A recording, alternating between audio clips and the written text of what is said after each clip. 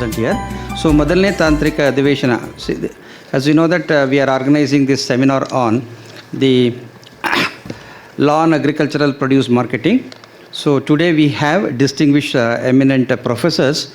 They are going to enlighten us on various topics relating to agricultural produce marketing. Firstly, in the technical, at the outset, this session is going to be inaugurated by none other than our Dr. Professor Ishwar Bhatt sir, former VC of Karnataka State and legal advisor. I extend a hearty welcome to you, sir. And we have distinguished academicians, professors and VCs from Agricultural University. I would like to extend a hearty welcome to Professor Dr. P.G. Changappa sir, former Vice Chancellor of Agriculture University, GKVK, Bangalore, and another distinguished professor, Professor Mundinamani sir, the professor from University of Agricultural Sciences, Dharwad, and Professor Kulkarni, K.G. Kulkarni sir, professor from US, Dharwad, Professor S.S. Shankar Murthy, former Director of Karnataka Agriculture Market Training Institute, and extend a hearty welcome to one and all. Now we will begin with our technical session. First technical session is Professor Changappa is going to enlighten us. So before that, I hand over mic to, yes please, for the introduction of Professor P.G. Changappa sir. Yes. To all present here, it gives me immense pleasure to welcome all to the technical session 1 of today's program. This session is centered on the topic, the need for transformational and farmer-centric agriculture marketing reforms in India. We are truly honored to have with us our distinguished speaker, Professor Dr. Changappa sir. Sir is one of the leading agricultural economists of the country. Sir served as a Vice Chancellor of University of Agricultural Sciences, Bangalore, and held the prestigious position of National Professor of ICAR. Sir has over 35 years of experience in teaching, research and policy analysis.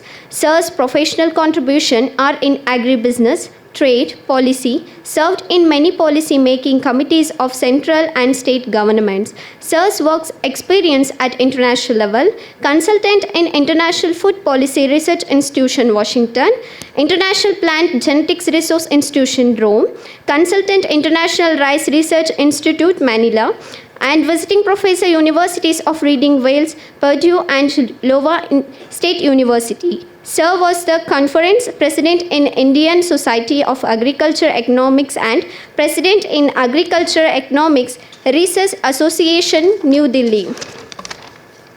Sir has served as an independent director on the board of Tata Coffee Limited, Tasty Bite Eatable Limited, and Sam Agritech Limited till recent days. With this brief introduction, on behalf of the Vikas Institution of Legal Studies and Kilper, I extend a warm welcome to you, sir, and invite you to take the stage to enlighten with us your address.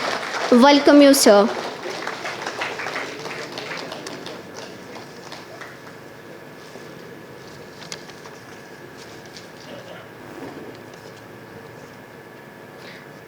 I extend a warm welcome you, sir. Sir, I invited to take a stage to enlighten us with your address. Welcome you, sir.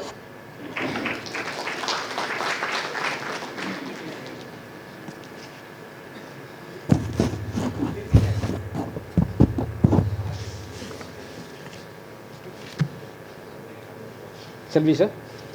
Good morning, everyone.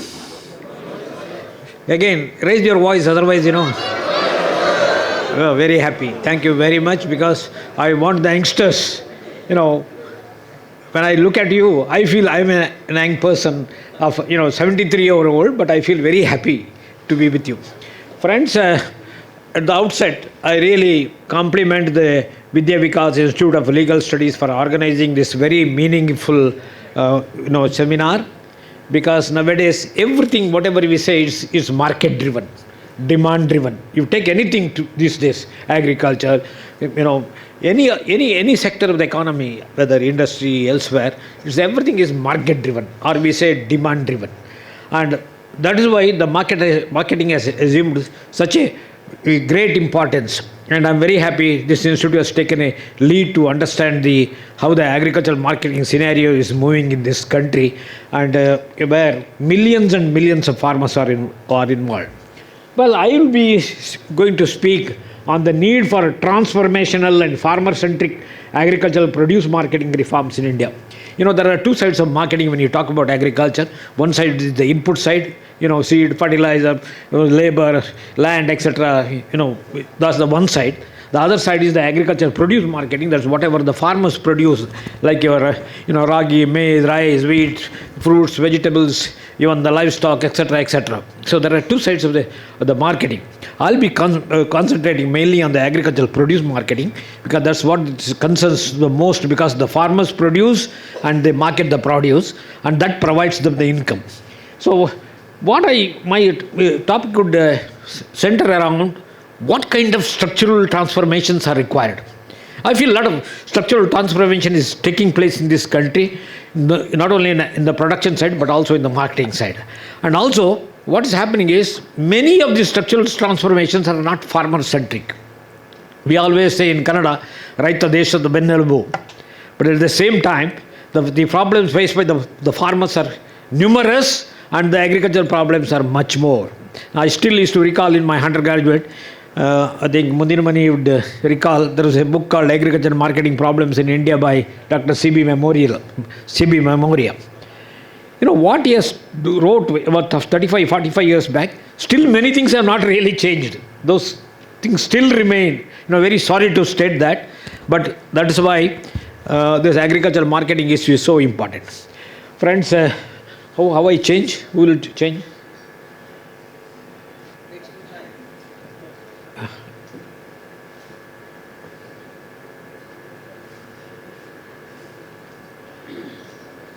Yes. See, my outline of my presentation, I will concentrate on the Indian agriculture and marketing reforms. Then again, the control of marketing of agricultural produce, levy of the market fee and grant of licenses, national integrated produce markets that have been established in many states. Then the contract farming facilitation, warehousing reforms, the electronic national agricultural markets. That's the one nation, one market concept. Then again, the regulation of the e-commerce platforms, which has been amended very recently by the government of Karnataka. And of course, the conclusions. The next one, please.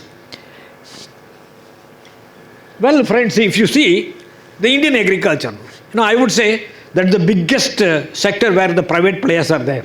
When you say, agriculture contributing about, 46% of the people engaged in agriculture, producing 17% of the GDP, and there are 140 million holdings in this country. And I would say this is the biggest private enterprise in the country. We talk about private-public partnership, so on and so forth. But this is the biggest private enterprise in this country. This is what we must understand. These farmers, they are the producers. They run the farm. A farm is like a firm. They run, like a business unit. So that's why we say it is the biggest enterprise in the country. The real the GDP growth has been 7.8% in the last quarter, which is a very good growth rate. But the agriculture growth rate is average of 4% in the last 5 years, fairly good, because our growth rate in agriculture used to be very low. And this 4% growth in the last 5 years is a very good growth as far as the agriculture is concerned. And, for example, if you look at it, this is the only sector which maintained a good growth rate during the COVID. We have seen India faced the COVID. There were two problems. One is the COVID vaccine, the other side the food. You have seen many countries had no food. That aggravated the COVID problem. In India, luckily, we had enough stocks, enough food grain. We did not face so much problem.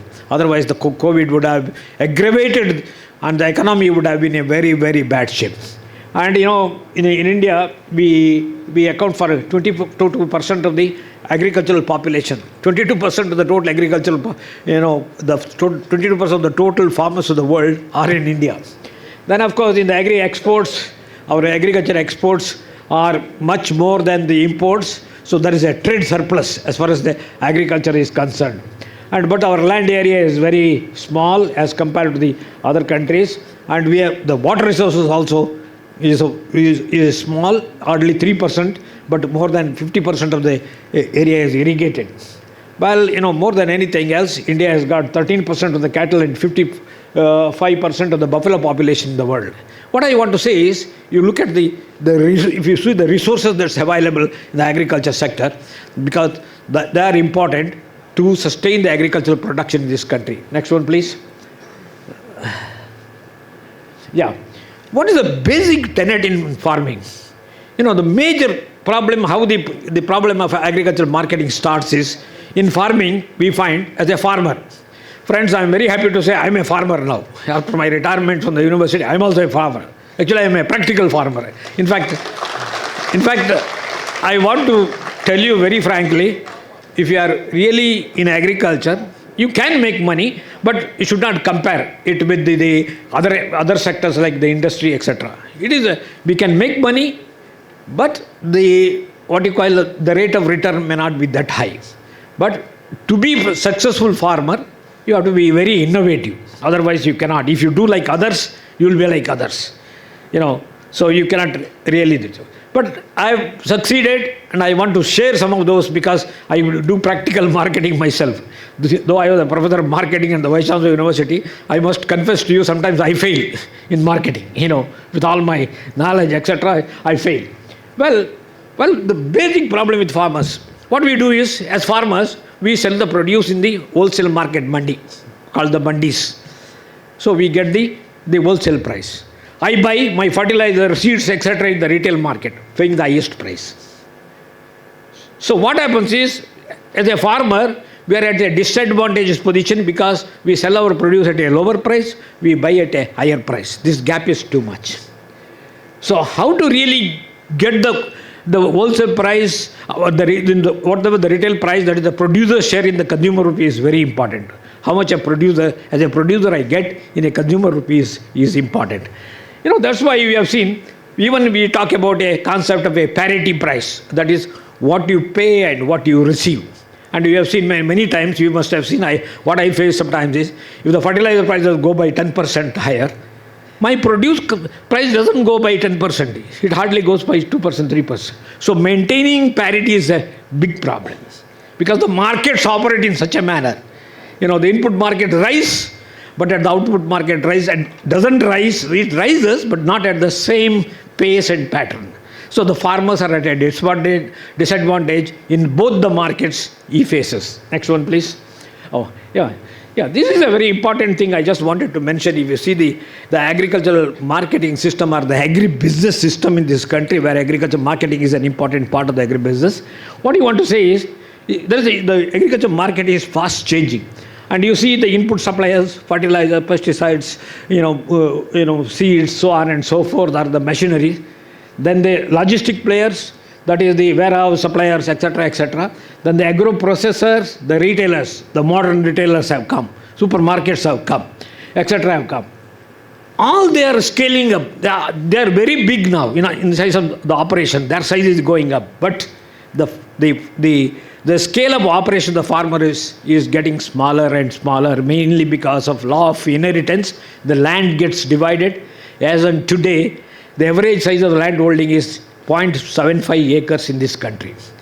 So why I mention this is, so the logic lies in how to bring the small farmers together. That is, we have seen, we are all used to Ola, Uber, so on and so forth, where the aggregation model works. So how to aggregate the small farmers so that there is a scale in operation. That's the key.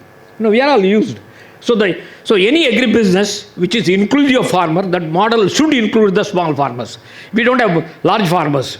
We have to see that the agribusiness model is inclusive of small farmers, without which you cannot do. So what I want to say is, the farmers are getting smaller, but there are models by which aggregation or other things can, for example, cooperatives, farmer producer companies, etc. have come in.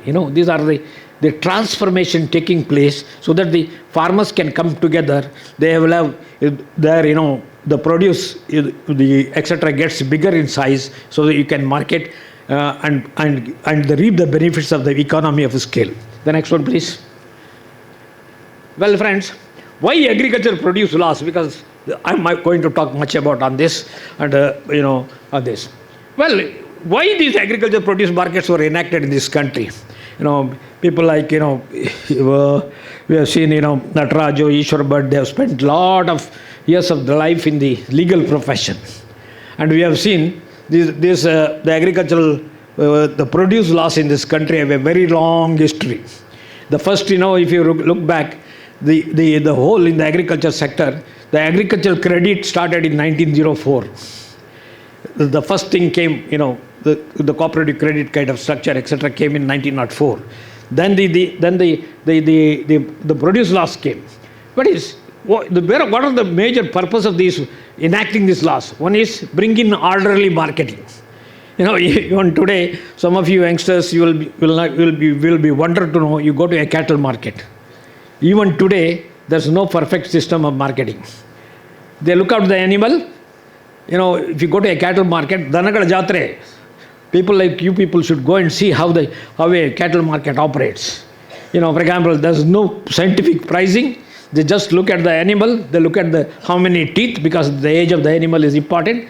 The color of the animal is important because there's a breed character. We say, with what kind of color, for example, Allika, Amratbal, etc. And also how healthy the animal, etc.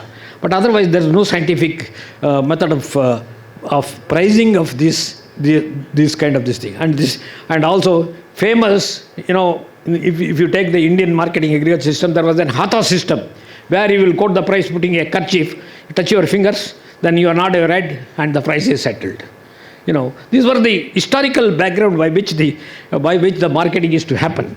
Then the second was meant to improve the market access, because farmers are spread throughout the country and these marketplaces are in certain places. So the access to the market is important. That is why even the number of markets are also very important. Because the National Commission of Agriculture said there should be a market for every 5 kilometer radius, which we will not even achieve in another 50 years. The markets are still located elsewhere, and the small farmers with the 2 bags, 3 bags, etc., they find very difficult to access these markets. And this is where this thing is concerned. Then, of course, the bargaining power of the farmer. Then the other thing is institutionalize the process, like the regulated market committees, the functionaries in the market, that's the commission agent, traders, brokers, the cooperatives, farmer producer companies. This was the law was brought in to institutionalize the mechanism. Otherwise, there is no institutionalized mechanism. And of course, and then to discipline the trade, because we have seen most often we always blame the middleman.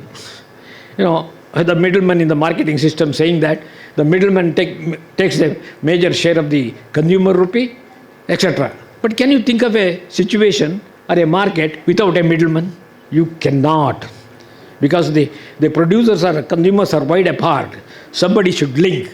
So the role of the middleman in agriculture, not only agriculture, elsewhere is important. And most of the middlemen are institutionalized. Institutionalized means based on the law and or the orders, etc. So the presence of middlemen is a must, but we should not have superfluous middlemen. Too many middlemen taking their own, they have their own cost, their own profit, so that what the farmers get squeezed out. The middleman, see, that's why in any system, middleman is required, is a necessary evil, but at the same time, disciplining the middleman is important. See, for example, you might ask me, farmer can still, on the roadside he can sell the produce, but how much you can sell? Not even, direct marketing, not even 1%. So this is this thing. Then they enhance the physical and economic efficiency in marketing, because the agriculture marketing is changing. It's not, marketing is not merely buying and selling. There are many other things. For example, you go to a market, weighment, storage, display of the produce, the tender system by which the sales are made, etc. A lot of physical handling of the goods is required.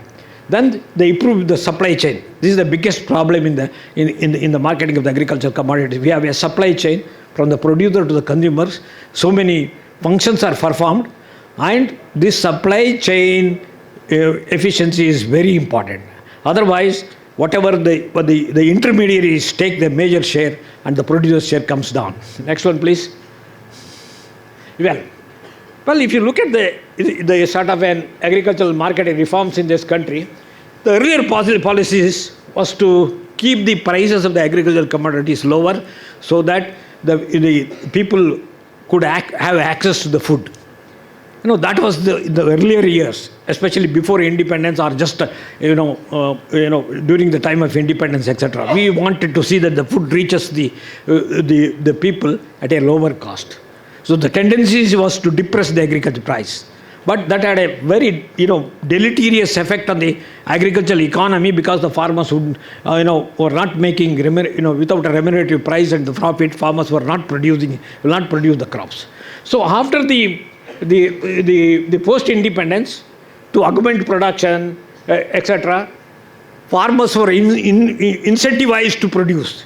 In fact, in our own agricultural economics, we always read how the farmers respond to prices. That is why the minimum support price, guaranteed minimum price, so many schemes came. Then of course, the independence, we wanted the farmers to have remunerative price so that they have some kind of good profit levels, so that they continue in production in agriculture, making use of the technologies. Then of course, if you really look at it, the first regulated market came in Hyderabad in 1886. Imagine, across more than 150 years of regulation in the agricultural produce. And this Karanja market, the people like Shankaramurthy will tell you, this was mainly for supplying of the cotton to units or the ginning units or the units in Manchester. That is why the British started this. They wanted these markets to be regulated markets, procure cotton, send it to meet the demand of the textile mills in Manchester. That was if you look at the beginning. Then of course the first market came in Bailavangal in the 1936 in Karnataka, under the Bombay Agricultural Produce Market Committee Act, because in Karnataka we have Bombay, Karnataka, we have a separate Coorg state, we have the Mysore, all were brought under one act later. But you see, for example, in the agricultural reform markets, if you see, several model marketing acts were provided by the central government. Agriculture is a state subject, agricultural marketing is a state subject, but the central government provides some kind of support, advice, so that the markets are developed across the country. So many several model marketing acts were suggested during 2003, 2017, and now the 2016, the ENAM came, Electronic National Agriculture Markets. The next one, please.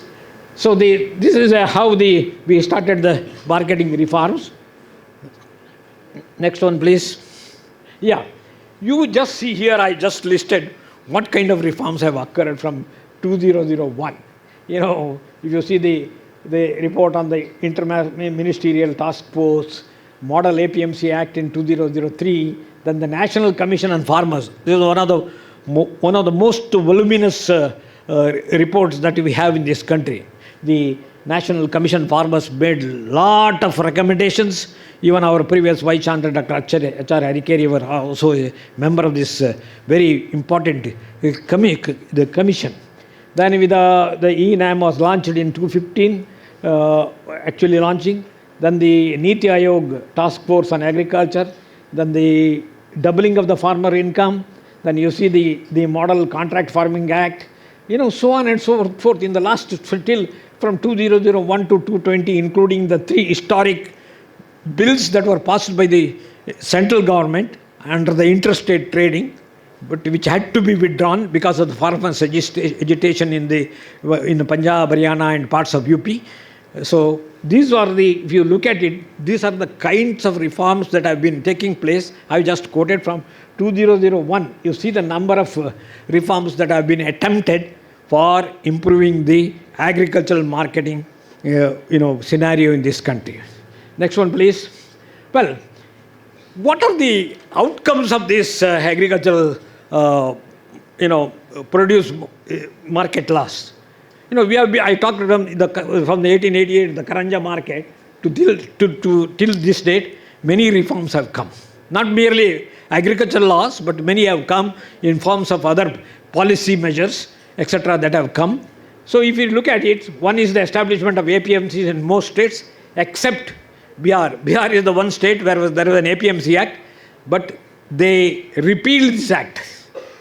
They completely repealed the act. Today they don't have the Agricultural Produce Market Committee or the Agricultural Produce Market Act in Bihar. Actually, it's a good to know how the markets really function in the state. Not very clear. Then, of course, from time inception, Kerala did not have a Agricultural Produce Market Act, and most of the northeast states, especially Meghalaya, etc., Assam has. So that is also one of the things. Then, of course, if you really look at it, the outcome is there is a unified single registration license for trades across the APMC. This is one of the landmark thing that has happened. A trader used to, for example, earlier Karnataka has had around, I think, 192 APMCs. A trader can take license only to operate in that market yard or in the sub-market yards of that in that market. But with this, they can participate. They can have a single license because the tender system has been introduced. They can participate in all the markets. This is again based on the central government. Then the single point levy. This is also important because if the trading happens, they used to levy in all the markets. Bangalore market, if you operate Bangalore, Mysore, etc. So in the multiple points of levy were there. That also has been a good kind of this thing that has happened. Then provision for private market. Only I'll indicate to you that only regulated the Agricultural Produce Market Committee, that the regulated markets were there. Now under this act, private markets have been permitted, but the number of private markets that have come in Karnataka is not really encouraging. Then the provision of contract farming is also very important. There is a contract system of production of fruits, vegetables, milk, we have seen, etc. That was also brought under the purview of the regulation. Then the provision for farmer consumer market, that is where the farmers can establish market and sell directly to the consumers, called Apni Mandi or Raitar Sante, so on and so forth. Then the warehousing receipt is a very important concept. For example, you can keep the goods in the warehouse, get a warehouse receipt, which is a negotiable instrument like our check. You can transfer the produce and, but just transferring the warehouse receipt, the sales of the produce can take place. But this is also not moving the way we really thought about it. Then the establishment of private market yards, direct purchase agricultural commodities from producers, mainly for retail chains. Then what I just want to say is, amendments made, but Agricultural Produce Market Committee structure and performance did not change much. Because like any government system, for example, government involved in marketing, etc., total involvement of the government without much of competition, you can't expect much of the transformation. This is what my the whole talk I just want to say is, amendments have happened, but the real transformation has really not happened to the extent we want. Next one, please. Yeah. Well, continuing about the market reform outcomes, one is the direct wholesale purchase from farmers by the processors, exporters, etc. has been permitted.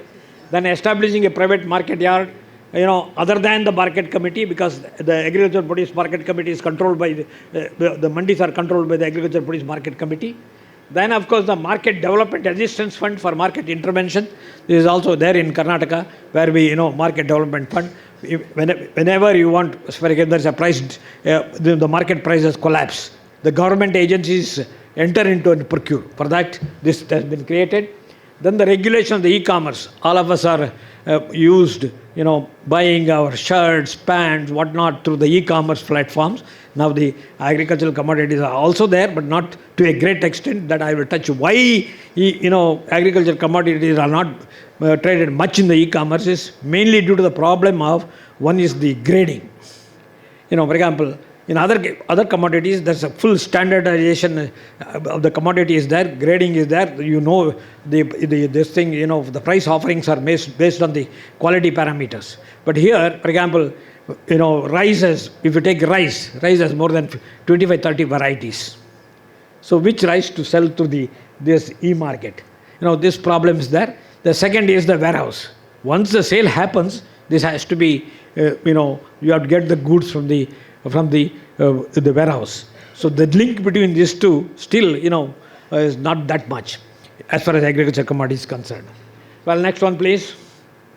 Well, the first thing is I gave an overall picture, but I just want to touch what really happens as far as the market regulation per se is concerned. Some of the clauses in the Act. You see the control of marketing of agricultural produce. This is the one, which has to be looked into in a greater depth, and a lot of transformation is required. One is, you see, the market committee shall regulate the marketing of notified agricultural commodities in the market yards, sub-market yards, and etc.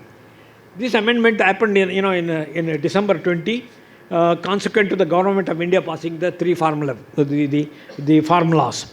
What happened was the Government of India, passed the three acts under the Interstate Trade Act, and to see that the regulated market yards do not control the market fully. There will be participation with the private players, so the farmers can choose a channel which is beneficial to them. So in this, what they did was restricted the purchase of sale of agricultural commodities arriving at the APMC market only. That the APMCs can, have the right only to handle the produce that comes to the market. Then the thing is, we use the word the coexistence of the regulated markets with other private players in the market. The next one, please. The next one is, next slide, please. Yeah, this is again, control of the marketing of agricultural produce.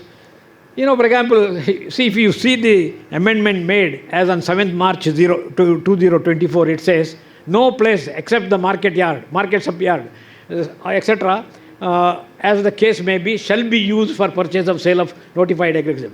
Here, what was made is, the producer has to take the commodity to the regulated market yard, where the APMC, under the APMC Act, they supervise the sale of the commodities, the purchase and the sale of the commodities, or the sale and the purchase of the commodities.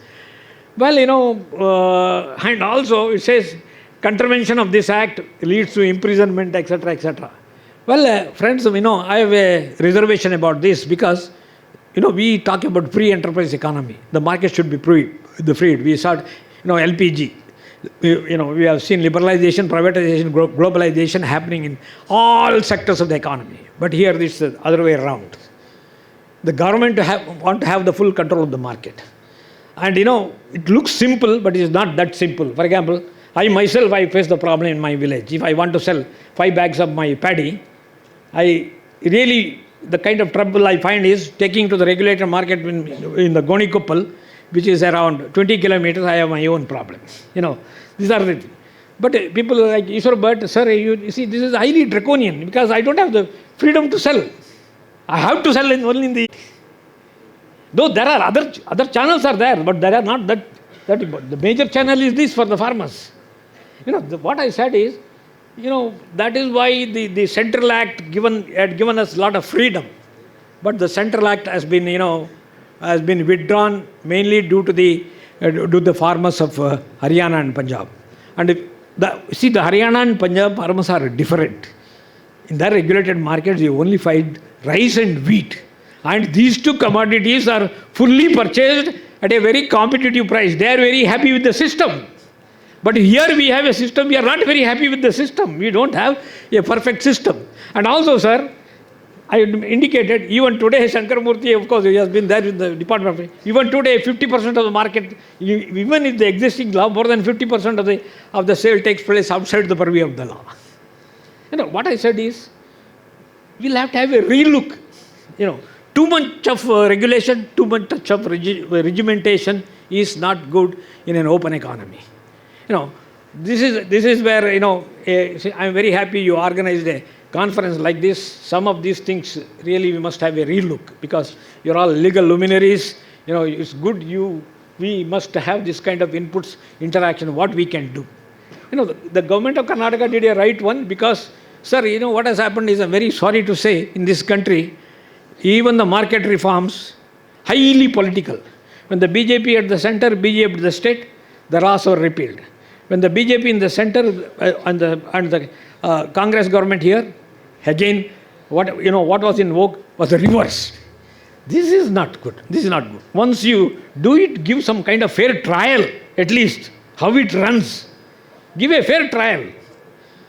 And if there is a lacuna in the system, you can always correct it.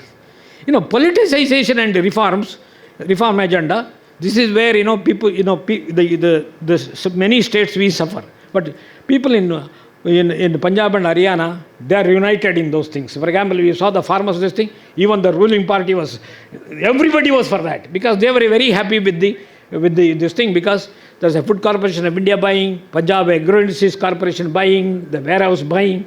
So for them, marketing of wheat, rice is no problem at all, though the marketing cost is a little higher. They are very happy with this system. But here this condition is different. So what I said is, this law is in force, but still more than 50% of that. You take sir, paddy marketing, nothing goes to the regular markets. Everything goes to the rice mills. And the rice mills have been treated as the purpose. See, these are the lacunas. Say, I produce rice, I produce paddy. My paddy doesn't go to the regular market, though the act says, bring all the produce to the regular market. I take it to the rice mill. What I say is, why have this kind of act, which is not practical, Please, next one, please. I just want to throw some idea. Then, of course, the Farmers Trade and Commercial, the same central government act I said. Sir, one thing is, the central government act never said abolish. People, created a myth saying that it will lead to abolition of the regulated market. No. The act said there will be a coexistence of regulated market, but many other private players will come, and the farmers are free to sell either in the regulated markets or the other channel. So the coexistence was there. But the fear is, regulated market being government controlled, they cannot compete. This is not the answer. We want competition. We want competition. You compete. If the regular market is good, I will go and sell. For example, if it is not good, I will go to a channel which I want. Still we are treating the Indian farmers when in the agricultural universities, in our extension system, earlier we used to say, Indian farmers are uneducated, their knowledge level is low. No longer. In fact, some of them have knowledge more than me. So don't go with under that presumption. The Indian farmers are no less. We produce, we are self-sufficient in food grain production, because thanks to our farmers. Now the farmers are enlightened. Those days that was required, but these days it's not required. So what my idea is, these reforms, these regulations should change with the changing times. The agricultural marketing is changing so much. We are talking about electronic marketing. We are talking about e-commerce. All this system will collapse, at some point of time. Of course, the one thing. Then the farmers should have wide choice. For example, those who want go to APMC, they will go, because we have seen in the APMCs, commission agents are there. As long as the commission agents, it's a, what you call, I use the word interlocked markets. The produce market, the credit market, the labor market, land markets are interlocked. One market moves, the other market also moves. And in this agricultural marketing system, commission agent financing the farmers is the most vital one. That is why they go to a particular commission agent, because they would have borrowed money. Because all this banking system, see, friends, as a farmer, when I go, the banks are ready to give me loan. When I recommend a person from my village, they will not give a loan to him. Because, this is the reality. See, I have an account in Bank of Baroda, I borrow. I have a Kisan card also. But I requested the manager to give Kisan card to a small farmer. Sir, he said, no, sir, his credit rating is low. No, this is the reality, sir. This credit rating is low, I cannot give. Then what are you talking? This is where, I just want to say this, the farmers should have wide choice. He can go to a APMC, he can go to an aggregator, he can go to a processor, he can go to a retailer, he can go to an exporter. Don't put any restrictions. I must have the freedom. I have the freedom to grow crops, I don't have the freedom to market. What a situation. Sir, Ishwar Bhatt sir, you are a Vice Chancellor of a very important university. You see the anomaly of the situation. I can grow any crop, but I don't have the right to market in my own way. Yeah? This is where I have a lot of objections to this. Then they reduced control of market institutions then the commission agent traders are forced to go to farmers to purchase at the farm gate, because this was the objective of that. So that now the commission agents sit in the regular market, but they also have risk. Let us say, we have seen over the years. We have only say that commission agents collects 2% commission from the farmers, etc. Yes, for that he would have financed, and some of the finance he would never be able to get back. And he has also a lot of people, the traders who buy from him, they may not pay, or they pay after a long time, etc. So one thing is, what I just want to say is, we also must aid in the reduction of the transaction cost. In the Central Act, there was no provision to put levy, or there was no trader's fee, etc., etc. The idea was to reduce the marketing cost. I given in the next slide. Next slide, please. I just gave an example in the next slide. Saying that, of course, again talking about the freedom farmers to sell, and also to trade not only in the one APMCs, but more than one APMC in the state, not state, beyond the state, but which is literally not happening. That requires a different kind of technology, where only ENAM may be able to do it.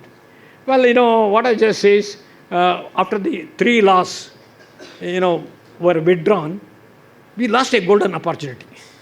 And the competitive trade and reduction of marketing cost was possible with that.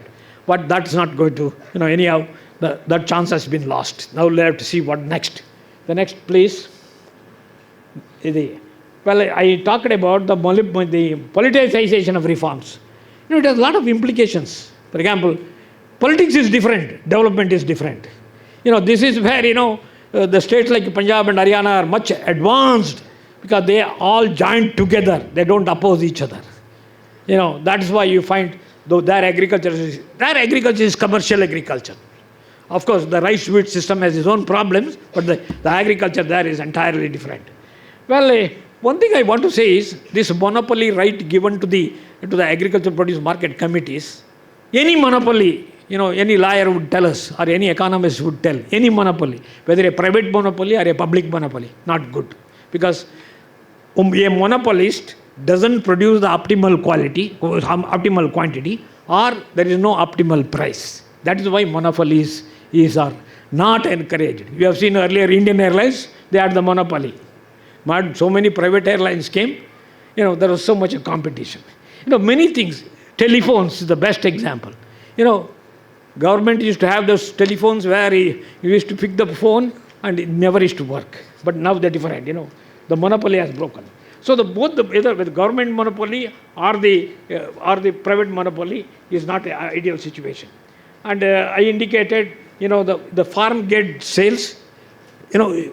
Farmers should have farm gate sales, because small producers, they cannot go to the distant market. What I just want to say is, too much control of the system is also not good. Then the politicization reforms should be avoided. Next one, please. Well, then the power and duties of the market committee to fix the market fee. For example, we have 1% brought to 0.6%. Many times I wonder, what is the rationale behind this? Is it at random?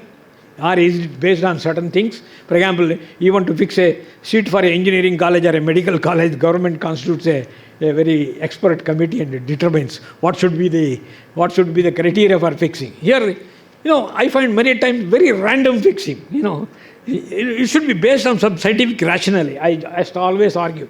See, for example, of course, the market fee in Karnataka is around 620 crores, which came down due to COVID. Then it's about 400. It's a good source of revenue, and revenue is required if the markets have to be kept vibrant. But those market fees should be incommensurate with what services we provide. Fee means, when you pay a fee, a service should be provided. A good services should be provided. And I collect a tuition fee. The tuition should be very effective.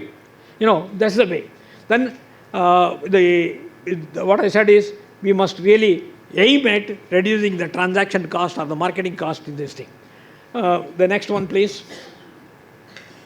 Well, friends, I just was working out a figure. For example, for the year 1925, the minimum support for paddy is 2,669. If you take the average paddy yield as 46 quintals, you see market fee alone is 658 rupees per acre. Then the commission charge 2%, 2,192 rupees per acre. Then Hamali, deductions, transport, cost on visit to the markets, others put together, ultimately, for a commodity like paddy, you hardly get 65% of the consumer rupee. What happens is, the transaction cost is becoming higher and higher, farmers' margins are getting lower and lower. So the compression of the chain is important. So I just gave myself, I worked a figure. For example, a 1 acre fellow producing paddy, you see the kind of cost, marketing costs involved. Unless, see, for example, reduction in cost means increase in income. Reduction in cost means good for the consumers.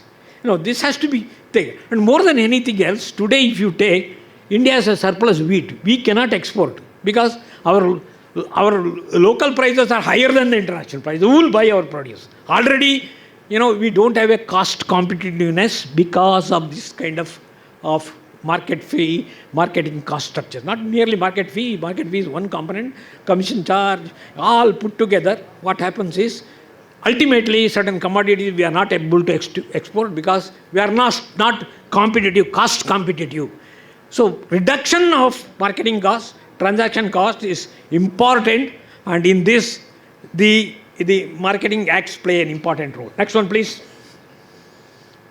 Well, the farmer consumer market. You see, for example, there is a class for farmer consumer market where direct marketing is possible. For example, what you call Raitar Sante in Karnataka, Kisan Mandi in the northern Karnataka, or Uluvar Sante in Tamil Nadu. The idea is the farmers should directly sell to the consumer. Even I have made a study. The first market came in Yelahanka in Bangalore, based on the study conducted by me and my co-workers. Today I walk into that market, it is no longer a farmer consumer market. All the traders, all others are back into that market. The whole philosophy is lost. But I really asked two farmers. One farmer from Devanhalli, one farmer Vijay. ಯಾಕ್ರಿ ನೀವು ಇಲ್ಲಿ ಕೂತ್ಕೊಂಡು ನೀವು ಮತ್ತೆ ಮಾರಾಟ ಮಾಡ್ತಾ ಇಲ್ಲ ಅಂತ ಕೇಳಿದೆ. ದಟ್ ರೈತ ಈ told the right thing. Sir, ನಾನು ಇಲ್ಲಿ ಕೂತ್ಕೊಂಡು ಮಾರಾಟಕ್ಕೆ ಕೂತ್ಕೊಂಡ್ರೆ ನನ್ನ ಹೊಲ ಯಾರು ಸರ್ ನೋಡ್ಕೊಳ್ಳೋದು? He has a right answer, sir. This is the reality. I made a study and I really understood. Then, he said, sir, ಈ ಮಾರ್ಕೆಟಿಗೆ ಗ್ರಾಹಕರು ನನ್ನ ಹತ್ರ ಬರ್ತಾರೆ. He wants wide variety of vegetables, fruits. I don't have. I produce only 2-3. So, if I want to sell in the market, I have to buy, bring it, sit and if the produce is left out, what I should do? These are reality of this market. So, that is why the scope for direct marketing in this country is not only here, all over the world.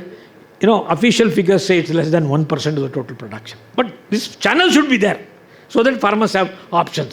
But it's really not working very well unless, farmers join together and do something, that can work. But individual farmer, the word is, I use the word F2C, farmer to consumer. Because nowadays in business we use the word B2B, B2C, all that kind of this thing. Here the F2C is the model is there. It has a lot of limitations I find. And another class I really say, it stipulates consumers shall not purchase more than such quantity as specified by the DAP. I think it is about 400 kg. More than 400 kg, if somebody wants to buy from them, the Director of Agricultural Marketing permission is required. What a law is this, This looks little, this thing, it's not practical, That's what I felt. This kind of restrictions could be avoided, When you bring the F2C market, leave it free. The farmers will operate. If there is a problem, there is a Department of Agriculture Marketing is there, you can settle those issues. But don't put too much restrictions. And ultimately what's happening is the department is not able to monitor so many restrictions. you spend more time on regulation, less time on development. This is what's happening. The market, direct marketing has a lot of limits. Next one, please. Yeah, next one, please. Yes. Then the regulation of trading and grant of licenses. This I pulled not only from Karnataka, from elsewhere also. I've been seeing the many agricultural produce market laws of the country. What I say is, they grant and renew license for commission agent and all other market functionaries. Here, one strange thing I find is, they say commission agents and traders. You cannot be commission agent and a trader for the same transaction. Very difficult to say. What I find is, commission agents, they act as commission agents for a particular thing. They also act as traders for other things. It's very difficult to keep a track. And also, commission agents, they give a lot of loans for which they deduct at the end of the say for some kind of like an interest charge, which is not permitted under law. What I said is, farmers want market finance. From where they can get? Banks don't provide. Banks provide production credit. Banks provide consumption credit, production credit, but they don't provide market credit. So from where they can get the market credit? So this also is to be kept in mind. Next one is, please, next one please. Then the establishment of national integrated produce market. We have seen, Karnataka was a pioneer in establishing a national integrated market for fruits and vegetables, in Bangalore. Well, the market started very well, but there was a lot of problem in moving the trade to that place. Even today, that market is not fully utilized. The fruit and vegetable market is not utilized. The fruit market operates somewhere. The vegetable market still operates in some place. The second thing is, this is an integrated market. We wanted more integrated markets in many other cities, etc. But that's not simply happening. That means the response has been poor. Why? Is it something to do with the existing law? You will have to review and see how to attract more players for this integrated market. Then also, see, we have the food parks. Friends, you must have heard many food parks. These are not linked with the food park. The food parks are also doing a similar kind of work. When you talk about a national integrated produce market, the food parks also have a clean role, the important role to play. Integrate them. Then of course, what I said is, we need more of this market, not only for fruits and vegetables, but for flowers, spices, fish and other things. Because the livestock sector is emerging big in this country, but we don't have a good livestock market, except for the poultry, because of the integrators, private players, then the dairy because of the cooperatives and the others. But otherwise, the meat, fish, etc. in a very bad shape. Today, in India, the consumption shift is there. People consume more of fruits, vegetables, meat, milk, etc., etc. And whenever we talk about fish market, we say fish market denotes a condition where the market is in a very bad condition. In fact, the Agricultural Produce Market Committee Act stipulates special commodity markets could be established. We don't find any of them because there are no takers. Then we'll have to see why there is no takers, whether it's because of the law or whether some kind of incentive is required. The next one, please. Well, next. Yeah. Then contract farming. Many commodities are under contract, and this is a very good arrangement for farmers to get into contract with the companies, because the companies provide the technical support, they provide the support for marketing, etc. So most of the problems of the farmers are, even they provide, some of these people, they provide, the price contracts, they provide other kind of this thing. So the market risk is reduced to a minimum. They have brought under the purview of the regulated market section has been introduced, but a close monitoring of this is required. The next one, please. Yeah, what I see, for example, but still there are issues in contract farming because, many of you, especially from the legal profession, you will see, if the contract fails, what happens? If the contract fails, there is a mechanism to settle. Of course, the law of contract is there, or we can go for a civil suit, but it takes its own time. And most of the time, for example, the farmers, when the contract breaks, they find it very difficult to fight the legal battle. And the legal battle takes its own time, it in our own this thing. Certainly, what I just want to say is, this contract farming, bringing under the purview of the Market Regulation Act, I feel it's not really serving the purpose. Actually, these kind of things should be there under the Department of Agriculture. Where like the fertilizer control order is there, etc., etc., etc. We have mixed up the whole thing. Mixed up the whole thing. Even many times I wonder, the Department of Agricultural Marketing in Karnataka is with the Ministry of Cooperation.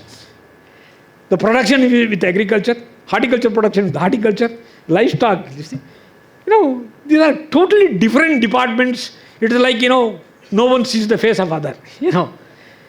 This integration of things are not happening. Whenever in my teaching, I always say production and marketing are the two sides of the same coin. But I find here there are two different kinds and distinctly different. How do you expect? That is why the production schemes are implemented by the production department. Hardly any schemes in marketing. There's no linkage. The next one, please. The Model Contract Farming Act, why I specifically mentioned this is also given by the central government as a model act, in which they have added the livestock also added, and if this is implemented, it's good.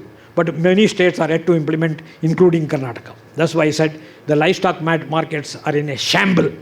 You go to any livestock market, right? Danagala Jatre.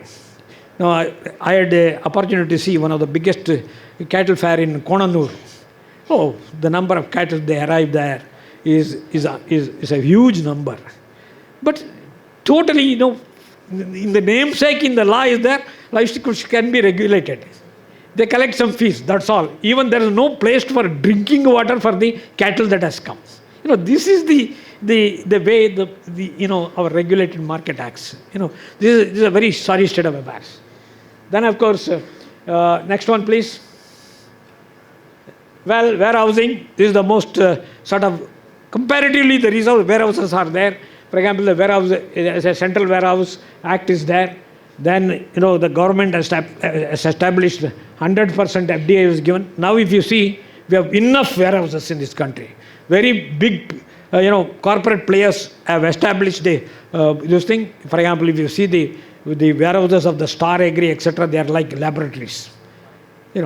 But the utilization of this warehouse, the utilization of the warehouse receipts is very low. See, for example, as per the Act, there is a warehouse receipt, which is a negotiable instrument, which the farmer can pledge in the bank and get the required finance. But that's not happening, because the warehouses are not used by the producer. They are used by the input dealers or the traders. Because farmers' awareness of this is very low. This is what, again, we conducted a study, we saw why farmers, even in my own university, faculty members are not aware of what is a warehouse receipt. Let me put it straight. This is the whereas. That is why, lot of marketing extension is required if you want to see that warehouse is used for market finance. And also, for example, again here, I really don't understand why the warehouses is brought under the purview of the APMC Act. Because there is a central act, there is a warehouse development agency at the national level, they are taking care. The next one, please. The next one, please. Then this is a way, I've pictorially shown, for example, the producers deposit in the warehouse, they get a receipt. Those receipts can be pledged to the, pledge, and they can, get the loan through the financial institution, the banking, etc. This is a very simple process. It looks, but difficult to operate. There are so many things. Next one, please. Well, challenges in the using of the warehouse I have just indicated. They are not one is the awareness is low. The second is, for example, warehouses location. They are located, not in the production centers. Most of them are in the consumer centers. Okay. The last one. Yeah. Please, rush through, please. I'm also coming to an end. Kindly, go ahead. Next one, please. Next one, please. Well, what I said is ENAM, Electronic National Agriculture Market System, where, this is the one, central government scheme where they insist on this. The next one, please. The same thing. Why? What are the benefits? Transparency, access and quick payments and real-time information. You can get this ENAM. The next one, please. Well, ENAM, there's been a good progress, but it's more than 9 years, but still, long way to go. But in my opinion, even if it happens even after 5 years, this is a national scheme, because markets cannot operate in isolation. We should have a national market. And farmers sitting here in Mysore, you should be able to quote the market in Chandigarh or in Agricultural, elsewhere. That is possible because of the technology available, and ENAM is helpful. Well, there is a slow progress, but ENAM has to be pushed. And as I find, because the 3 laws we have withdrawn, this is the one opportunity where integration of market using the technology is possible, so that farmers can get a good price their produce, and integration with the national market is the important one. Next one, please. Next one, please. Yeah. I want to say that Karnataka is a forerunner in market reforms. Some of what the Karnataka did, like the REMS, etc., was used, for ENAM. I know Karnataka has been doing a very good job as the Agricultural Produce Market Committee. Committees are there, and they have implemented most of the recommendations of the central government.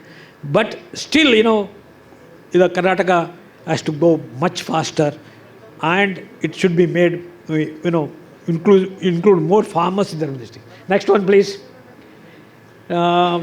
E-commerce, the latest one is the e-commerce platform. Well, now all this big basket, Amazon, everything will come under the licensing of the APMCs.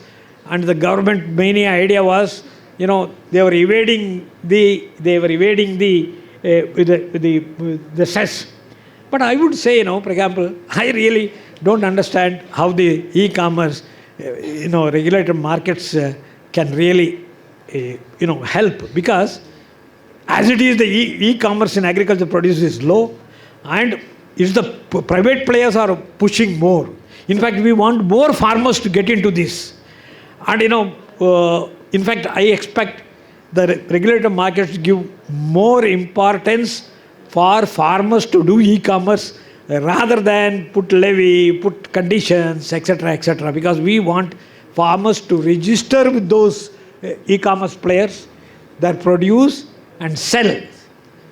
But of course, the major problem is, as I indicated, assaying, grading of the produce. For example, if you take rice, unless they are branded ones, etc., it's very difficult to sell. Then the last one is please, next one, please.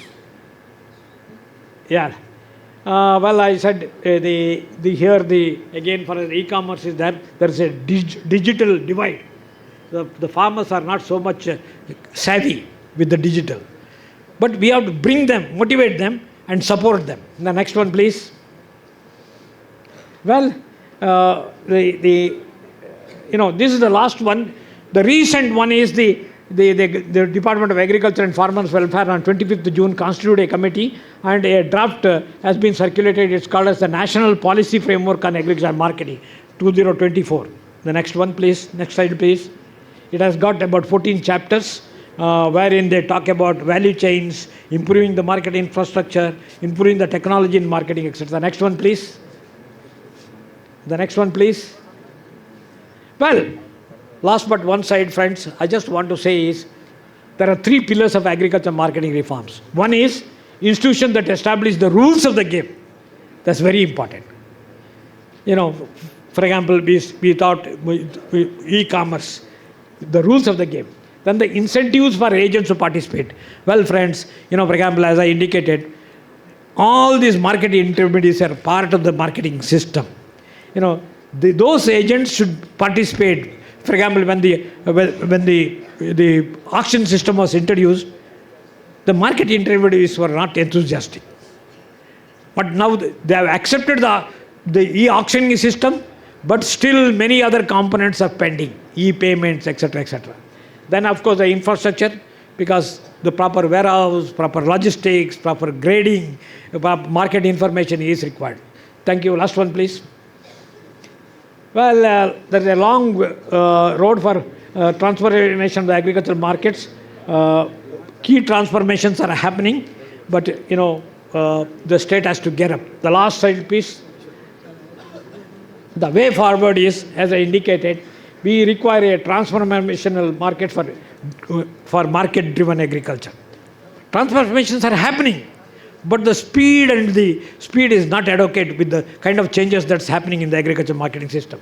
Second is, both central and central government not fighting each other. We should work together, so that the reforms process can be faster. We cannot wait. We have waited enough in this country. We want fast development. Then the state government should be more proactive, because for anything the state government says agriculture is a state subject, agriculture marketing is a state subject, but whenever the minimum support prices are announced, they say states withdraw. They expect the central government to do it. That doesn't work.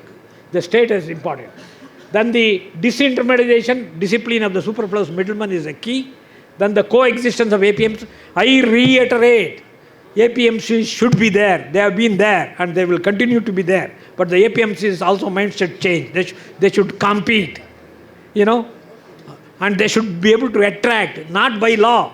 In fact, for example, I see people getting kakun to Channapatna market from Andhra Pradesh by bus, because Channapatna market is good. They get competitive prices. You attract the producers to the market, not force them to come. Then reduce barriers, increase efficiency.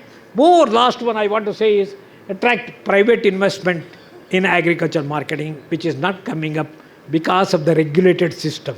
Private market, people are not ready to invest because of too much regulation. Too much of regulation leads to many problems. Then the farmers, producer companies have started. We must make use of them.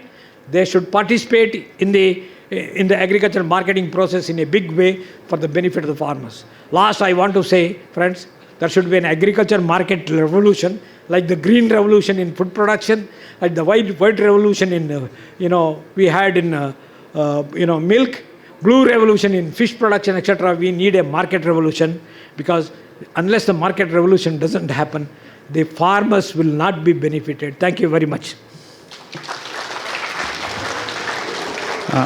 Thank you so much, sir. Now I request Professor Ishwar Bhatt to conclude and honor our resource person.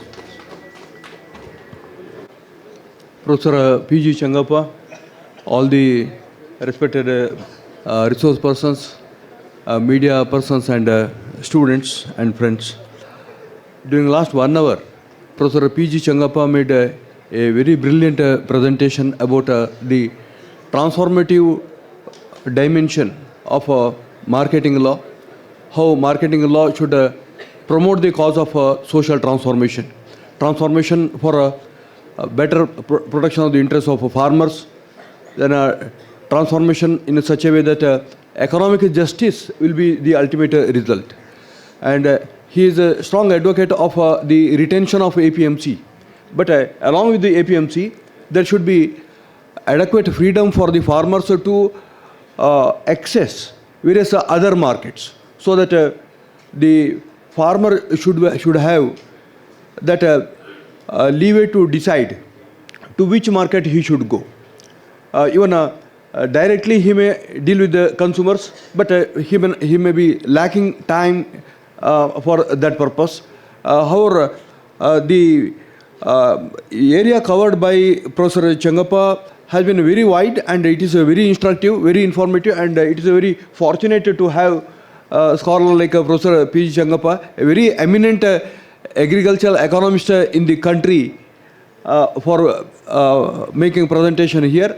On behalf of Kilpa as well as Vidya Vikas Institute of Legal Studies, let me congratulate, let me thank Professor P.G. Changappa. And on behalf of the organizers, please receive. Sir, please honor this. Yes. I request our Ishwar Bhatt sir to felicitate our resource person, Professor P.G. Changappa.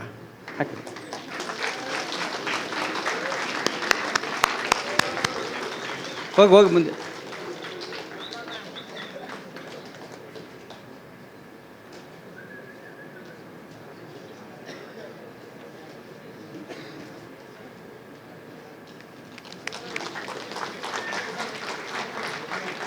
ಅದು collect ಮಾಡ್ಕೊಂಬ ಅವ್ರು ಹಿಂದ್ಗಡೆಯಿಂದ ತಗೋ ಅಲ್ಲಿ ಒಂದು bag ಹಾಕ್ಬಿಡು. ಈ ಕಡೆಯಿಂದ ಬಾ, ಹಿಂದ್ಗಡೆಯಿಂದ ಬಾ, collect ಮಾಡ್ಕೊಳ್ಳಿ ಬ್ಯಾಗ್ ಕೊಡಿ.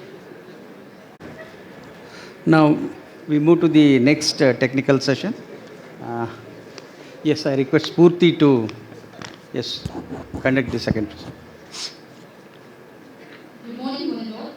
On behalf of Agricultural Institute of Legal Studies, Mysore, and in collaboration with Karnataka Institute for Law and Parliamentary Reforms, Bangalore, I take great pleasure in extending a warm welcome to all the dignitaries, esteemed speakers, academicians, research scholars, and students gathered here for this one-day national seminar on Law on Agricultural Produce Marketing. I extend a warm and heartfelt welcome to second technical session resource person, Dr. S.L. Mundinamani, former Indian Council of Agricultural Research, Emeritus Professor of Agricultural Economics, University of Computer Science, Dhaka.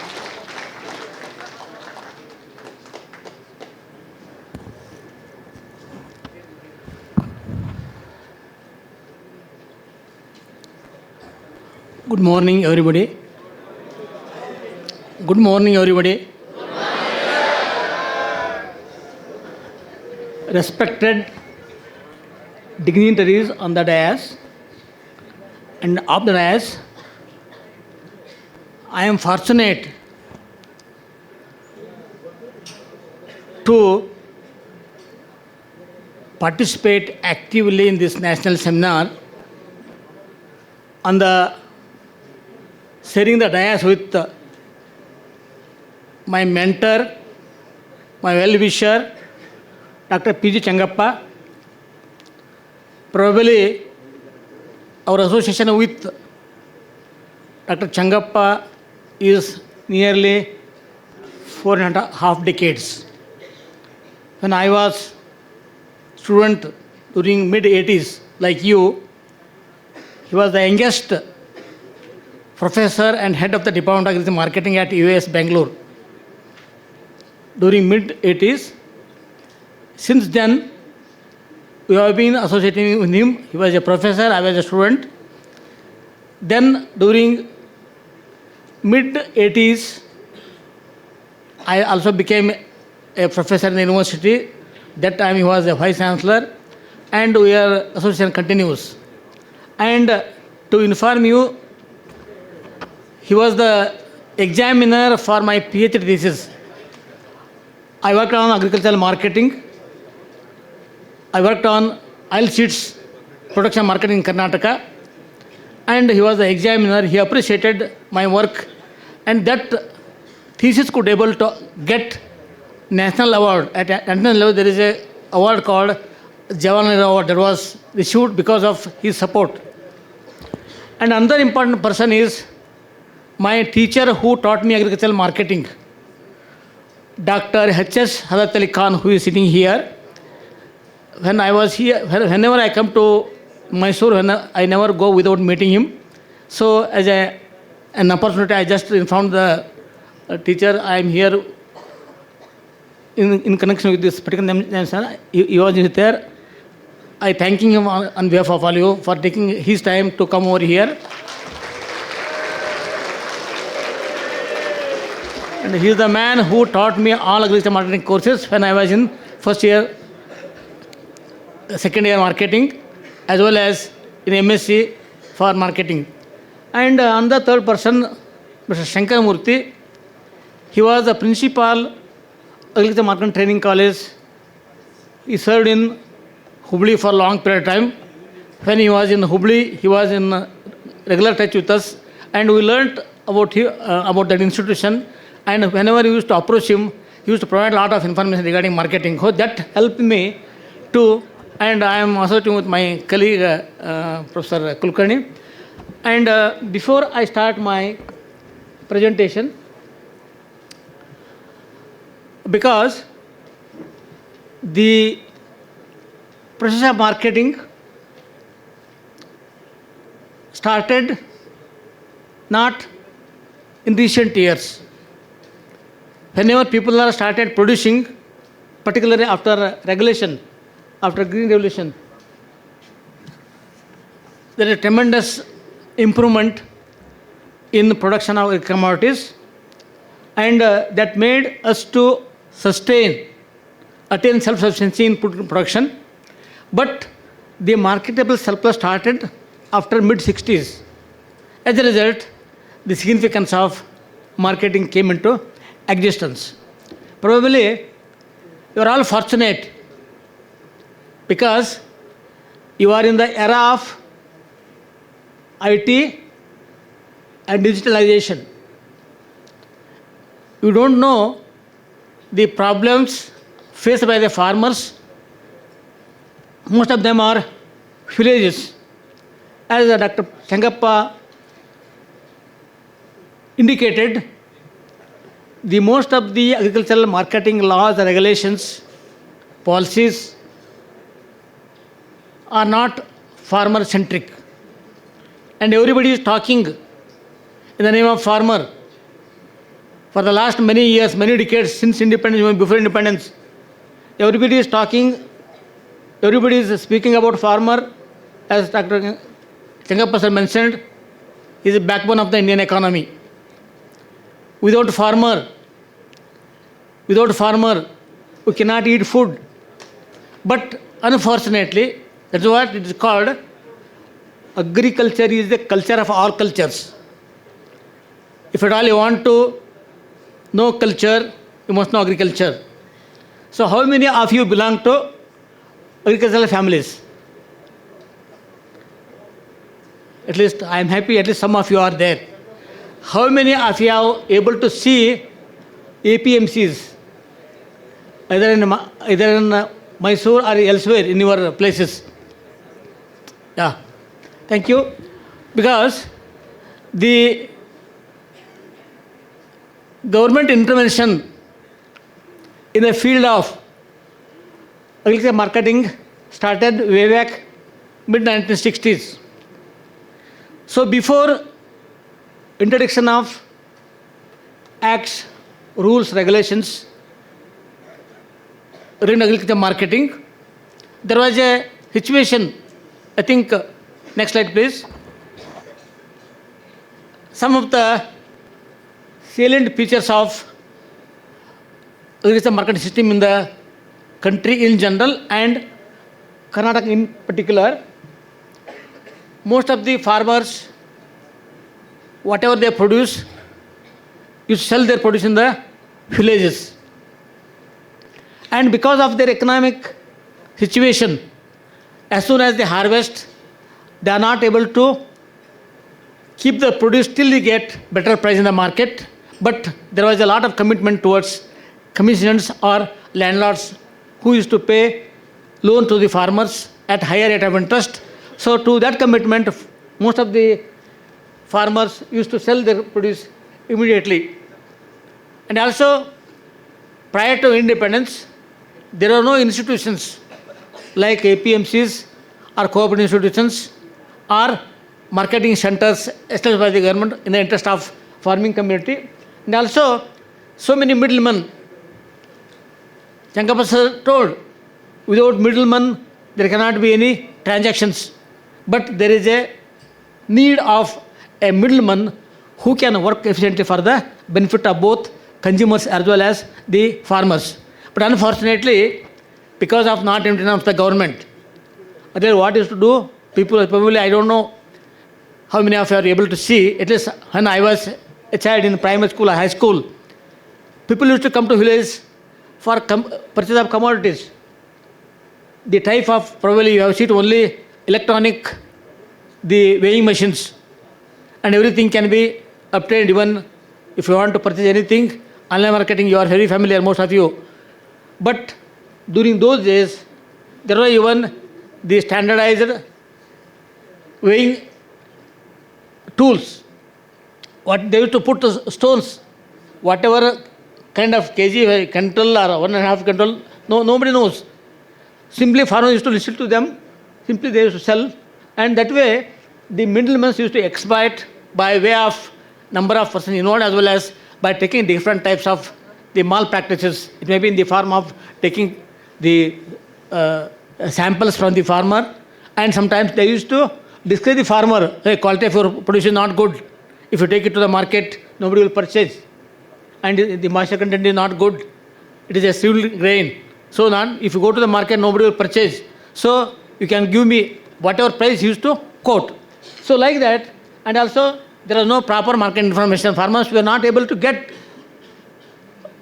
where he has to sell, what price he is going to get. And as a result, whatever the middleman used to tell, he used to agree. And he was only a price taker but not dictator. And he has no other option other than selling whatever price he used to provide. Higher fluctuation prices. Probably you must have seen, in most, even now we are able to observe,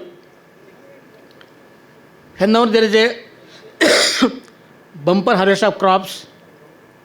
All the farmers produce the commodity, harvest, and take to the market. There is a glut in the market. So, the traders as well as the commission agents take advantage of the situation and exploit the farmer.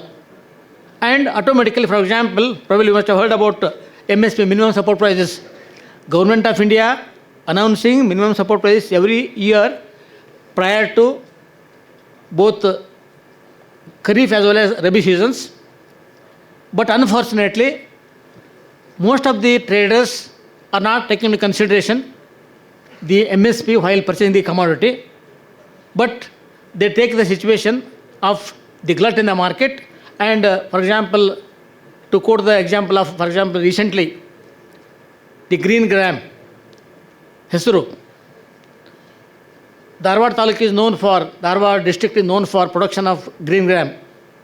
This year, there is a tremendous crop, good rainfall in the Nalgund taluks of that area.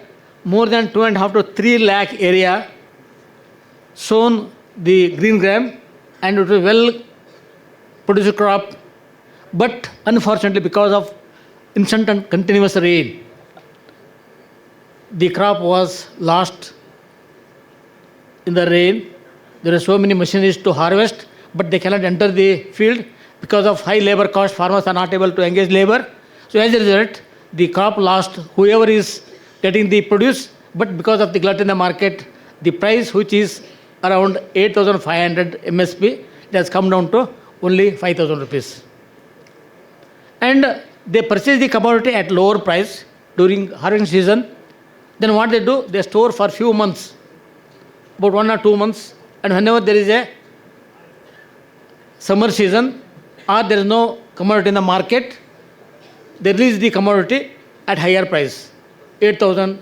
Just for a period of 3 months, they could able to get for quintal 3,000, 4,000, like that. So that's how the agricultural, because of high fluctuations, farmers are also suffering.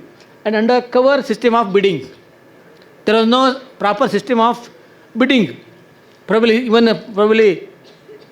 animal marketing, even now, the traders and commission agent, they negotiate themselves how much quantity available with the commission agent, how much quantity the trader required. They negotiate without the knowledge of the farmer. And farmers are not alert of whatever is going on transactions, but they will reckon only between trader as well as the commission agent in the absence of the farmer. As a result, farmer will not aware of what price he is going to get, but since he is a price taker, only they are dictating both the farmers. Finally, farmers are only price takers because of the dominance of the commissioners, so many middlemen in the market. The farmers are not able to dictate them, but they are whatever price they are going to price, so that sometimes they are not able to cover the cost of cultivation incurred on a particular crop. As a result, farmers are suffering, and in the name of farmer, everybody is growing. I think I will come to that later. Next slide, please. Because of these problems in the marketing system in villages, next slide, please. So, there was a need to intervene government because of as I listed, so many problems faced by the farming community in the marketing system of their produce, both in villages. There was a need of the government intervention, and government intervention in the interest of, because as I mentioned, how the middlemen by way of malpractices exploit the farming community on the one hand, and also on the by procuring the commodity at the lower price from the farmers and selling the commodity at the higher price to the consumers. So he is exploiting both consumers, we are all consumers, and also the farmers by taking the major share. As a result, I think earlier days, before intervention of the government in the marketing system, the price received by the farmer out of the consumer price, even not 50%. He used to struggle hard to grow the crop. If there is heavy rains, he used to lose the crop. If there is a drought situation, he will not get any crop. And hardly we come across the normal situations in the marketing system or as well as farming system. So after so much effort taken by the farmer, the middleman will take away the major share. So for sparing few minutes, few investment, hardly 1 or 2 months, is going to get more than 50% of the consumer share without any struggle. So as a result, to overcome these problems, particularly in the public interest, government interventions in agriculture marketing, it may be either completely taking over the market or partially by nominating some government employee to monitor the situation, and also by selecting some farmer leaders to manage a particular system. Or the extent of intervention depends upon the what kind of objective government want to take up, whether to protect the farmers or consumers or middlemen or all. And government intervention may be in the form of direct or indirect. So for example, you heard about APMCs. Though the secretary is supported by, nominated by the government, but most of the committee is controlled by the farmers. So the kind of intervention may be anything. Next slide, please. Next slide, please. So, because of the significance of the intervention of the government to protect the interest of both farmers as well as the consumers, the government will intervene in the form of formulation of implementation of rules and regulations for protection of farmers, consumers as well as the market intermediaries. The purchase of the commodity by the farmers under MSP by the government institutions or APMCs or cooperative institutions, and sometimes to stabilize the supply demand in the situation, either taking of activities, interstate transfer of commodities or the export or import situations. Lastly, establishment of institutions by the government institutions. So, if the government institutions are working in the marketing system, so that to some extent the farmers as well as consumers can be protected. These are the type of farms in which the government can intervene in the marketing system. Next slide, please.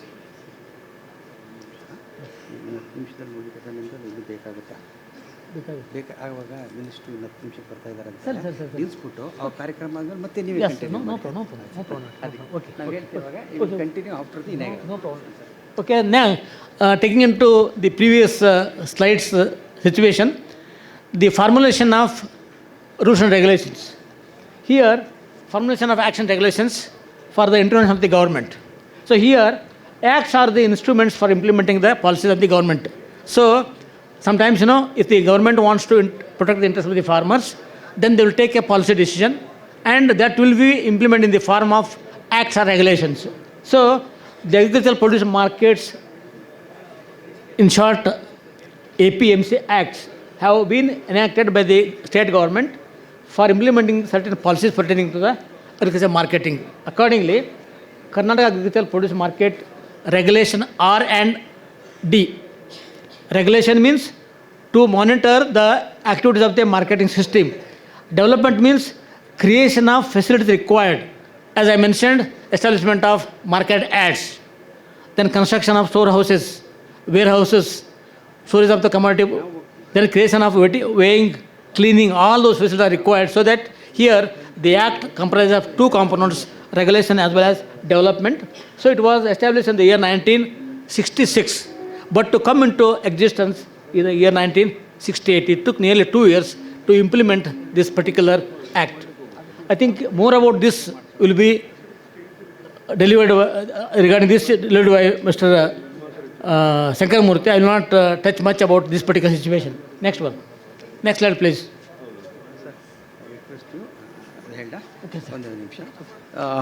Sorry for interruption. We will start Sir Mundinamani talk after the inaugural program. The minister is going to arrive in another 10 minutes. Sorry for the inconvenience. I request Mundinamani. I will give you 10 minutes break and I request all of you to hear itself. Okay? In 5 minutes ಅವರೆಲ್ಲ ಈಗ minister ಅವ್ರ ಕಾರ್ಯಕ್ರಮ ಇನ್ನು 5-10 ನಿಮಿಷದಲ್ಲಿ start ಆಗುತ್ತೆ. ಅದಾದ ನಂತರ ಮತ್ತೆ ಕಂಟಿನ್ಯೂ ಮಾಡ್ತೀವಿ. ದಯಮಾಡಿ ಎಲ್ಲ ಇಲ್ಲೇ ಇರಿ ದಯವಿಟ್ಟು ಪ್ಲೀಸ್.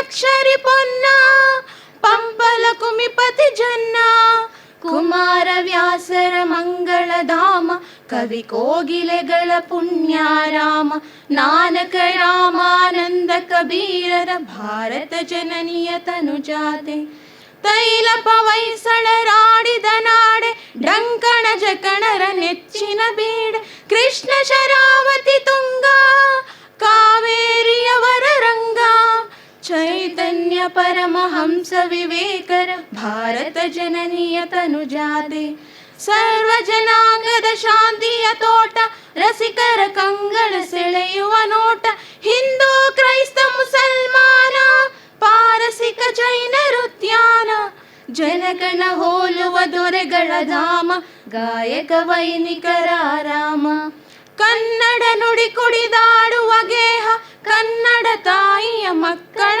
ದೇಹ ಭಾರತ ಜನನಿಯ ತನುಜಾತೆ ಜಯ ಹೇ ಕರ್ನಾಟಕ ಮಾತೆ ಜಯ ಹೇ ಕರ್ನಾಟಕ ಮಾತೆ ಜಯ ಹೇ ಕರ್ನಾಟಕ ಮಾತೆ.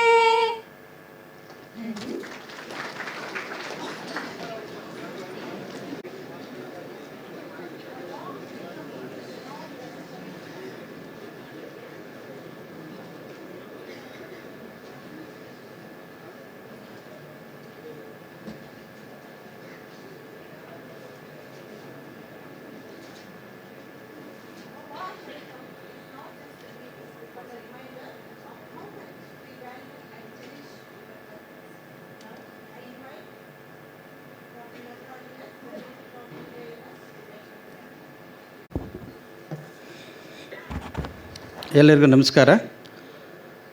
Respected dignitaries on the dais, off the dais, faculty members, delegates from various law schools, participants of the national seminar, dear students and all other invitees. At the outset, I express my respectful pranams to late Sri Vasu, the founder of Vidya Vikas Educational Trust, Mysore. Seeking his blessings, I take this opportunity to welcome the guests and other invitees. As a part of IKS initiative, Vidya Vikas Institute of Legal Studies, Mysore, is organizing this national seminar in association with Karnataka Institute for Law and Parliamentary Reforms, Bengaluru. Our Vidya Vikas Legal Studies, Mysore, was started in the year 2014-15. It is functioning under the aegis of Vidya Vikas Educational Trust. It was established in the year 1991 by the founder chairman late Sri Vasu sir. It's being one of the leading educational institute in Mysore, established with a vision to provide quality education in an affordable way to the students hailing from both rural and urban areas. This is the third time we had this opportunity in conducting the seminar with Kilpar. Earlier we had organized the national seminar on interstate water and border disputes, and also on the 50th year of celebrations of landmark judgment of Keshwananda Bharati. Now we are conducting today's seminar on law and agricultural produce marketing, another significant area and also a contemporary issue of protecting the interest of farmer. We have organized this program in collaboration with Kilpar, that is Karnataka Institute for Law and Parliamentary Reforms, Bengaluru. Kilpar Institute was established in the year 2005 by the state government of Karnataka with the objective of timely adoption of reform in law and parliamentary practice by way of receiving the existing laws in the state and also giving suggestion to the government while formation of new laws required for social progress, and also extending financial support to the legal institution in conducting model parliament, moot court competition and legal research on various aspects of socio-legal issues. The purpose of this seminar is to enable the students, faculties and other target groups to analyze the policy and laws on agriculture, which is the backbone of national economy of the nation, and we are facing various challenges relating to the implementation of laws relating to agricultural marketing system, which will be focused and deliberated in the technical session of this seminar by the experts.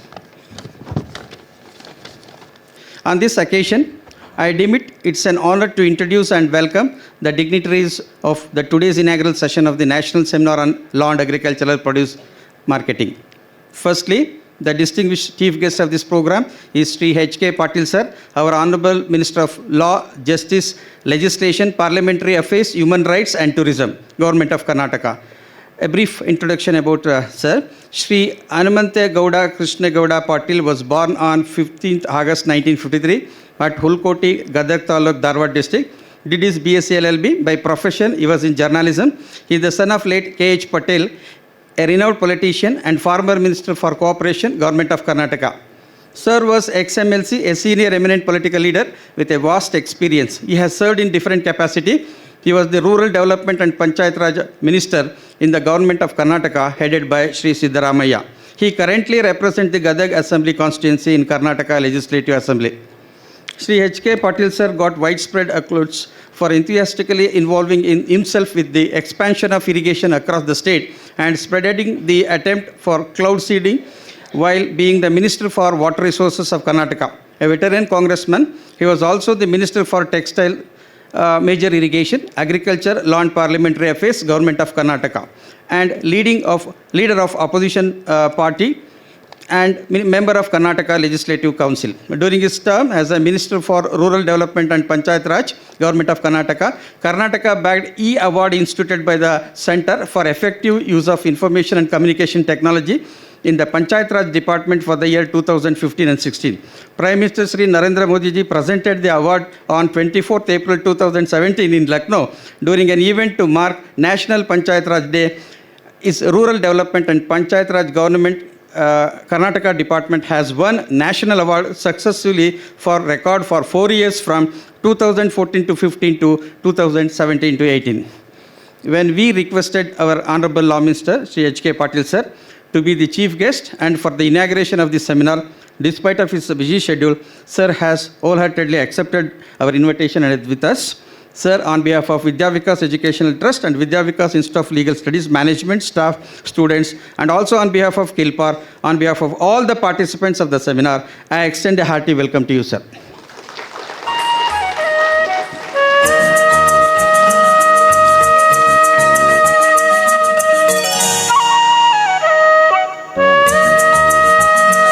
Another distinguished scholar is Professor Dr. P. Ishwar Bhatt, former Professor and Vice Chancellor of University of Mysore, KSLU, Hubli, and West Bengal National University of Judicial Sciences, Calcutta. Presently is the Legal Education Advisor of Vidya Vikas Institute of Legal Studies, Mysore. Sir has contributed significantly to the legal education and research. He has written several books on law and published more than 100 research articles in the peer-reviewed journal. Today, sir has consented to give keynote address. Sir, on behalf of our institution, staff, students, and all the participants, I extend a warm welcome to you, sir. Now, I would like to introduce and welcome the distinguished guest of honor of the today's program is Professor Dr. C.S. Patil, Director, Kilpar. Dr. C.S. Patil is an eminent academician in the field of law, served as professor at KSLU, Hubli. He was also served as principal at ULC, University College of Law, Dharwad, and he has rich experience in the field of law, served as in charge VC, Dean, Chairman, and at the PG Department of Law, both at ULC, Dharwad, and KSLU. He also served in different capacity at KSLU. Presently, he is working as the Director of Kilpar, Bangalore. Sir has instrumental in organizing this seminar and extended his support in conducting this seminar. Sir, on behalf of Vidya Vikas Institute of Legal Studies, management staff, I extend a hearty welcome to you, sir.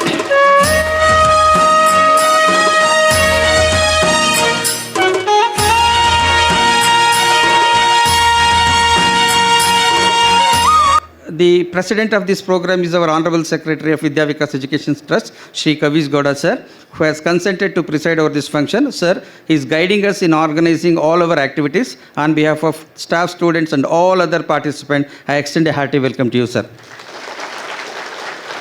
I would like to welcome Dr. Revaya Vadeyar, Research Head, Kilpar, who is also guiding and supporting us in conducting this program. On behalf of all the participants and organizing committee, I extend a hearty welcome to you, sir.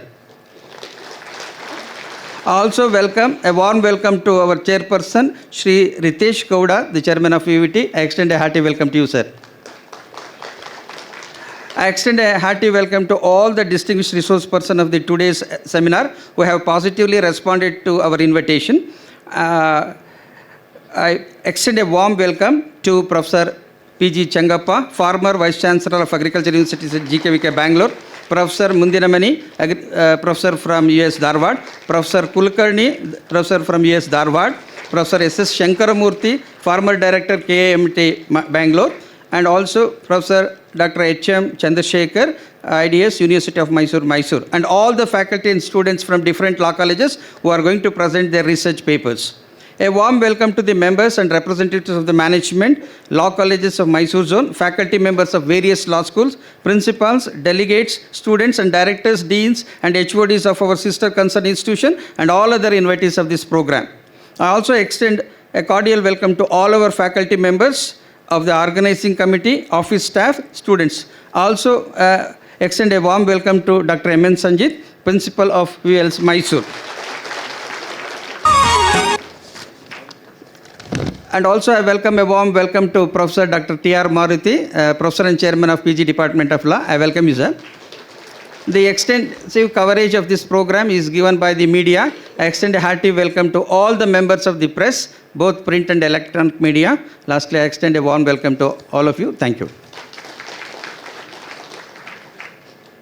A very warm welcome to you, sir. To plant a garden is to drink for tomorrow, and life is better with greenery. With this quote, may I request our distinguished guest, Shri H.K. Patil, Honorable Minister for Law, Legislation, Parliamentary Affairs, Human Rights and Tourism, to inaugurate this remarkable program by watering the plant. I request all the dignitaries on the dais to join.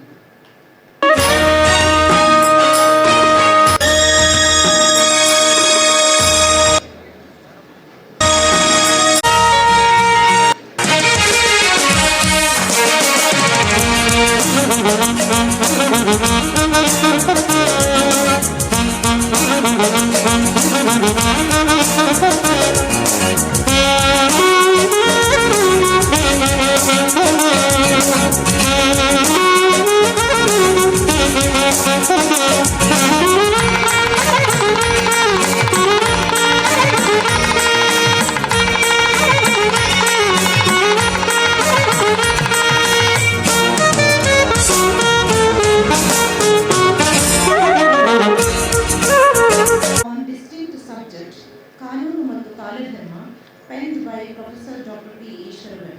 May I request Honorable Law Minister Shri H.K. Patil sir to release the booklet.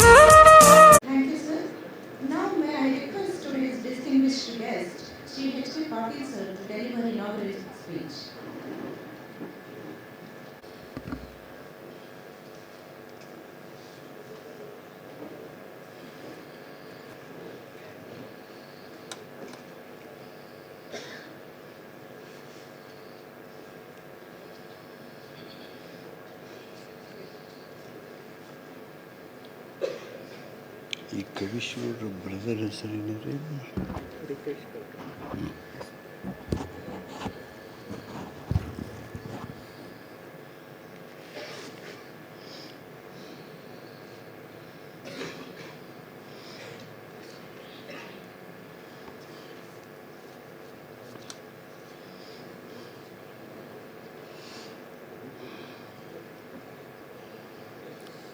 Karnataka Institute for Law and Parliamentary Reform, Bangalore, ಹಾಗೂ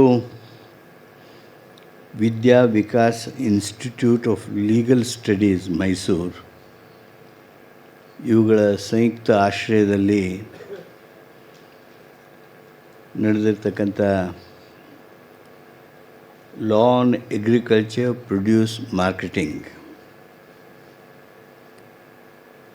ಈ ಗಹನವಾಗಿರ್ತಕ್ಕಂಥ ವಿಚಾರದ ವಿಚಾರ ಸಂಕಿರಣದಲ್ಲಿ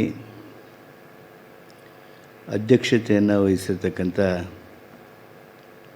ಗೆಳೆಯರಾದ ಕವೀಶ್ ಗೌಡ ಅವರೇ,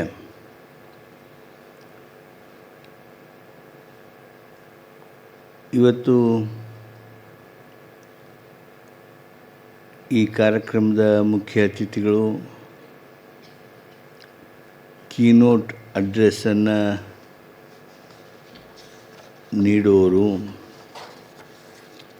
ಕಾನೂನು ಮತ್ತು ಕಾಲಧರ್ಮ ಅವರ ಪುಸ್ತಕ ಬಿಡುಗಡೆ ಆಗಿರತಕ್ಕಂಥದ್ದು ಪ್ರೊಫೆಸರ್ ಡಾಕ್ಟರ್ ಈಶ್ವರ್ ಭಟ್ರವರೇ, ಕಿಲ್ಪಾರದ ನಿರ್ದೇಶಕರು ಗೆಳೆಯರು ಆದ ಡಾಕ್ಟರ್ ಪ್ರೊಫೆಸರ್ ಚಿದಾನಂದ್ ಪಾಟೀಲ್ರವರೇ, ಆತ್ಮೀಯರಾದ ರೇವಯ್ಯ ಒಡೆಯರ್ ಅವರೇ, ಡಾಕ್ಟರ್ ನಟರಾಜು ಅವರೇ,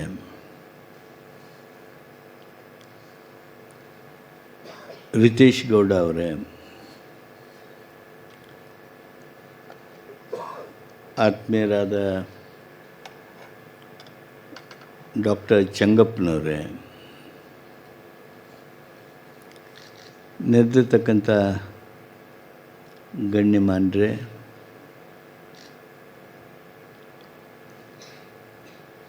ವಿದ್ಯಾರ್ಥಿ ಸಹೋದರರೇ, ಸಹೋದರಿಯರೇ, ಸುದ್ದಿ ಮಾಧ್ಯಮದ ಗೆಳೆಯರೇ,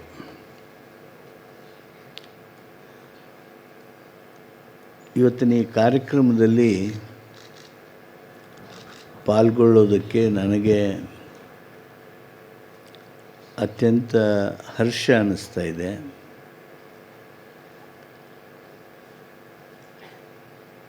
ಹಾಗೂ ಅಭಿಮಾನ ಅನ್ನಿಸ್ತಾ ಇದೆ. ಇವತ್ತು ಮುಂಜಾನೆ ನಾನು ಎದ್ದಾಗ ನಾನು ಈ ಕಾರ್ಯಕ್ರಮಕ್ಕೆ ಹೋಗಿ ಮುಟ್ತೀನಿ ಅಂತ ಅನಿಸಿರಲಿಲ್ಲ. ನಿನ್ನೆ ಮೊನ್ನೆ ಡೆಂಟಿಸ್ಟ್ ಹತ್ರ ಹೋಗಿದ್ದೆ. ಯಾರೂ ಯುವಕರು ನಗಬೇಕಾಗಿಲ್ಲ, ನೀವು 70 ವರ್ಷಕ್ಕೆ ಹೋಗಬೇಕಾಗತ್ತೆ.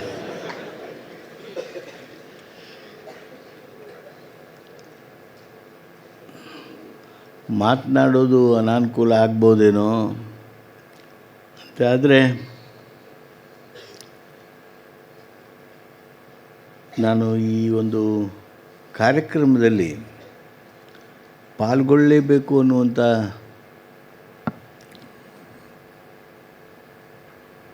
ಆ ಒಂದು ಆತ್ಮೀಯ ಒತ್ತಾಯ ನನ್ನೊಳಗಿತ್ತು. ನಾನು 4 ಕಾರಣದ ಸಲುವಾಗಿ ಇವತ್ತು ಈ ಕಾರ್ಯಕ್ರಮವನ್ನು ನನ್ನ ಅನಾನುಕೂಲತೆಯ ಮಧ್ಯ ಸಾಧ್ಯ ಮಾಡಿಕೊಂಡಿದ್ದೀನಿ. ಅವು ಯಾವ 4 ಕಾರಣಗಳು ಅಂದರೆ, ಒಂದು, ಈ ಸಂಸ್ಥೆಯ ಸ್ಥಾಪಕ, ಈ ಸಂಸ್ಥೆಯನ್ನು ಇಷ್ಟು ಎತ್ತರಕ್ಕೆ ಬೆಳೆಸಿದ ವ್ಯಕ್ತಿ, ನನ್ನ ಆತ್ಮೀಯ ಸ್ನೇಹಿತರು. ನನಗೆ ಮಾತ್ರ ಸ್ನೇಹಿತರಾಗಿದ್ದಿಲ್ಲ, ಕವೀಶ್ ಗೌಡರಿಗೆ ಗೊತ್ತಿಲ್ಲ ಅಥವಾ ಗೊತ್ತಿದ್ದರೂ ಇರ್ಬೋದು, ನನ್ನ ತಂದೆಯ ಆತ್ಮೀಯ ಶಿಷ್ಯರಾಗಿದ್ದರು. ಯಾವ ಮಟ್ಟದ ಶಿಷ್ಯರು ನಿಮ್ಮ ತಂದೆಯವರಾಗಿದ್ದರು ಅಂದರೆ, ನಿಮ್ಮ ತಂದೆಯವರಿಗೆ, ಅಜೀಜ್ ಸೇಠ್ ಅವರಿಗೆ ರಾಜಕೀಯವಾಗಿ ಬಹಳಷ್ಟು ಭಿನ್ನಾಭಿಪ್ರಾಯಗಳಿದ್ವು. ಎಲ್ಲಿಯೂ ಸಾರ್ವಜನಿಕವಾಗಿ ಒಬ್ಬರಿಗೊಬ್ಬರು ಮಾತಾಡ್ತಿದ್ದಿಲ್ಲ. Though Aziz Sait was a tall leader, mister Vasu took such a hard stand. Vasu ಅವರು ಅಧಿಕಾರದಲ್ಲಿ ಮುಖ್ಯಮಂತ್ರಿಗಳ ಪ್ರಧಾನ ಸಲಹೆಗಾರರಾಗಿ ಕೆಲಸ ಮಾಡಿ ಆ ರಾಜಕೀಯ ಸ್ಟೇಚರನ್ನು ಗಳಿಸಿಕೊಂಡಿದ್ದರು. ಆದರೆ ವಯಸ್ಸಿನಲ್ಲಿ ಸಣ್ಣವರಿದ್ದರು. ಅಜಿತ್ ಸೇಠರು ವಯಸ್ಸಿನಲ್ಲಿ ಭಾಳ ಎತ್ತರದಲ್ಲಿದ್ದರು. ನನ್ನ ತಂದೆ ಹಾಗೂ ಅಜಿತ್ ಸೇಠರು ಭಾಳ ಆತ್ಮೀಯವಾಗಿದ್ದರು. ಸೀದಾ ವಾಸು ಅವ್ರ ಮನೆಗೆ ಬಂದು ಬ್ರೇಕ್ಫಾಸ್ಟ್ ಮಾಡ್ತಾ ವಾಸು ಅವ್ರಿಗೇನು ಹೇಳಿದರು ಅಂದರೆ, ಅಜಿತ್ ಸೇಟ್ರಿಗೆ ಫೋನ್ ತಗೋರೋ, for the first time after a year or two, Vasu telephoned Ajit Seth. ಯಾಕೋ ವಾಸು ನೀ ಫೋನ್ ಮಾಡಿದಿ? This is what was the reply of Mr. Ajit Seth. ಅದಕ್ಕೆ ವಾಸು ಅವ್ರದ್ದು ಏನು ಅಂದರೆ, he was just sitting by my father's side. KH Patil ಹೇಳ್ಯಾರ ಅಂತ ಮಾಡೀನಿ. This is how they spoke also. But when my father told him to take Mr. Ajit Seth, he did not say that we have reservation, this, that. This is how was his loyalty to my father. And he was a great friend of me. That is the reason why I was not able to miss this program. And ಇವತ್ತು ಬಂದು ಈ ಕಾರ್ಯಕ್ರಮದ ಸಂಘಟಕರು ಸಹಿತ ವಾಸು ಅವ್ರನ್ನ ನೆನಪಿಸ್ಕೊಳ್ಳೋದನ್ನು ನೋಡಿ ಅಭಿಮಾನ ಉಕ್ಕಿ ಬಂತು. ಅವರಿಗೆ ಶ್ರದ್ಧಾಂಜಲಿಯನ್ನು ಹೇಳಿ, ಇನ್ನೊಂದು ಕಾರಣ ಏನು ಅಂದರೆ, ಇವತ್ತಿನ ವಿಷಯ law on agriculture produce marketing. ಈ ಕೃಷಿ ಮಾಡೋರ ಬಗ್ಗೆ ಬುದ್ಧಿವಂತರ ಲಕ್ಷ್ಯ ನಮ್ಮ ಕಡೆ ಹರಿಯಾಕತ್ತಿದ. Intellectuals have started thinking towards farmers. ಚರ್ಚೆ ಮಾಡ್ತಾರೆ. ಈಶ್ವರ್ ಭಟ್ರಂಥವರು ಕೀನೋಟ್ ಅಡ್ರೆಸ್ ಕೊಡ್ತಾರೆ. ಕಿಲ್ಪಾರ್ದ ನಿರ್ದೇಶಕರಾದಂಥ ಚಿದಾನಂದ ಪಾಟೀಲ್ರಂಥವರು ರೈತರ ಬಗ್ಗೆ ಮಾತಾಡ್ತಾರೆ. ರೈತರ ಉತ್ಪಾದನೆಯನ್ನು ಹೇಗೆ ಉತ್ತಮವಾಗಿ ಮಾರ್ಕೆಟಿಂಗ್ ಮಾಡ್ಬೋದು, ಏನು ಕಾನೂನುಗಳನ್ನು ತರ್ಬೋದು ಅನ್ನೋದ್ರ ಬಗ್ಗೆ ಚಿಂತನೆ ಮಾಡ್ತಾಯಿದ್ದಾರೆ. ನನ್ನ ಹೃದಯಕ್ಕೆ ಅತ್ಯಂತ ಸಮೀಪವಾಗಿದ್ದಂಥ ವಿಷಯ. ಯಾಕೆ ಸಮೀಪ ಐತಿ ಅನ್ನೋದಕ್ಕೆ ಭಾಳಷ್ಟು ಕಾರಣದವು. ಅದನ್ನು ನಂತರ ಹೇಳ್ತೀನಿ. ಈ ವಿಷಯ ನನ್ನನ್ನು ಇವತ್ತು ವಿಶೇಷವಾಗಿ ಆಕರ್ಷಿಸ್ತು. ಎರಡನೇ ಕಾರಣ. ಮೂರನೇ ಕಾರಣ ಅಂದರೆ, ನನ್ನ ಕರೆಯೋದಕ್ಕೆ ಅವತ್ತು ಕವಿಶ್ ಗೌಡರು ಕೂಡ ಈಶ್ವರ್ ಭಟ್ರು ಬಂದಿದ್ದರು. Doctor Chidananda Patil, who also worked as in charge Vice Chancellor of Karnataka State Law University, who was for a pretty long time the dean, and he served as principal of a very prestigious law college of Dharwad, where people like C.K. and Raja, Ajappa all have served as principals. Chidananda ಪಾಟೀಲ್ರಿಗೆ ಈಶ್ವರ್ ಭಟ್ರು ಅಂದರೆ ಭಾರಿ ಗೌರವ ಹಾಗೂ ಅಭಿಮಾನ. ಈಶ್ವರ್ ಭಟ್ರ ಆ ಒಂದು ಬುದ್ಧಿಮತ್ತೆ ಏನಿದೆ, ಇಂಟೆಲೆಕ್ಚುವಲ್ ಕೆಪ್ಯಾಬಿಲಿಟಿ ಏನಿದೆ, ಕಾನೂನು ಸಾರಸ್ವತ ಲೋಕಕ್ಕೆ ಅವರು ಕೊಟ್ಟಿರ್ತಕ್ಕಂಥ ಕೊಡುಗೆ ಏನಿದೆ, ಆ ಕಾರಣಕ್ಕಾಗಿ ಅವ್ರ ಮೇಲೆ ಅವ್ರು ಭಾಳ ಪ್ರೀತಿ. ನಾನು ಚಿದಾನಂದ ಪಾಟೀಲ್ರ ಪ್ರೀತಿಯನ್ನು, ಗೌರವವನ್ನು, ಅಭಿಮಾನವನ್ನು ನೋಡಿ ಈಶ್ವರ್ ಭಟ್ರಂಥವರು ಬಂದು ನನ್ನ ಕರೆದಾಗ ನಾನು ಹೋಗಲೇಬೇಕು ಅನ್ನುವಂಥ ಮತ್ತೊಂದು ಕಾರಣ. ಸಹಜವಾಗಿ ಕವಿಶ್ ಗೌಡ್ರನ್ನ ನಾವು ಅವರು ಭಾಳ ದೂರ ಇದ್ವಿ. ಈಗೂ ರಾಜಕೀಯವಾಗಿ ದೂರ ಇದ್ದೇವೇನೋ ಗೊತ್ತಿಲ್ಲ ನನಗೆ.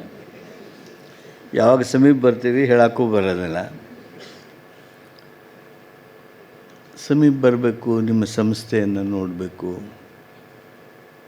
ಅನ್ನುವ ಈ ಕಾರಣಗಳಿಂದಾಗಿ ನಾನು ಈ ಸಂದರ್ಭದಲ್ಲಿ ಲಾ ಆನ್ ಅಗ್ರಿಕಲ್ಚರಲ್ ಪ್ರೊಡ್ಯೂಸ್ ಮಾರ್ಕೆಟಿಂಗ್ ಈ ವಿಚಾರ ಸಂಕಿರಣದಲ್ಲಿ ನಾನಿದ್ದೇನೆ. ಅತ್ಯಂತ ಪ್ರೀತಿ ಅಭಿಮಾನದಿಂದ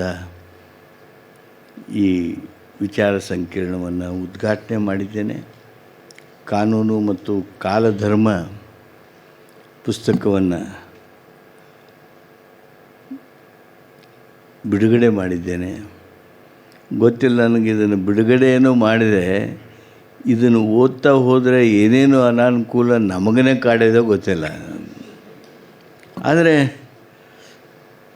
as I have read the title ಕಾನೂನು ಮತ್ತು ಕಾಲಧರ್ಮ, ಬಹುಶಃ ನಿಮಗೆ ಉಪಯೋಗ ಆಗುತ್ತೋ ಇಲ್ಲೋ ಗೊತ್ತಿಲ್ಲ. ಬಟ್ ಈ ಕಾನೂನು ಮಾಡುವವರಿಗೆ, ಕಾನೂನು ಪಾಲನೆ ಮಾಡುವವರಿಗೆ ಇದೊಂದು ಗೈಡ್ ಆಗ್ತದೆ, ಆಗಲಿ ಹಾಗೆ ಅಂಥೇಳಿ ನಾನು ಹಾರೈಕೆಯನ್ನು ಮಾಡ್ತೀನಿ. ಸ್ನೇಹಿತರೆ, ಇವತ್ತಿನ ಈ ವಿಷಯ ಎಲ್ಲಿಂದ ಮಾತನಾಡೋದಕ್ಕೆ ಪ್ರಾರಂಭ ಮಾಡಬೇಕು ಗೊತ್ತಾಗ್ತಾ ಇಲ್ಲ ನನಗೆ. ನೀವು ಏನೇನು ಮಾಡಬೇಕು ಅಂತೀರಿ, ಏನು ಮಾತಾಡ್ತೀರಿ, ಕೀನೋಟ್ ಅಡ್ರೆಸ್ ಆದಮೇಲೆ ನಾನು ಮಾತಾಡಿದರೆ ಒಳ್ಳೆಯದಿತ್ತೇನೋ ಅಂತ ಒಮ್ಮೆ ಅನ್ನಿಸ್ತದೆ. ಅಗ್ರಿಕಲ್ಚರ್ ಪ್ರೊಡ್ಯೂಸ್ ಮಾರ್ಕೆಟಿಂಗ್ ಇದೊಂದು ಅತ್ಯಂತ ನಿರ್ಲಕ್ಷಿತ ಕ್ಷೇತ್ರ. ಇದು ನನಗೆ ದೃಢವಾದ ಭಾವನೆ ಇದೆ, ಇಲ್ಲೇನು ನೀವು ಸೇರಿದ್ದೀರಿ, ಇದ್ರಾಗ ನೀವೇನು ಯಾರು ನ್ಯಾಷನಲ್ ಲಾ ಸ್ಕೂಲ್ನಂಗೆ ಒರಿಸ್ಸಾದವ್ರು ಅದಾರ, ಆಸಾಮ್ದವ್ರು ಅದಾರ, he has come from Sri Lanka, no, he is from Bombay, Calcutta, ಹಂಗೆ ಇದ್ದಂಗೆ ಕಾಣ್ತಾ ಇಲ್ಲ ನನಗೆ. ನಾನು ನಿಮ್ಮ ಕವಿಶಿಗೌಡರು ಕೂಡ ಮಾತಾಡಿದೆ. ನಾನು ಮಳವಳ್ಳಿಯವರು ಇದ್ದೀರಿ, ಮಂಡ್ಯದವರು ಇದ್ದೀರಿ, ಇಲ್ಲೇ ನರಸೀಪುರದವ್ರು ಇದ್ದೀರಿ, ಇಲ್ಲೇ ಮೈಸೂರವ್ರು ಇದ್ದೀರಿ,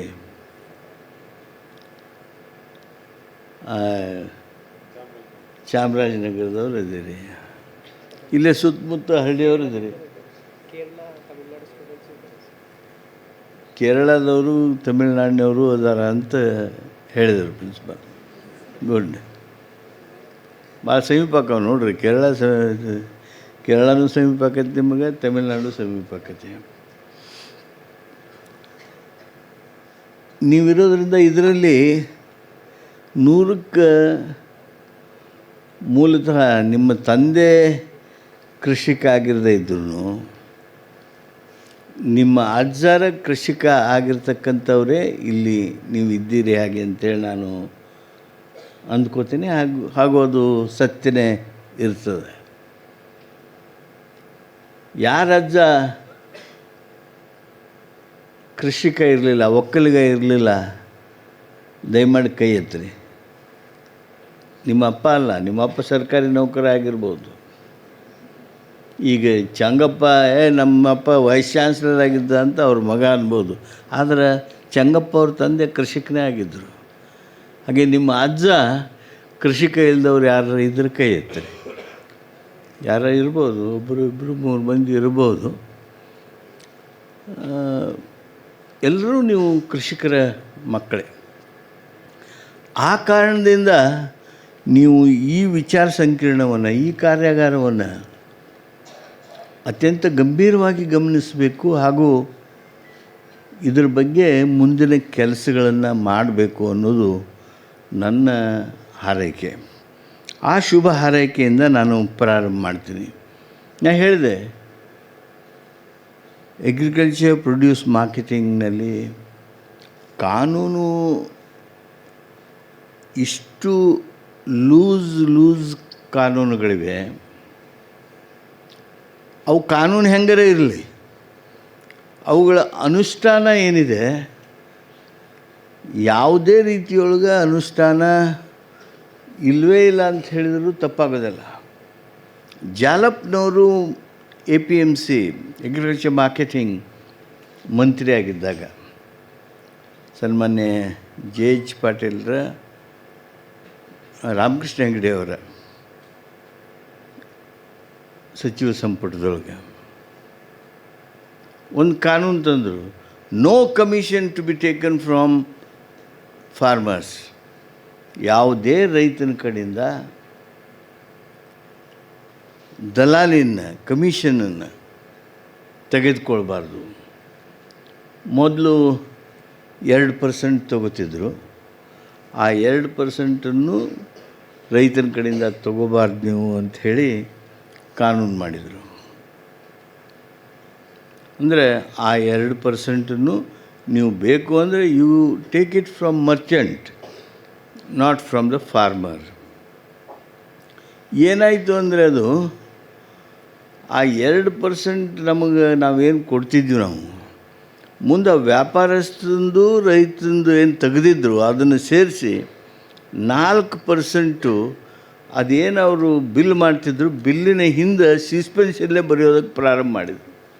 not in one APMC, in all the APMCs of Karnataka. ಅದರಲ್ಲೂ ಹತ್ತಿ, ಮೆಣಸಿನ್ಕಾಯಿ, ಉಳ್ಳಾಗಡ್ಡಿ, ಶೇಂಗಾದಂಥ ಕಮರ್ಷಿಯಲ್ ಕ್ರಾಪ್ಗೆ 7-12% ಕಮಿಷನ್ ತೆಗೆದುಕೊಳ್ತಕ್ಕಂಥ ಪದ್ಧತಿ ಪ್ರಾರಂಭ ಆಯಿತು. ಅಲ್ಲಿವರೆಗೆ 2% ಏನೇನೋ ನಡ್ಕೊಂಡು ಬಂದಿತ್ತು. ಮುಂದೆ ಒಂದು ರೀತಿ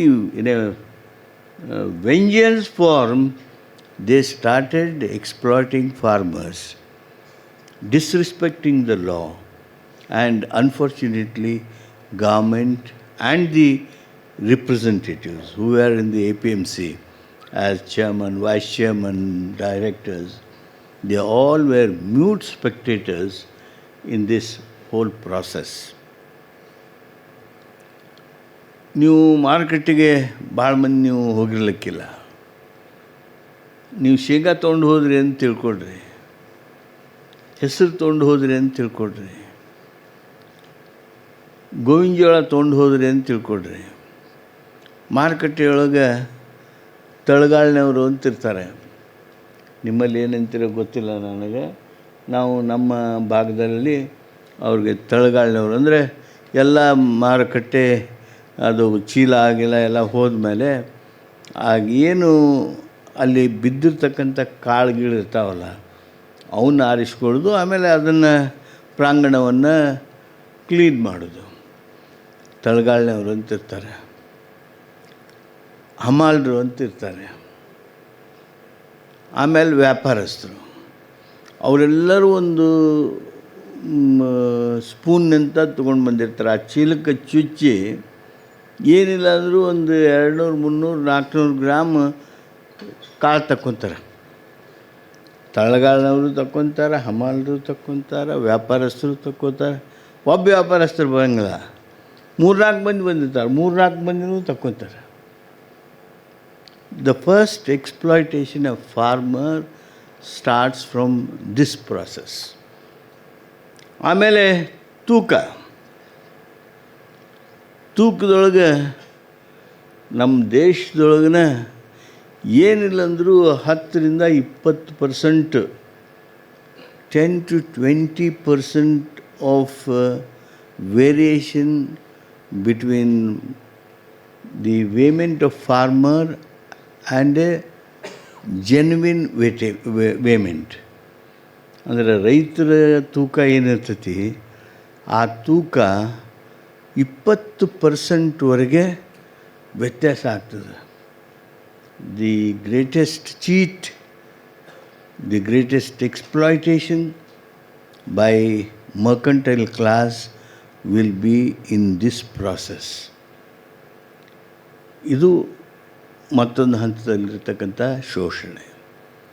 ನಂತರ ಮಾರಾಟ ಮಾಡ್ತೀರಿ, ಅದು ಸರಿನೋ ಚಲೋ ರೇಟು ಕೆಟ್ಟ ರೇಟು ಅದೊಂದು ಯಾವುದೋ ಒಂದು ರೇಟ್ ನಿಮಗೆ ಕೊಡ್ತಾರೆ.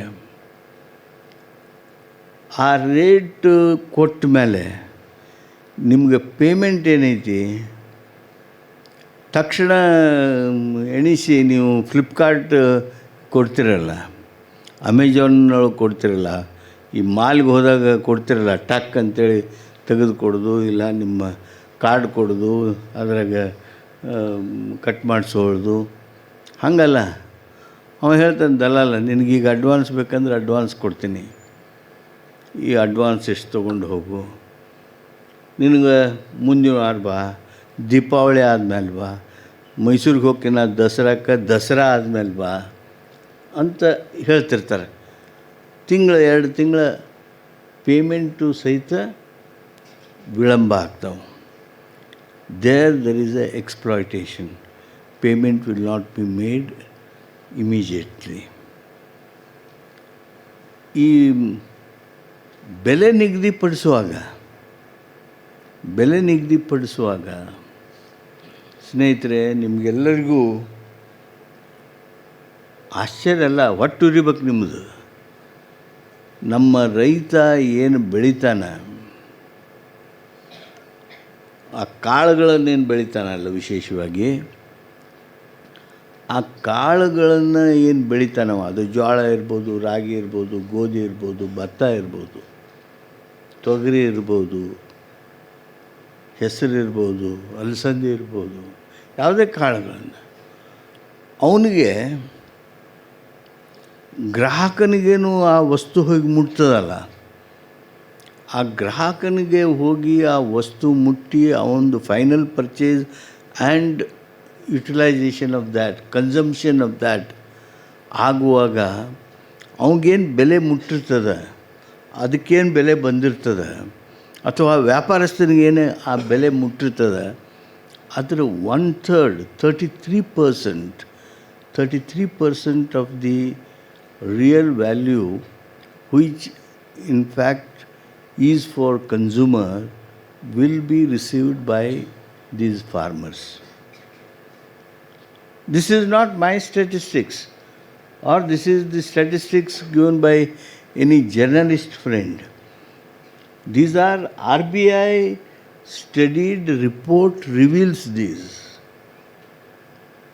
If you look at tomato, if you look at onion, if you look at chili,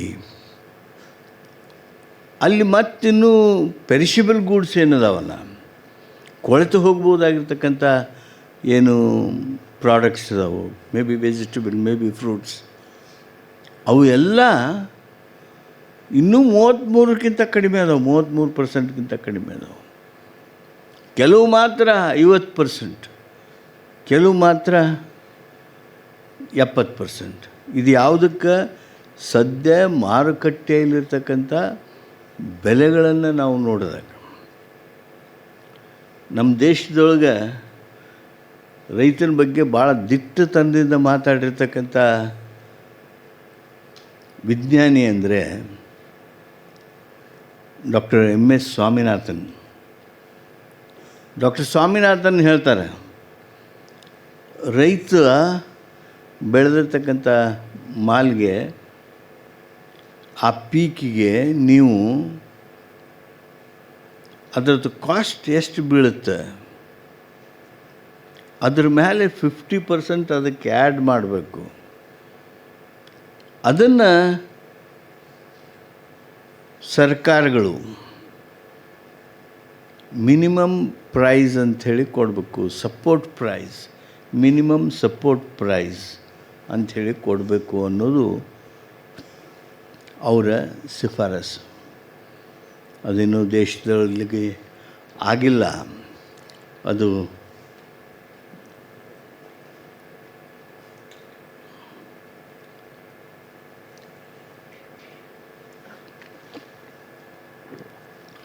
minimum support price ಅಂತ ಕೊಡ್ತೀವಿ, but not on the basis of the calculation what Swaminathan has recommended to Government of India. ಇದು agriculture produce ಮಾರ್ಕೆಟಿಂಗ್ಗೆ ಇರ್ತಕ್ಕಂಥ ದೊಡ್ಡ ಸವಾಲು. ನನಗೆ ಈ ವಿಷಯ ಅಂದರೆ ನಾನು ಮೊದಲೇ ಹೇಳಿದೆ, it is very nearer to my heart. I am emotionally get involved when we discuss about laws or about the problems of agriculture produce marketing area. For 2-3 reasons. My family is involved in a movement to protect farmers, ರೈತರ ಮಾಲಿಗೆ, ರೈತರ ಉತ್ಪನ್ನಕ್ಕೆ ಸೂಕ್ತ ಬೆಲೆ ಕೊಡಿಸ್ಬೇಕು ಅನ್ನುವ ಹೋರಾಟ ನಾವೇನು ಉತ್ತರ ಕರ್ನಾಟಕದೊಳಗೆ ಪ್ರಾರಂಭ ಮಾಡಿದ್ವಿ, ಮುಂಬೈ ಕರ್ನಾಟಕದೊಳಗೆ ಪ್ರಾರಂಭ ಮಾಡಿದ್ವಿ. ಯಾಕಂದರೆ the movement started from my grandfather, then my father. During my father's regime as very active young politician, regulated agriculture produce marketing institution ಬರಬೇಕು ಅಂಥೇಳಿ KMRC ಅಂಥೇಳಿ first institution came in Hubli, and that was presided by Mamale Desai, and my father was one of the founder of that institution. ಆಮೇಲೆ ನಮ್ಮ ಮುಂಬೈ ಕರ್ನಾಟಕದೊಳಗೆ ಇವತ್ತಿನ Belgaum division APMC movement was very strong. You go to any taluka area, there was a APMC. Right much earlier to state integration, Karnataka ಏಕೀಕರಣದ ಮೊದಲೇ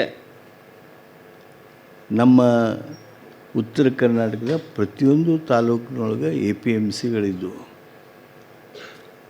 ಹಾಗೂ taluka agriculture produce marketing cooperative ಸೊಸೈಟಿಗಳು ಇದ್ದವು. These 2 institutions were in existence in all the talukas. ಆದರೆ ಹಳೆ ಮೈಸೂರು ಭಾಗದೊಳಗೆ ಇನ್ನೂ ರಾಜಕಾರಣಿಗಳಿಗೆ APMC ಯಾವುದು, TPCMS ಯಾವುದು ದಡಗ್ನ ಅವರು ಕನ್ಫ್ಯೂಷನ್ ಮಾಡ್ಕೋತಾರೆ, ಅಥವಾ ಅವುಗಳಲ್ಲಿ ಅವ್ರದ್ದು ವಿಶೇಷವಾಗಿರ್ತಕ್ಕಂಥ ಆಸಕ್ತಿ ಹಾಗೂ ಪಾಲ್ಗೊಳ್ಳೋಕ್ಕೆ ಇಲ್ಲ ಅನ್ನೋದನ್ನು ನಾವು ನಮ್ಮ ರಾಜಕೀಯ ಒಡನಾಟದೊಳಗೆ ನೋಡ್ತಿರ್ತೀವಿ. ನನ್ನ ತಂದೆ ಒಂದು ಮಾತು ಹೇಳ್ತಿದ್ರು, ನನ್ನ ಪೂಜ್ಯ ತಂದೆ KH ಪಾಟೀಲ್ರು. He was in politics, he was also minister, he was president of the Congress party for pretty long time. ಅವರು ಒಂದು ಮಾತು ಹೇಳ್ತಿದ್ರು, ರೈತನಿಗೆ ಬಡ್ಡಿ ಸೂಟ್ ಬಿಡಕ್ಕೆ ಹೋಗಬೇಡ್ರಿ, ನೀವು ರೈತನಿಗೆ ಸಾಲ ಸೂಟ್ ಬಿಡಕ್ಕೆ ಹೋಗಬೇಡ್ರಿ. ಅದನ್ನು ಸೂಟ್ ಬಿಟ್ಟು ಅವನಿಗೆ ಇದನ್ನು ಕೊಟ್ಟೆ ಅದನ್ನು ಕೊಟ್ಟೆ ಅಂತ ಅನ್ನಕ್ಕೆ ಹೋಗಬೇಡ್ರಿ. ರೈತನಿಗೆ ಯೋಗ್ಯವಾಗಿರ್ತಕ್ಕಂಥ, ಅವನು ಬೆಳೆದಿರ್ತಕ್ಕಂಥ ಮಾಲಿಗೆ ಯೋಗ್ಯವಾಗಿರ್ತಕ್ಕಂಥ ಬೆಲೆ ಕೊಟ್ಟರೆ ಸಾಕು. ನೀವು ಅಷ್ಟು ಮಾಡಿದರೆ ಸರ್ಕಾರ ಸಾಕು, ಅವನು ನಿಮ್ಮನ್ನು ಏನೂ ಕೇಳೋದಿಲ್ಲ. ಅವರು ಅದ್ರ ಜೊತೆಗೆ ಒಂದು ಮಾತು ಹೇಳ್ತಿದ್ರು, ರೈತ ಬೆಳೆದ ಮಾಲಿಗೆ ತಾನೇ ಬೆಲೆ ಕಟ್ಟತಕ್ಕಂಥ ಶಕ್ತಿ, ಸಾಮರ್ಥ್ಯ ಹಾಗೂ ಆ ರೀತಿಯಾಗಿರ್ತಕ್ಕಂಥ ಸನ್ನಿವೇಶ, ಮಾರ್ಕೆಟಿಂಗ್ ಸಿಚುವೇಶನ್ ಬರಬೇಕು. ರೈತ ತಾನು ಬೆಳೆದ ಮಾಲಿಗೆ ತಾನೇ ಬೆಲೆ ಕಟ್ಟುವಂಥ ಸನ್ನಿವೇಶ ಸೃಷ್ಟಿ ಆಗಬೇಕು. ಆವಾಗ ರೈತನ ಕಲ್ಯಾಣ ಸಾಧ್ಯ. ಅದನ್ನು ಬಿಟ್ಟು ನೀವು ಏನು ಬೇರೆ ಏನು ಮಾಡಿದ್ರು ಸಹಿತ, ಏನು ಸಬ್ಸಿಡಿ ಕೊಟ್ಟರು, ಏನು ಇನ್ಶೂರೆನ್ಸ್ ಕೊಟ್ಟರು, ಏನು ನೀವು ಬೇರೆ ಬೇರೆ ಡೋಲ್ಸ್ ಕೊಟ್ಟರು ನೀವು ರೈತನನ್ನು ಏಳಿಗೆ ಮಾಡೋದಕ್ಕೆ ಸಾಧ್ಯ ಆಗೋದಿಲ್ಲ. ನೋಡಿ, ಕೆಲವರು ಇನ್ನೂ ತಕರಾರು ಮಾಡ್ತಾರೆ ನಮ್ಮ ಕೂಡ. ಅದೇಂಗ್ರಿ ಅವನ ಬೆಲೆ ಕಟ್ಕೊಳ್ಳೋದಂದ್ರೆ ಅವೇನು ತಾನು ತಿಳಿದಿದ್ದೇ ಹೇಳ್ತಾನೆ, ಅವ್ನು ತಾನು ತಿಳಿದಿದ್ದೇ ಹೇಳ್ತಾನವ. ಉಳಿದವ್ರೆಲ್ಲರೂ ಹೇಳಿದ್ರೆ ನಡಿತೈತಿ, ರೈತ ಹೇಳಿದ್ರೆ ನಡಿಬೋದ? ಈ ಬಾಟದ ಅಂಗಡಿಗೆ ಹೋಗ್ರಿ ನೀವು, ಅವ್ರ ಬೂಟ್ಗೆ 999 ರೂಪಾಯಿ 90 ಪೈಸಾ ಅಂತ ಅವರು ಸ್ಟಿಕ್ಕರೇ ಹಚ್ಚಿರ್ತಾರೆ. He can dictate you. ಅಷ್ಟು ದೂರ ಯಾಕೆ? ಇಲ್ಲೇ ಒಂದು ಸಣ್ಣ ಗೊಂಬೆ ಮಾಡ್ತಿರ್ತಾನೊಬ್ಬ. ಆ ಗೊಂಬೆ ಮಾಡವ ಇದಕ್ಕೆಷ್ಟು ಅಂತ ಕೇಳಿದ್ರೆ 100 ರೂಪಾಯಿ ಅಂತ ಹೇಳ್ತಾನೆ, 120 ರೂಪಾಯಿ ಅಂತ ಹೇಳ್ತಾನೆ. ಭಾಳ ಅಂದ್ರೆ ನಿಮಗೊಂದು 5 ರೂಪಾಯಿ ಬಿಡ್ಬೋದು, 10 ರೂಪಾಯಿ ಬಿಡ್ಬೋದು. But he dictates the rate. ಅದನ್ನು ಬಿಡ್ರಿ, ನೀವು ಊಟ ಮಾಡಿ ಅಗದಿ ವೆಜಿಟೇರಿಯನ್ನು ನಾನ್ ವೆಜಿಟೇರಿಯನ್ನು ಮಾಡಿ ಹೋಟೆಲ್ನಿಂದ ಹೊರಗಡೆ ಬಂದು ಪಾನ್ ಪಟ್ಟಿ ಕಟ್ಟಿಸ್ತೀರಿ ನೀವು. ಅದು ಕಲ್ಕತ್ತನೋ, ಅದು ನರಸೀಪುರದ ಎಲೆನೋ, ನಮ್ಮ ಸವಣೂರಿನ ಎಲೆನೋ ಒಂದು ಪಾನ್ ಮಾಡಿಸ್ತೀನಿ. ಅವ 5 ರೂಪಾಯಿ ಅಂತ ಹೇಳ್ತಾನೆ, ಅಥವಾ ಈಗಿನ ರೇಟಿಗೆ 10 ರೂಪಾಯಿ ಅಂತ ಹೇಳ್ತಾನೆ ಪಾನ್ ಪಟ್ಟಿಗೆ. Do you negotiate? It is my product, it is a farmers product. ಆ ಎಲೆ ನಂದ, ಅಡಿಕೆ ನಂದ, ತಂಬಾಕು ನಂದ, ಸುಣ್ಣು ಒಂದು ನಂದಲ್ಲ ಅಷ್ಟೇ. He dictates the rate. Boot ಮಾಡೋನು ಡಿಕ್ಟೇಟ್ ಮಾಡ್ತಾನೆ, ಟಾಯ್ ಮಾಡೋನು ಡಿಕ್ಟೇಟ್ ಮಾಡ್ತಾನೆ, ನಮ್ಮ ಮಟೀರಿಯಲ್ ತೊಗೊಂಡು ಅದನ್ನು ಪ್ರೆಸೆಂಟ್ ಮಾಡೋನು ಡಿಕ್ಟೇಟ್ ಮಾಡ್ತಾನೆ. But farmer, how so big he is. ನಾನು 500 ಚೀಲ ಜೋಳ ತೊಗೊಂಡು ಬಂದೀನಿ ಅಂದರೆ ಜೋಳದ ರೇಟ್ ಹೇಳೋದಕ್ಕೆ ನನಗೆ ಸಾಮರ್ಥ್ಯ ಇಲ್ಲ, ನನಗೆ ಶಕ್ತಿ ಇಲ್ಲ, ನನಗೆ ಅಧಿಕಾರ ಇಲ್ಲ, ಅಂಥ ಸನ್ನಿವೇಶ ಇಲ್ಲ. ಎಲ್ಲಿವರೆಗೆ ರೈತ ತಾನು ಬೆಳೆದ ಮಾಲಿಗೆ ತಾನೇ ಬೆಲೆ ಕಟ್ಟುವಂಥ ವ್ಯವಸ್ಥೆ ನಿರ್ಮಾಣ ಆಗ್ತೈತಿ, ಆವಾಗ ಮಾತ್ರ ರೈತನ ಕಲ್ಯಾಣ ಸಾಧ್ಯ ಆಗ್ತದೆ. ಆ ಕಡೆ ನಮ್ಮೆಲ್ಲರದು ದೃಷ್ಟಿ ಆಗಬೇಕು, ಆ ಕಡೆ ನಮ್ಮ ಕಾನೂನುಗಳು ನಿರ್ಮಾಣ ಆಗಬೇಕು.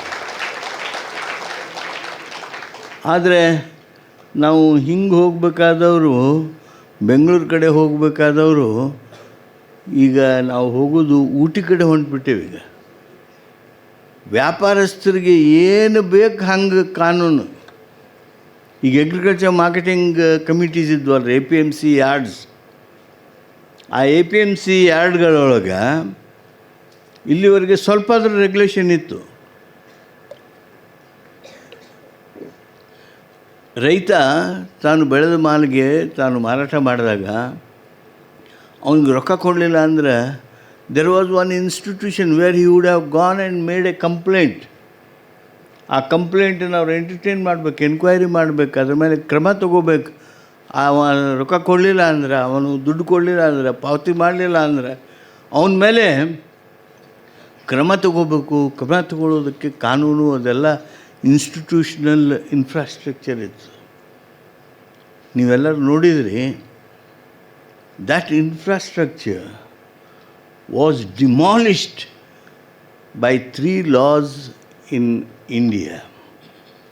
Anti-farmer 3 laws were demolished.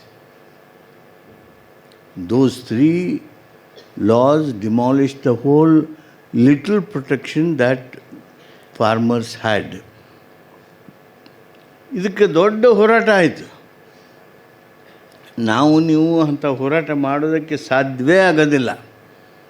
ಕರ್ನಾಟಕದವರು ಅಂಥ ಹೋರಾಟ ಮಾಡೀವಿ ಅಂಥೇಳಿ ಯಾರು ಅಂದ್ಕೊಂಡ್ರೆ, ಅಥವಾ ಹಂಗೆ ಮಾಡ್ಬೋದು ನಾವು ಅಂತ ಅಂದ್ಕೊಂಡ್ರೆ ಸಾಧ್ಯವೇ ಇಲ್ಲ.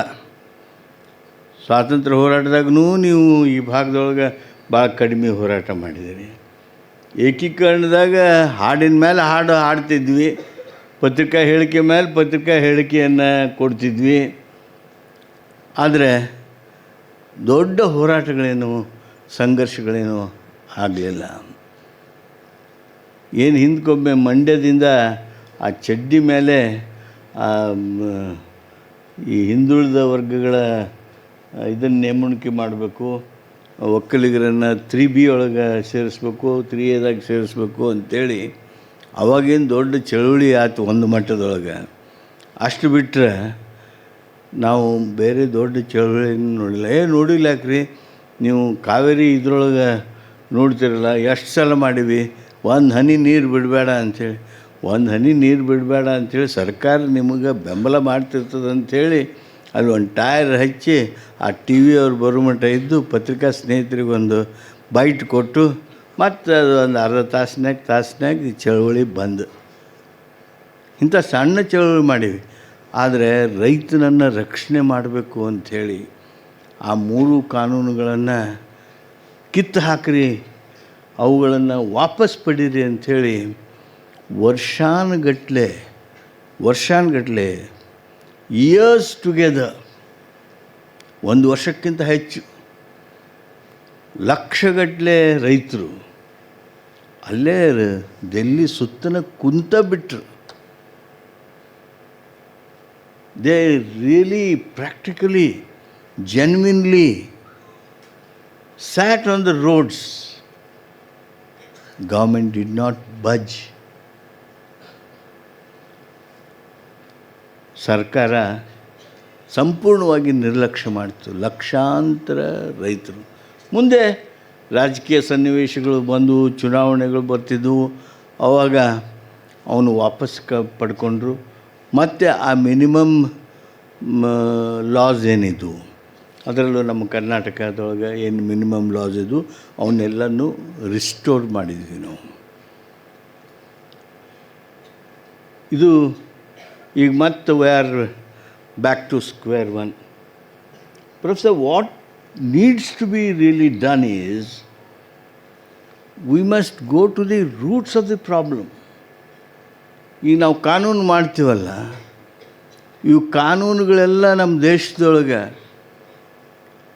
pardon me if I am harsh, those who are making laws are not touching the problems at the root. ಈಗ ನೋಡ್ರಿ, ನೀವು ಶ್ರೀಮಂತರ ರಕ್ಷಣೆಗಾಗಿ ಇರುವಷ್ಟು ಕಾನೂನುಗಳು ಬಡವನ ರಕ್ಷಣೆಗಾಗಿ ಇಲ್ಲ. ದೇಶದ ಆಸ್ತಿ ಸಂಪತ್ತು ಸೃಷ್ಟಿ ಮಾಡ್ತಕ್ಕಂಥ ರೈತನನ್ನು ರಕ್ಷಿಸುವ ಕಾನೂನುಗಳಿಲ್ಲ. ತಿರ್ಗಮುರ್ಗ ಮಾತಾಡಿದರೆ ಏನು ಮಾತಾಡ್ತೀರಿ? ಅವನಿಗೇನು ಪೆನ್ಷನ್ ಕೊಡ್ತಾರೆ, ವೃದ್ಧಾಪ್ಯ ವೇತನ ಕೊಡ್ತೀವಲ್ರಿ, ಅವನಿಗೆ ಕೃಷಿ ನಮ್ಮ ಹೊಲ ನಮ್ಮ ರಸ್ತೆ ಕೊಡ್ತೀವಲ್ರಿ, ಅವನಿಗೆ ಸಬ್ಸಿಡಿ ಕೊಡ್ತೀವಲ್ರಿ, ಇನ್ಶೂರೆನ್ಸ್ ಕೊಡ್ತೀವಲ್ರಿ, ಈ ಮಾತು ಮಾತಾಡ್ತಾರೆ. ನಾನು ನಿಮಗೆ ಕೇಳ್ತೀನಿ, ನನಗೆ ಕೆಲವು ಸ್ನೇಹಿತರು ಹೇಳಿದರು, ಇದೊಂದು ರಸ್ತೆ ಬರೋಬ್ಬರಿ ಆಗಿಲ್ಲ ಈಗ ಬೆಂಗಳೂರಾಗ, ಇದೊಂದು ಹ್ಯೂಮನ್ ರೈಟ್ ಕೇಸೇ ಮಾಡಿಬಿಡ್ಬೇಕು ಬಿಡ್ರಿ ಅಂತಿದ್ರು. ಅವ ರೈತ ತಾನು ಬೆಳೆದ ಮಾಲನ್ನು ಹೊತ್ತುಕೊಂಡು ಮಾರುಕಟ್ಟೆಗೆ ಮುಟ್ಸೋಕ್ಕೆ ರಸ್ತೆ ಇಲ್ಲ. Yes, that would become a human right ಅಂತೇಳಿ ಹೇಳುವವರು ಯಾರೂ ಇಲ್ಲ. ಯಾರು ನಿಮ್ಮ ಕಾಲೇಜ್ ಪ್ರೊಫೆಸರ್ಸು ಹೇಳಿಲ್ಲ, ನಮ್ಮ ಚಿದಾನಂದ ಪಾಟೀಲರು ಹೇಳಿಲ್ಲ. Getting appropriate rate to farmers is a human right ಅಂತ ಯಾರೂ ಹೇಳಲಿಲ್ಲ. ನೀವು ವೆಸ್ಟರ್ನ್ ಕಂಟ್ರೀಸ್ದೊಳಗೆ, ಯುರೋಪಿಯನ್ ಕಂಟ್ರೀಸ್ದೊಳಗೆ travel is a human right. Visa is a human right.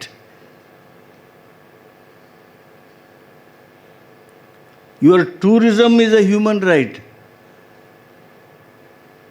ಅದು ನೋಡಿ, ಅಲ್ಲಿ ಲಕ್ಸರಿ ಸಲುವಾಗಿ ಹ್ಯೂಮನ್ ರೈಟ್ ಆಗಿರ್ತಕ್ಕಂಥವು ಇದ್ದಾಗ, ಅವು ನಿಮ್ಮ ಇಂಟರ್ನ್ಯಾಷನಲ್ ಕಾನ್ವೆನೆಂಟ್ಸ್ದೊಳಗೆ ಇರುವಾಗ, ನಮ್ಮ ರೈತ ಬೆಳೆದ ಮಾಲಿಗೆ ಸೂಕ್ತ ಬೆಲೆ ಬರಲಿಲ್ಲ ಅಂದ್ರೆ ಅದು ಅವನ ಹಕ್ಕಿನ ಚ್ಯುತಿ. ಇಟ್ಸ್ ಎ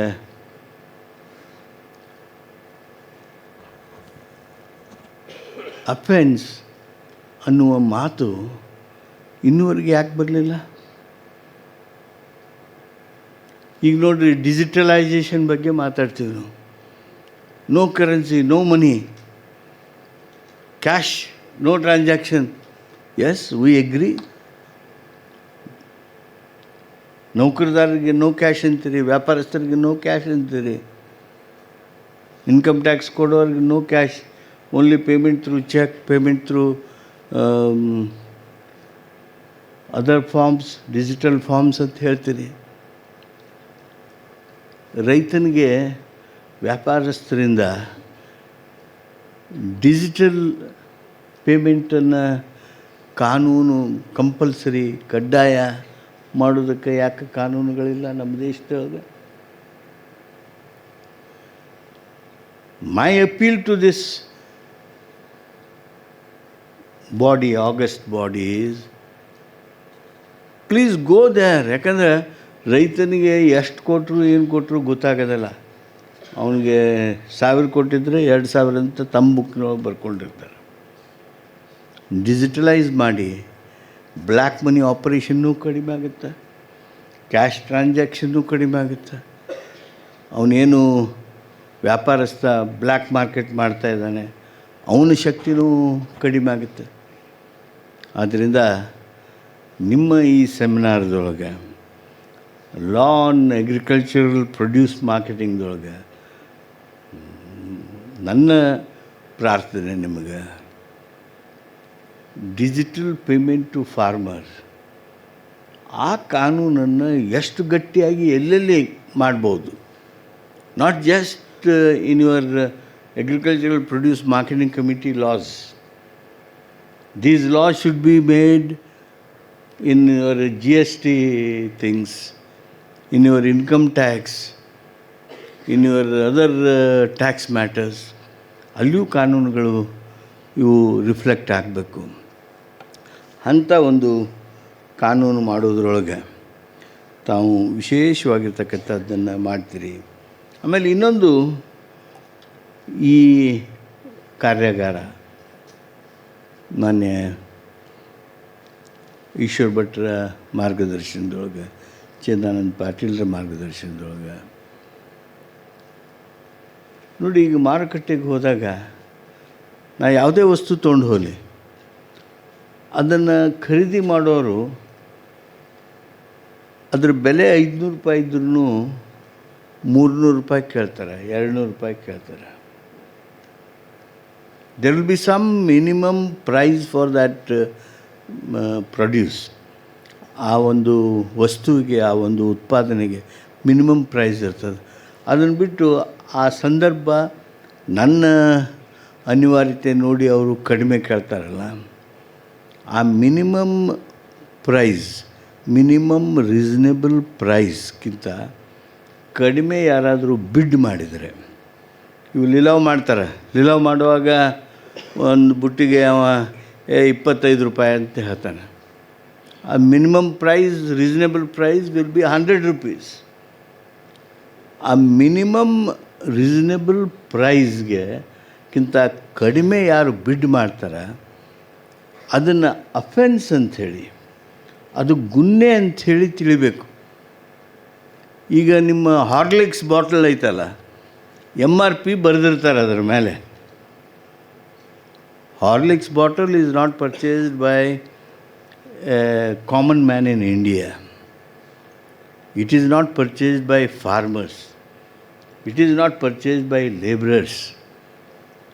MRPಗಿಂತ ನೀವು 1 ರೂಪಾಯಿ ಹೆಚ್ಚಿಗೆ ಧಾರಣೆ ತೊಗೊಂಡ್ರಿ ಅಂದರೆ ದ್ಯಾಟ್ ಬಿಕಮ್ಸ್ ಅಫೆನ್ಸ್. ಇಲ್ಲಿ ನನ್ನ ಪ್ರೊಡ್ಯೂಸನ್ನು ನೀವು ಅನ್ರೀಸನೇಬಲ್ ಆಗಿ ಖರೀದಿ ಮಾಡಬೇಕಂತಿರಲ್ಲ, Should you not feel that you are committing an offense or he is committing an offense? To what extent the exploitation can go on? How long? 80 ಸಮೀಪ 80 ವರ್ಷ ಆಯ್ತಲ್ಲ ಸ್ವಾತಂತ್ರ್ಯ ಬಂದು. ಇನ್ನೆರಡು ವರ್ಷ ಆದರೆ ಇನ್ನೆರಡು ಸಲ ಫ್ಲ್ಯಾಗ್ ಹಾರಿಸಿದ್ವಿ ಅಂದರೆ 80 ವರ್ಷ ಪೂರ್ಣ ಆಯಿತು. 78 ವರ್ಷದ ಈ ಅವಧಿಯೊಳಗೂ ಸಹಿತ ಮಿನಿಮಮ್ ರೀಸನೇಬಲ್ ಪ್ರೈಸ್ಗಿಂತ ಕಡಿಮೆ ಯಾರಾದರೂ ಆ ಮಟೀರಿಯಲನ್ನು ಅನಿವಾರ್ಯತೆ ಸಲುವಾಗಿ ಮತ್ತೊಂದು ಕಾರಣದ ಸಲುವಾಗಿ ಖರೀದಿಸೋದಕ್ಕೆ ಪ್ರಯತ್ನ ಮಾಡಿದರೆ ಅದು ಗುನ್ನೆ ಮಾಡುವಂಥ ಕಾನೂನುಗಳು ನಮ್ಮ ದೇಶದಲ್ಲಿ ಬರಬೇಕು.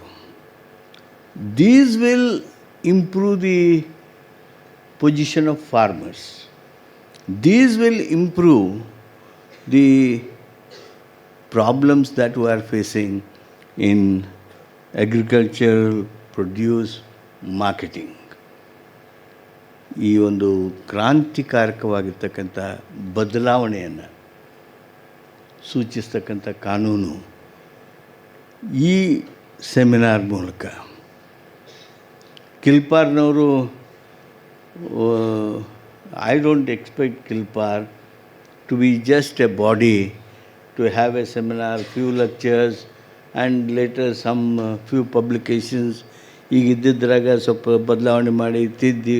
ನೋ, ಜನರ ಬದುಕಿನಲ್ಲಿ ಮಹತ್ತರವಾಗಿರ್ತಕ್ಕಂಥ ಬದಲಾವಣೆ ಆಗಬೇಕು, ಕ್ರಾಂತಿಕಾರಕವಾಗಿರ್ತಕ್ಕಂಥ ಬದಲಾವಣೆ ಆಗಬೇಕು, ಅಂತಿಮವಾಗಿರ್ತಕ್ಕಂಥ ಪರಿಹಾರಗಳನ್ನು ಕೊಡುವಂಥದ್ದಾಗಬೇಕು. ಆ ರೀತಿ ಕೊಡೋದಕ್ಕೆ ಕಿಲ್ಪಾರ್ನವ್ರು ಪ್ರಯತ್ನ ಮಾಡಬೇಕು.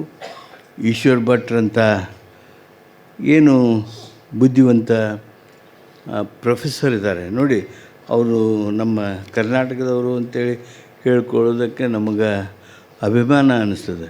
ನಮ್ಮ ಯೂನಿವರ್ಸಿಟಿಯಾಗಿದ್ದರು, ಕಲ್ಕತ್ತಾಕ್ಕೆ ಹೋದರು. ಭಾಳ ಮಂದಿ wise ಚಾನ್ಸ್ಲರು. I don't think even Changappa will not feel bad because he was vice chancellor in the best of the regimes, you know. ಈಗ ವೈಸ್ ಚಾನ್ಸಲರ್ ಆಗ್ಬೇಕಾದ್ರೆ ಭಾಳ ಕಠಿಣ ಅದಾವ. ಈಗ ನೀವೆಲ್ಲ ನಿಮ್ಮ ಮಾರ್ಕ್ಸ್ ಕಾರ್ಡು, ನಿಮ್ಮ ಬಯೋಡೇಟಾ, ನಿಮ್ಮ ಥೀಸಿಸ್ಸು, ನಿಮ್ಮ ಪೇಪರ್ಸ್ ಮೇಲೆ ವೈಸ್ ಚಾನ್ಸಲರ್ ಆದವರು. ಈಶ್ವರ್ ಭಟ್ರು ಒಂದು ವಿಶ್ವವಿದ್ಯಾಲಯಕ್ಕಲ್ಲ, ಒಂದು ಸಂಸ್ಥೆಗಲ್ಲ, invitation on invitation, call of requests, appeals, come sir, take our institution, guide us. ನೀವು ಅವರು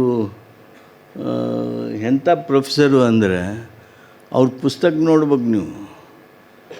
ನಾವೆಲ್ಲ ಆ ಪುಸ್ತಕಗಳ ಸೈಜ್ ನೋಡೇ ಸ್ವಲ್ಪ ಹಂಚ್ಕೊಂಡಿರ್ತೇವೆ ಅವ್ರಿಗೆ. That is the type of intellectual capability that Eshwar Bhat has. ನಾನು ಈಶ್ವರ್ ಭಟ್ರಿಗೆ ಹೇಳ್ತೀನಿ, KILPAR and Eshwar Bhat and Karnataka institute for law and parliamentary Vidya Vikas institution of legal studies, ನೀವು 3 ಜನ ಕೂಡಿ ಕ್ರಾಂತಿಕಾರಕ ಬದಲಾವಣೆಯನ್ನು ತರುವಂಥ ಅಗ್ರಿಕಲ್ಚರ್ ಪ್ರೊಡ್ಯೂಸ್ ಮಾರ್ಕೆಟಿಂಗ್ದೊಳಗೆ ಮಹತ್ತರವಾಗಿರ್ತಕ್ಕಂಥ ಬದಲಾವಣೆ ಆಗಿರ್ತಕ್ಕಂಥ ಅಮೂಲಾಗ್ರವಾದ ಬದಲಾವಣೆಯಾಗಿ ರೈತನನ್ನು ಶೋಷಣೆಯಿಂದ ಮುಕ್ತ ಮಾಡುವಂಥ ಕಾನೂನನ್ನು ನೀವು ಬರೀ ಚರ್ಚೆ ಮಾಡಿಬಿಡಬೇಡ್ರಿ. You please give us the draft bill. Eshwar ಭಟ್ರಿಗೆ ಚಿದಾನಂದ ಪಾಟೀಲ್ ಹೇಳ್ಯಾರೋ ಗೊತ್ತಿಲ್ಲ. I don't know whether he is a contributor of 100 bills.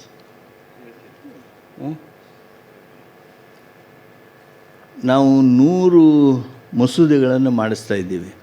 ಕಿಲ್ಪಾರ್ದವರು ಆ ಜವಾಬ್ದಾರಿಯನ್ನು ತಗೊಂಡಿದ್ದಾರೆ. ಯಾರ್ಯಾರು ಯಾವ ಕ್ಷೇತ್ರದಲ್ಲಿ ವಿಶೇಷ ಆಸಕ್ತಿ ಇದೆಯೋ ನೀವು ಮಸೂದೆಗಳನ್ನು ಮಾಡಿಕೊಡಿ. ಸರ್ಕಾರ ಅದರ ಬಗ್ಗೆ ಚರ್ಚೆ ಚಿಂತನೆ ಮಾಡೋದಕ್ಕೆ ಪ್ರಾರಂಭ ಮಾಡ್ತದೆ. ಅಂಥ 100 ಮಸೂದೆಗಳನ್ನು ಈಗ ಮಾಡ್ತಾಯಿದ್ದಾರೆ. ಆ 100 ಮಸೂದೆಯೊಳಗೆ ಈ ಕೃಷಿ ಕ್ಷೇತ್ರದೊಳಗೆ ಕೃಷಿ ಮಾರುಕಟ್ಟೆ ಬದಲಾವಣೆಯೊಳಗೆ ಕೃಷಿಕನನ್ನು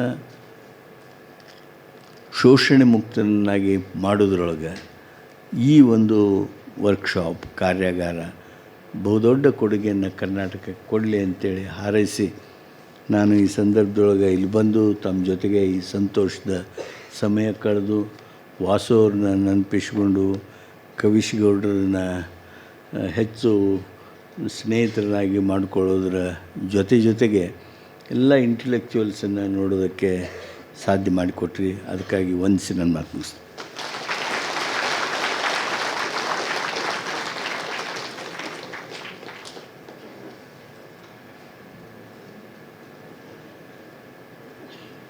ರಾಜಕೀಯ, ಸಾಮಾಜಿಕ, ವಿದ್ಯಾಕ್ಷೇತ್ರ, ಕಾನೂನು ಕ್ಷೇತ್ರ ಎಲ್ಲ ಕ್ಷೇತ್ರಗಳಲ್ಲೂ ಅಪಾರ ಅನುಭವ ಜ್ಞಾನವನ್ನು ಹೊಂದಿರುವಂತಹ ಮಾನ್ಯ ಸಚಿವರು ನಮ್ಮನ್ನು ಉದ್ದೇಶಿಸಿ ಅತ್ಯಮೂಲ್ಯ ಮಾತುಗಳನ್ನಾಡಿದ್ದಾರೆ.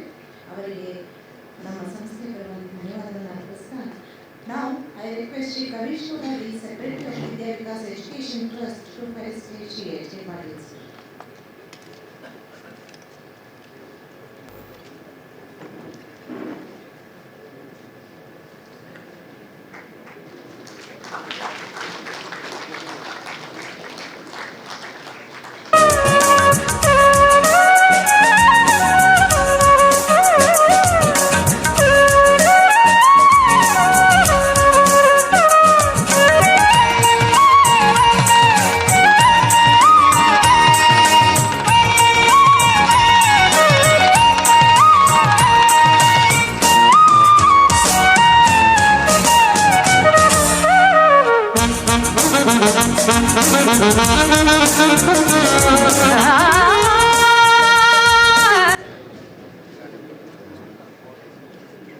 Thank you, sir.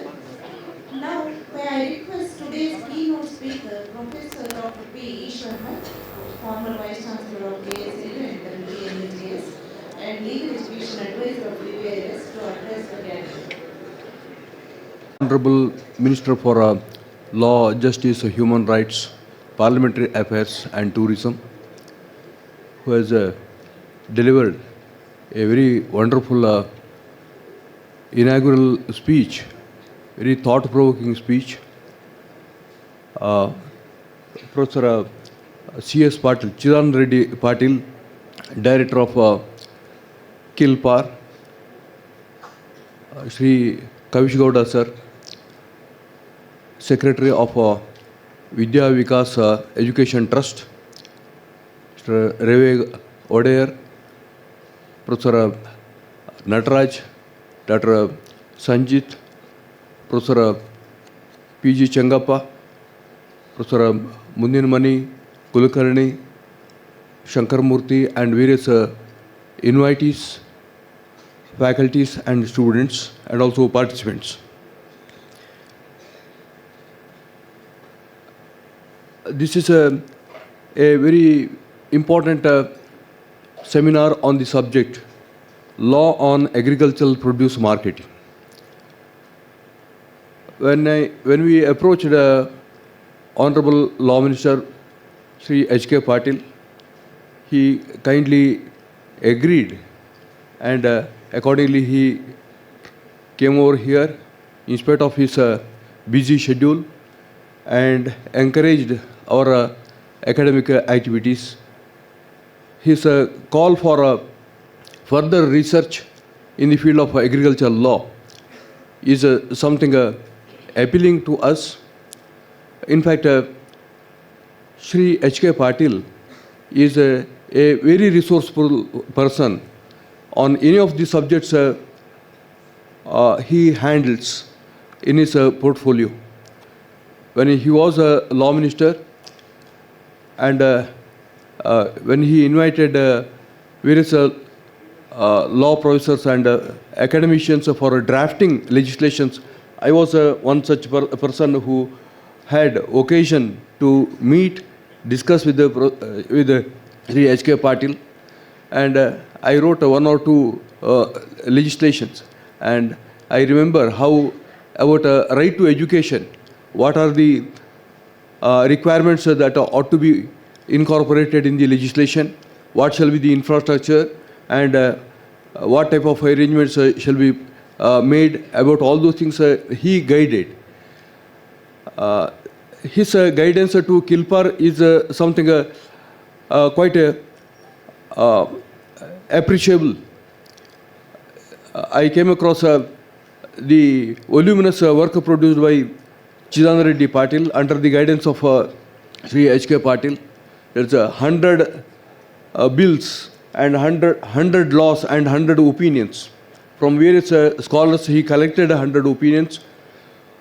Concerning various laws, he made elaborate study and produced a report on the basis of which some new laws are enacted. And even concerning the program we are conducting, one instruction from Kilpar is that it should be a subject concerning which there should not be any law. There should not be any law. But it's very difficult to find any sphere where law is not there. See, in any of these spheres, there will be operation of some legal norm. Absence of law is also a kind of a legal permission. From that perspective, there is a less difference between silence and active action. And it is essential to know how Sri H.K. Patil has inspired so many of us in evolving certain new legal norms relating to agricultural produce marketing law. He is an authority. He had that legacy from his father or grandfather, and he has insights from the grassroots about the problems of farmers. How exactly that law shall be helping the farmers, about that he had that perception, and he laid all those matters before us.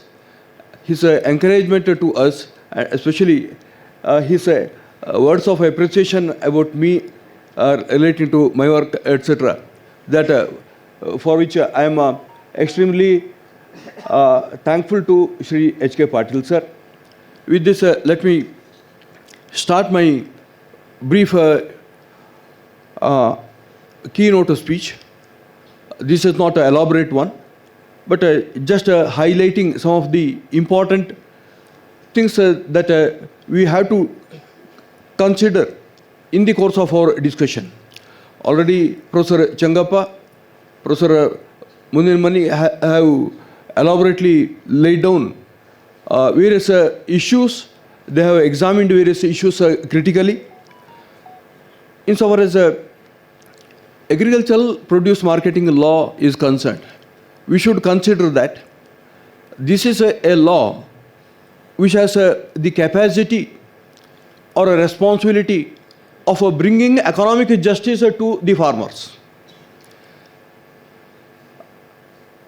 Organization of agriculture on scientific lines. This is the constitutional mandate.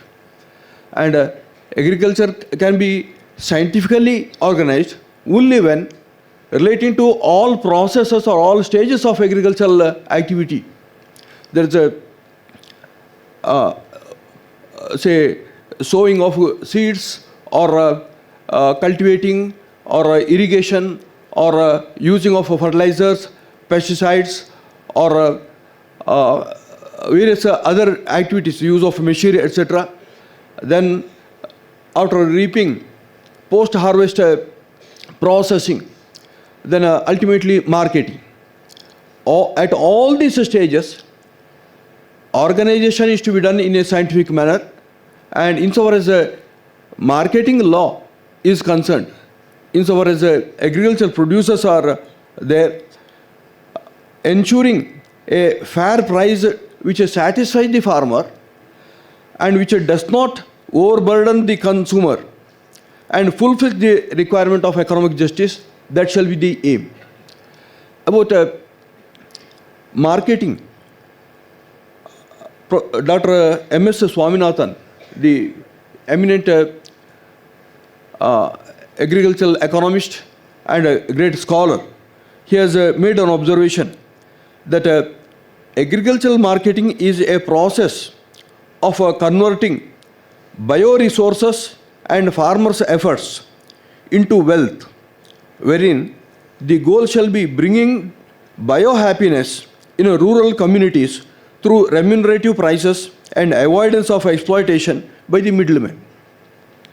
By avoiding exploitation or intervention of a middleman, etc., the farmer's interests shall be protected.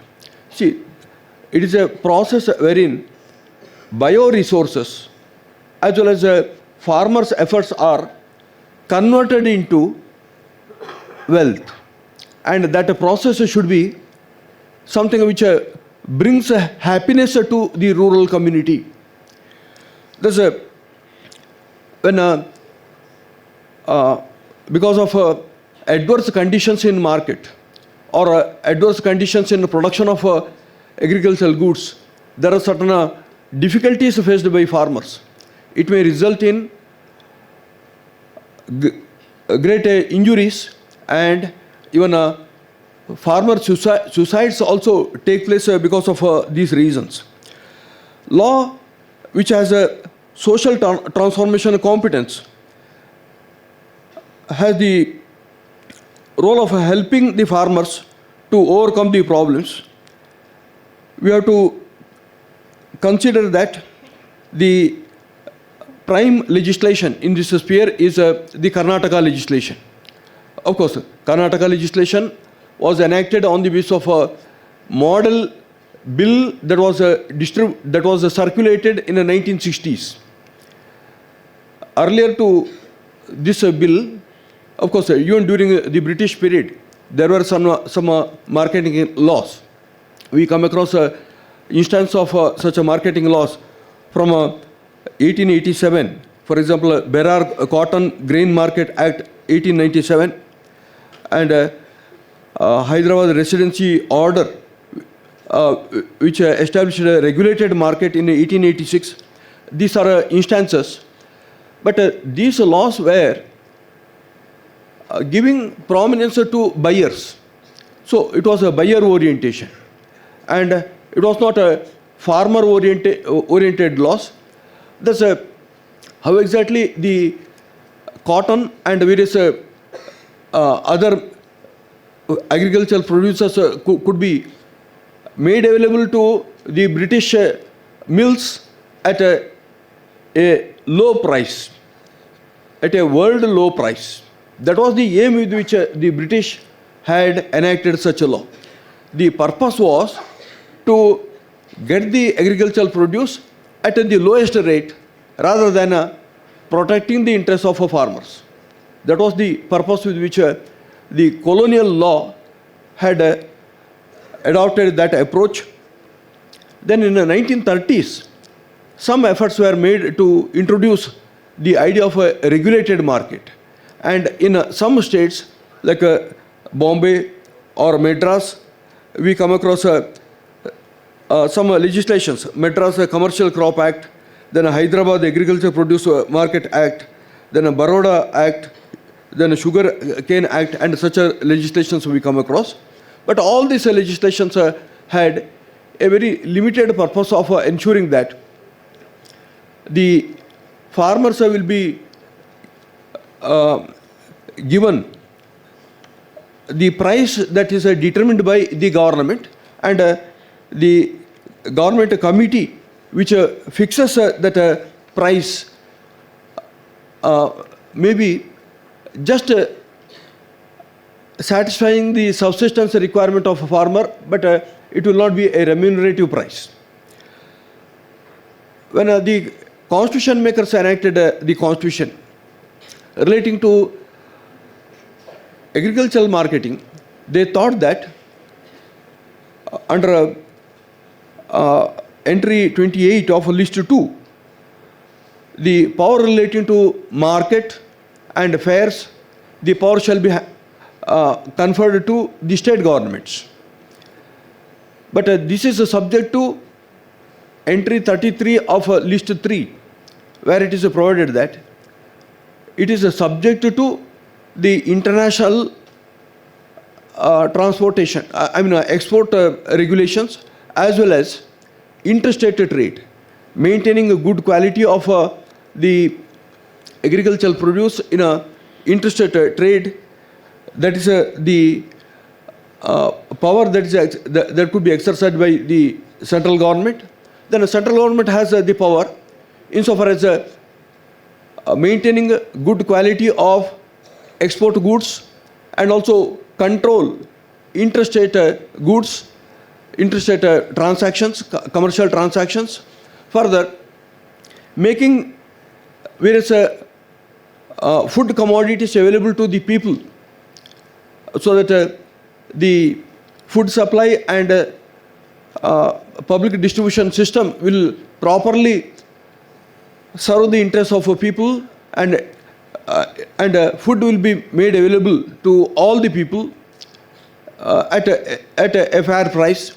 These are the objectives with which the central government can also intervene, because under list 3, the power relating to price control is in the hands of both the levels of government. See, the central government has a superior say insofar as concurrent power is concerned. Because of this, the central government has certain responsibilities. Then relating to control of various export commodities like spices or coffee, tea, rubber, the central government enacted its own laws. Even prior to the constitution, the central government had enacted such legislations: Coffee Act, then a Tea Act, then a Rubber Act. These legislations established respective boards: Coffee Board, Tea Board, and Rubber Board. The minimum and maximum price of these commodities are laid down by the central government itself. See, the board may make a recommendation, but the price is fixed by the central government itself.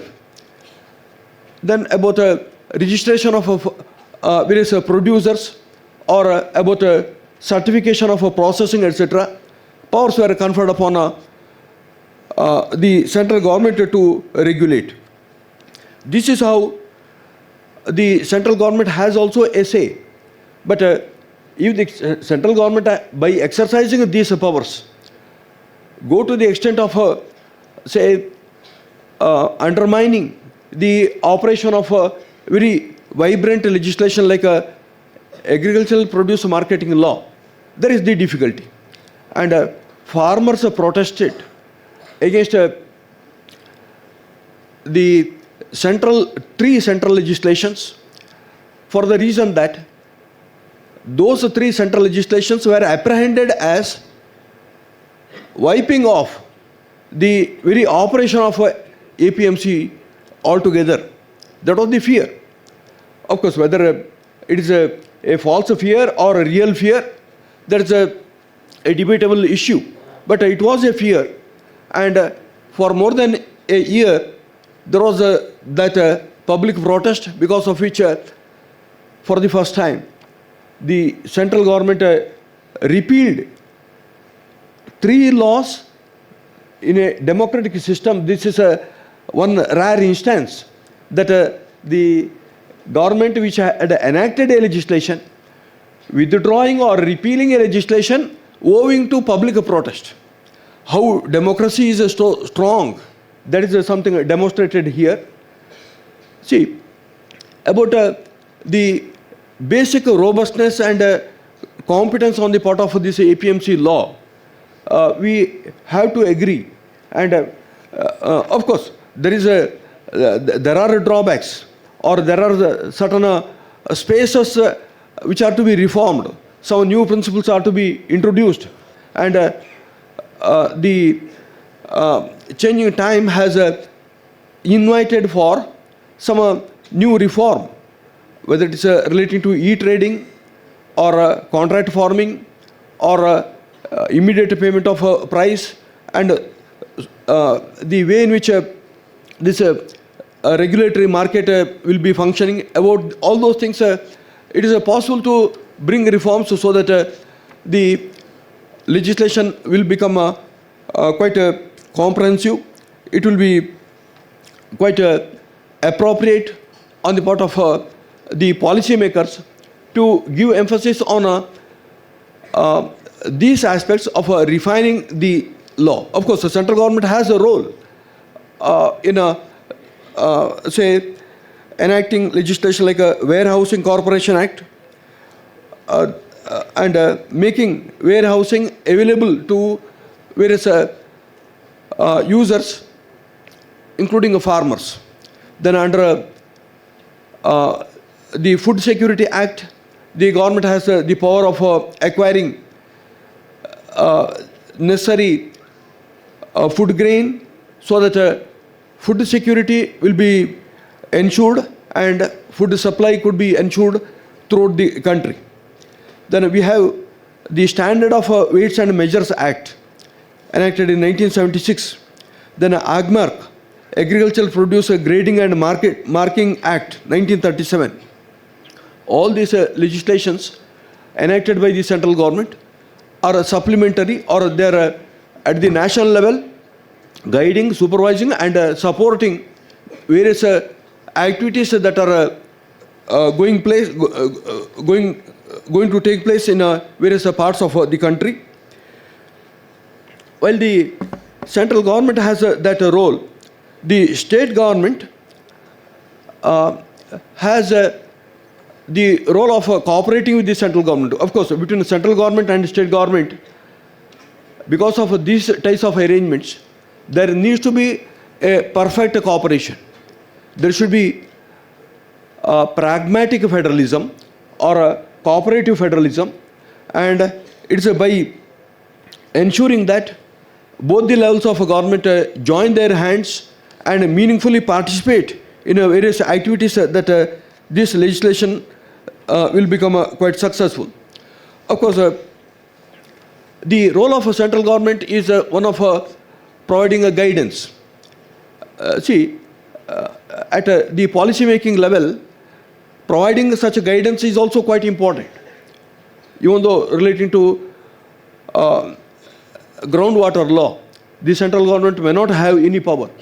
It has the power of providing guidelines about the way in which groundwater regulation is to be made.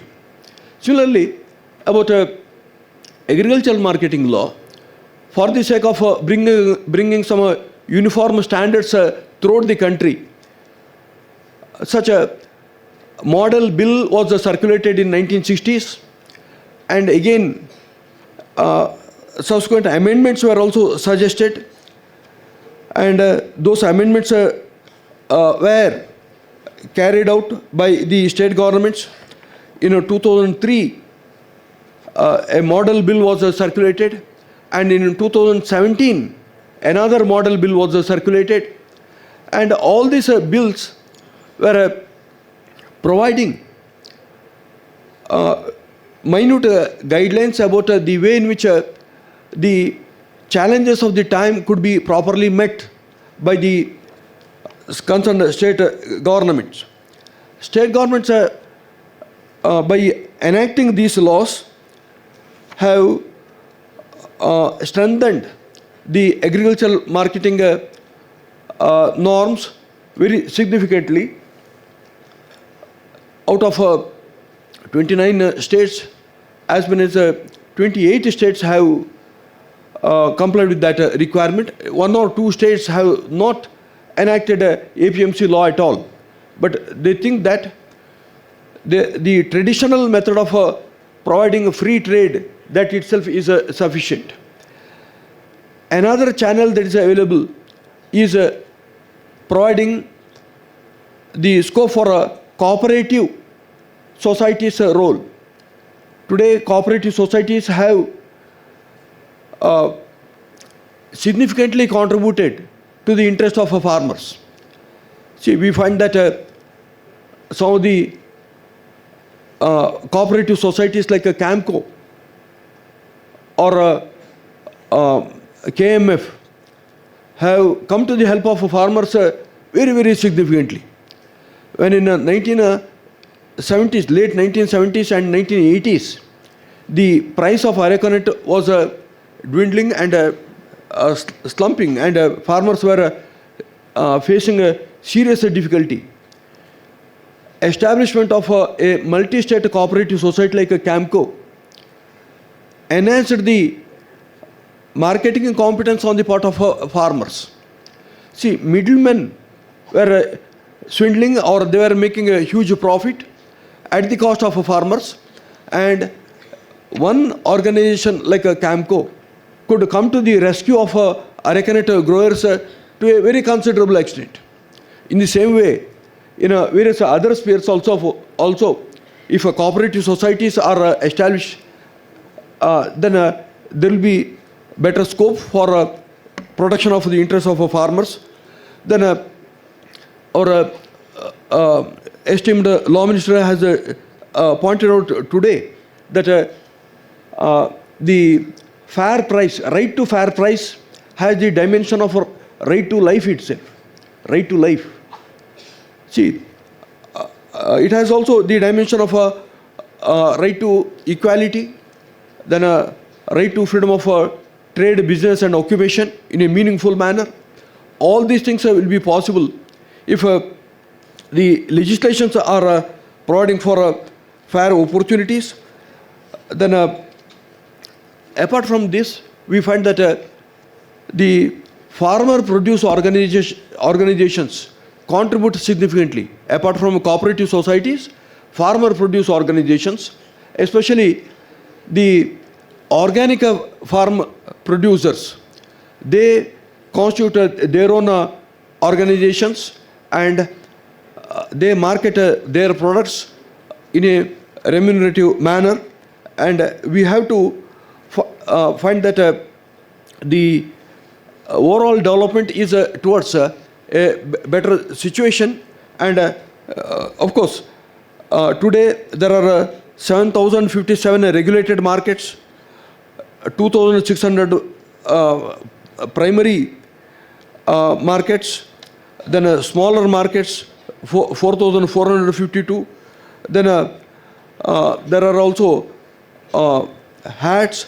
Then the area-wise coverage of each of the marketing, that is reduced, so that marketing facility will be available to more and more persons. Then over the years, the central government has been providing various types of assistances. Rashtriya Kisan Vikas Yojana, then integrated development of horticulture and various other programs are there.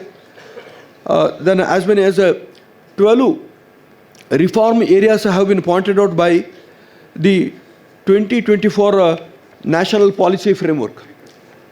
See, this is a quite important policy framework relating to agricultural pricing.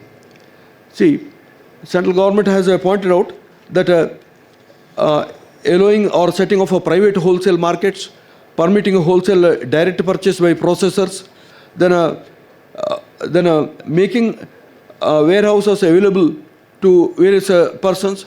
Of course, we find that relating to perishable agricultural producers like tomato, onion, or other vegetables or fruits, even mango, farmers are compelled to dump all those materials when when the price is so low.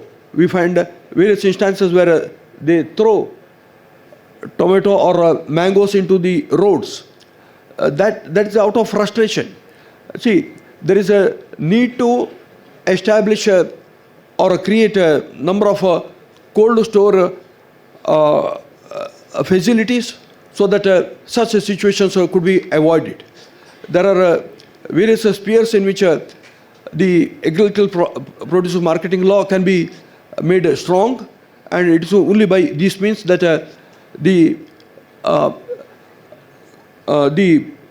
best interest of farmers could be protected, or bio-happiness, what M.S. Swaminathan said, bio-happiness.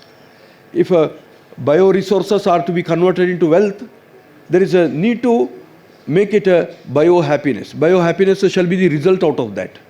That is what Swaminathan said, and we can fully agree with this.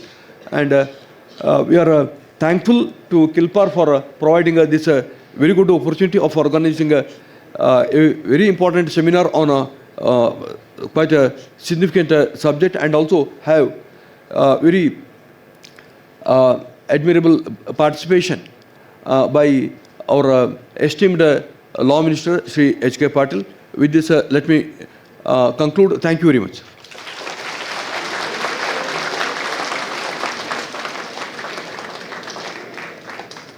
Thank you for sharing your deep insight into various aspects of agricultural produce marketing. Thank you, sir. Now may I request Shri Kavish Yodavi, Secretary, sir, VVET, to felicitate Professor Dr. P. Ishwar.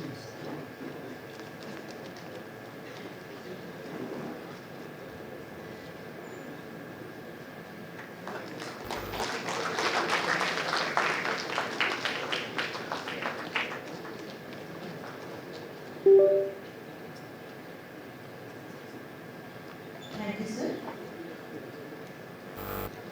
Our law college is meant for quality education and created the atmosphere for the students for dedication and commitment towards study and other intellectual aspects and activities.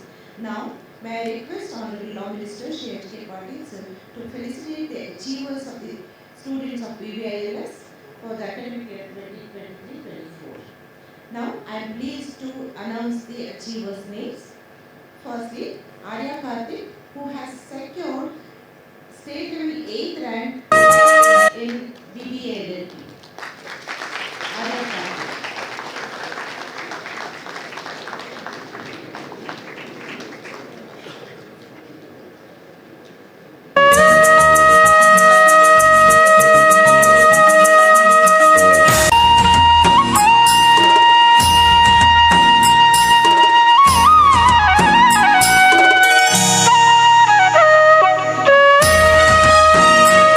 Secured cash prize for highest marks in criminal law.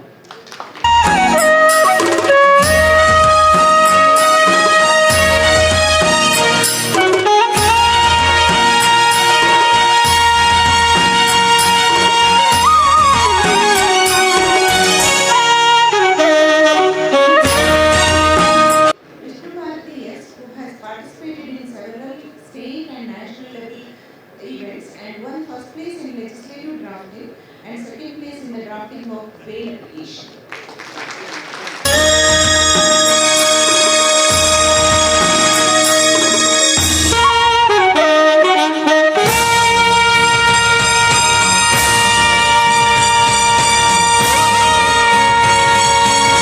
Thank you, sir.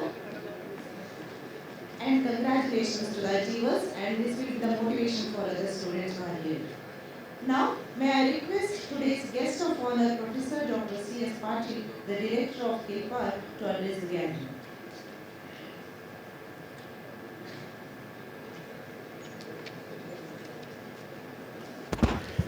Good afternoon. Shri H.K. Patil, Honorable Minister for Law, Justice and Human Rights and Tourism, Shri Kavish Gowda, Professor Ishwar Bhatt, my teacher, the other dignitaries on the dais, respected resource persons, invitees, students, dear colleagues, and my friends.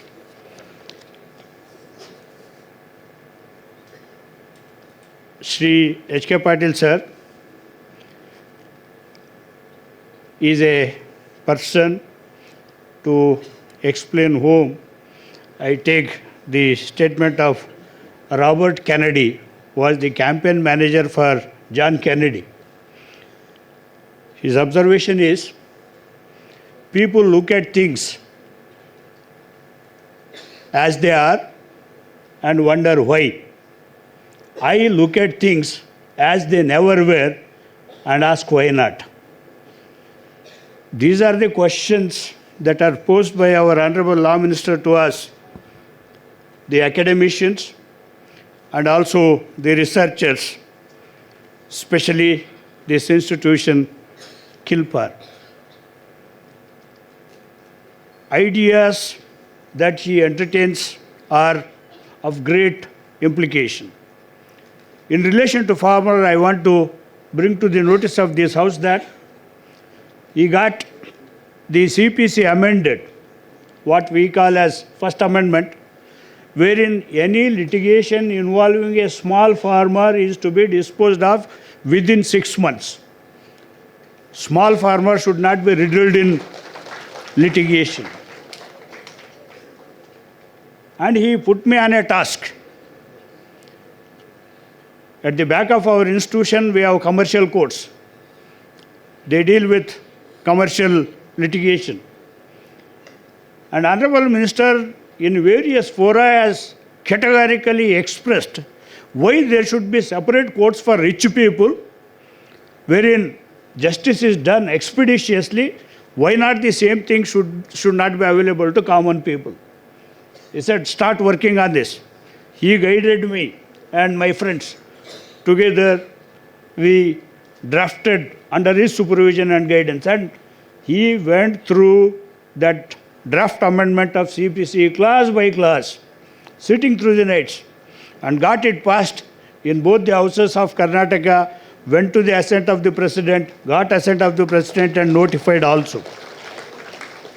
Now in Karnataka, any litigation that is filed is to be decided within 24 months.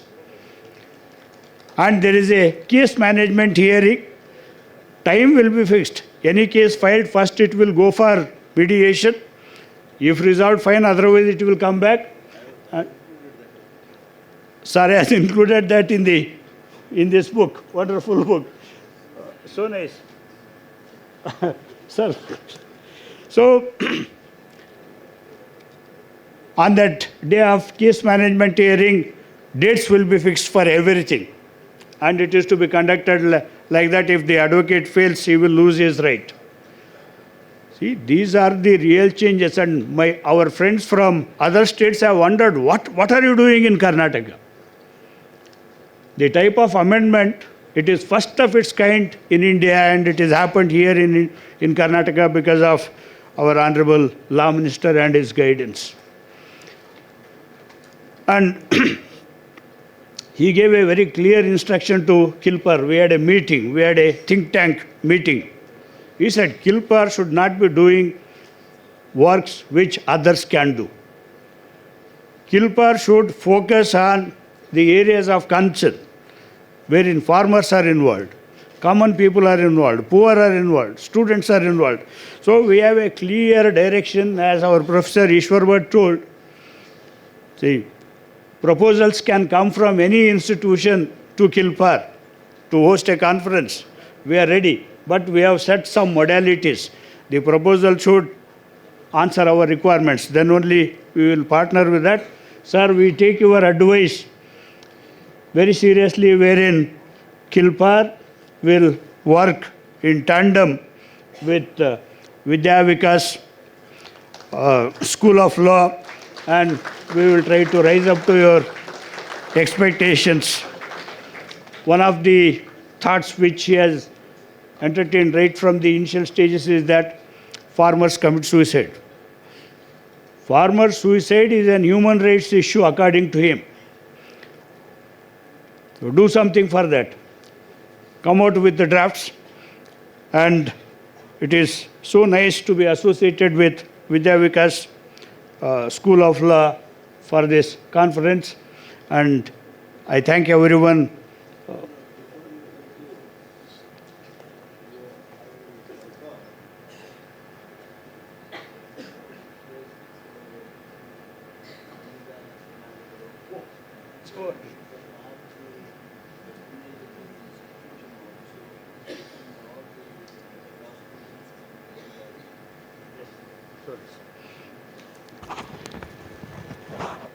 See, last year, January 26th, we did something in Bangalore.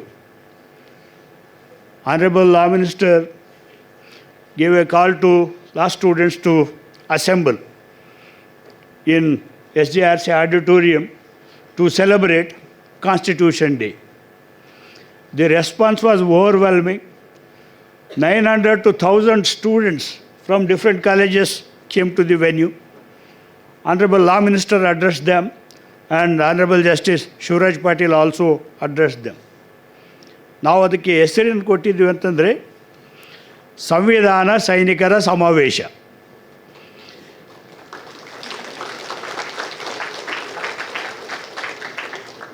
ಅದರ ಒಂದು ಯಶಸ್ಸನ್ನು ನೋಡಿ ಮಾನ್ಯ ಮಂತ್ರಿಗಳು ಒಂದು ನಿರ್ದೇಶನ ಕೊಟ್ಟರು.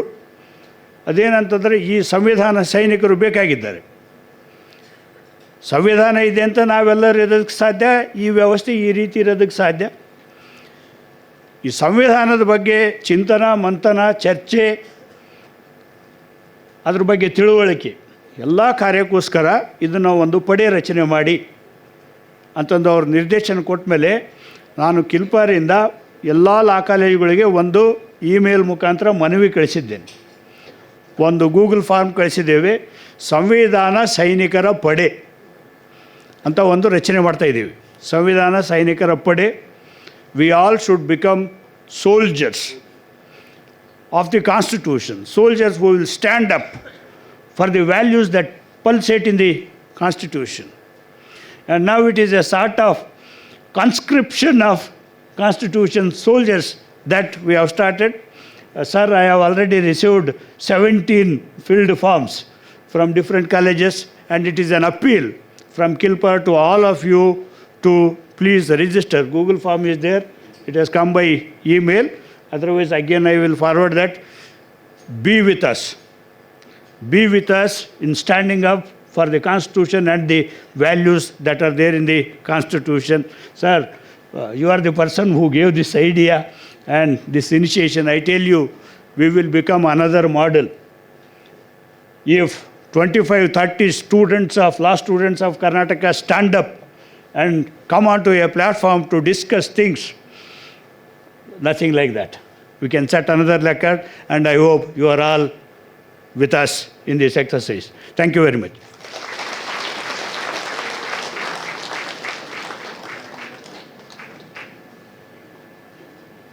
Thank you for your valuable words, sir.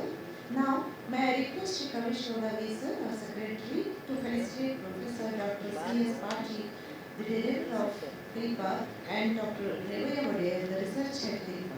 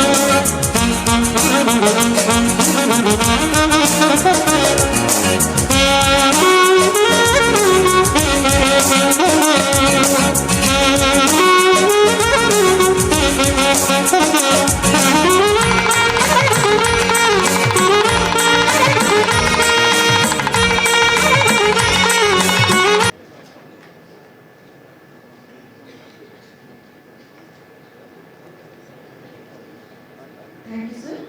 Leadership is the capacity to translate a vision into reality. Now, may I invite our one such leader and a continuous guiding force, Shri Kavishwara sir, our secretary, to deliver the presidential address.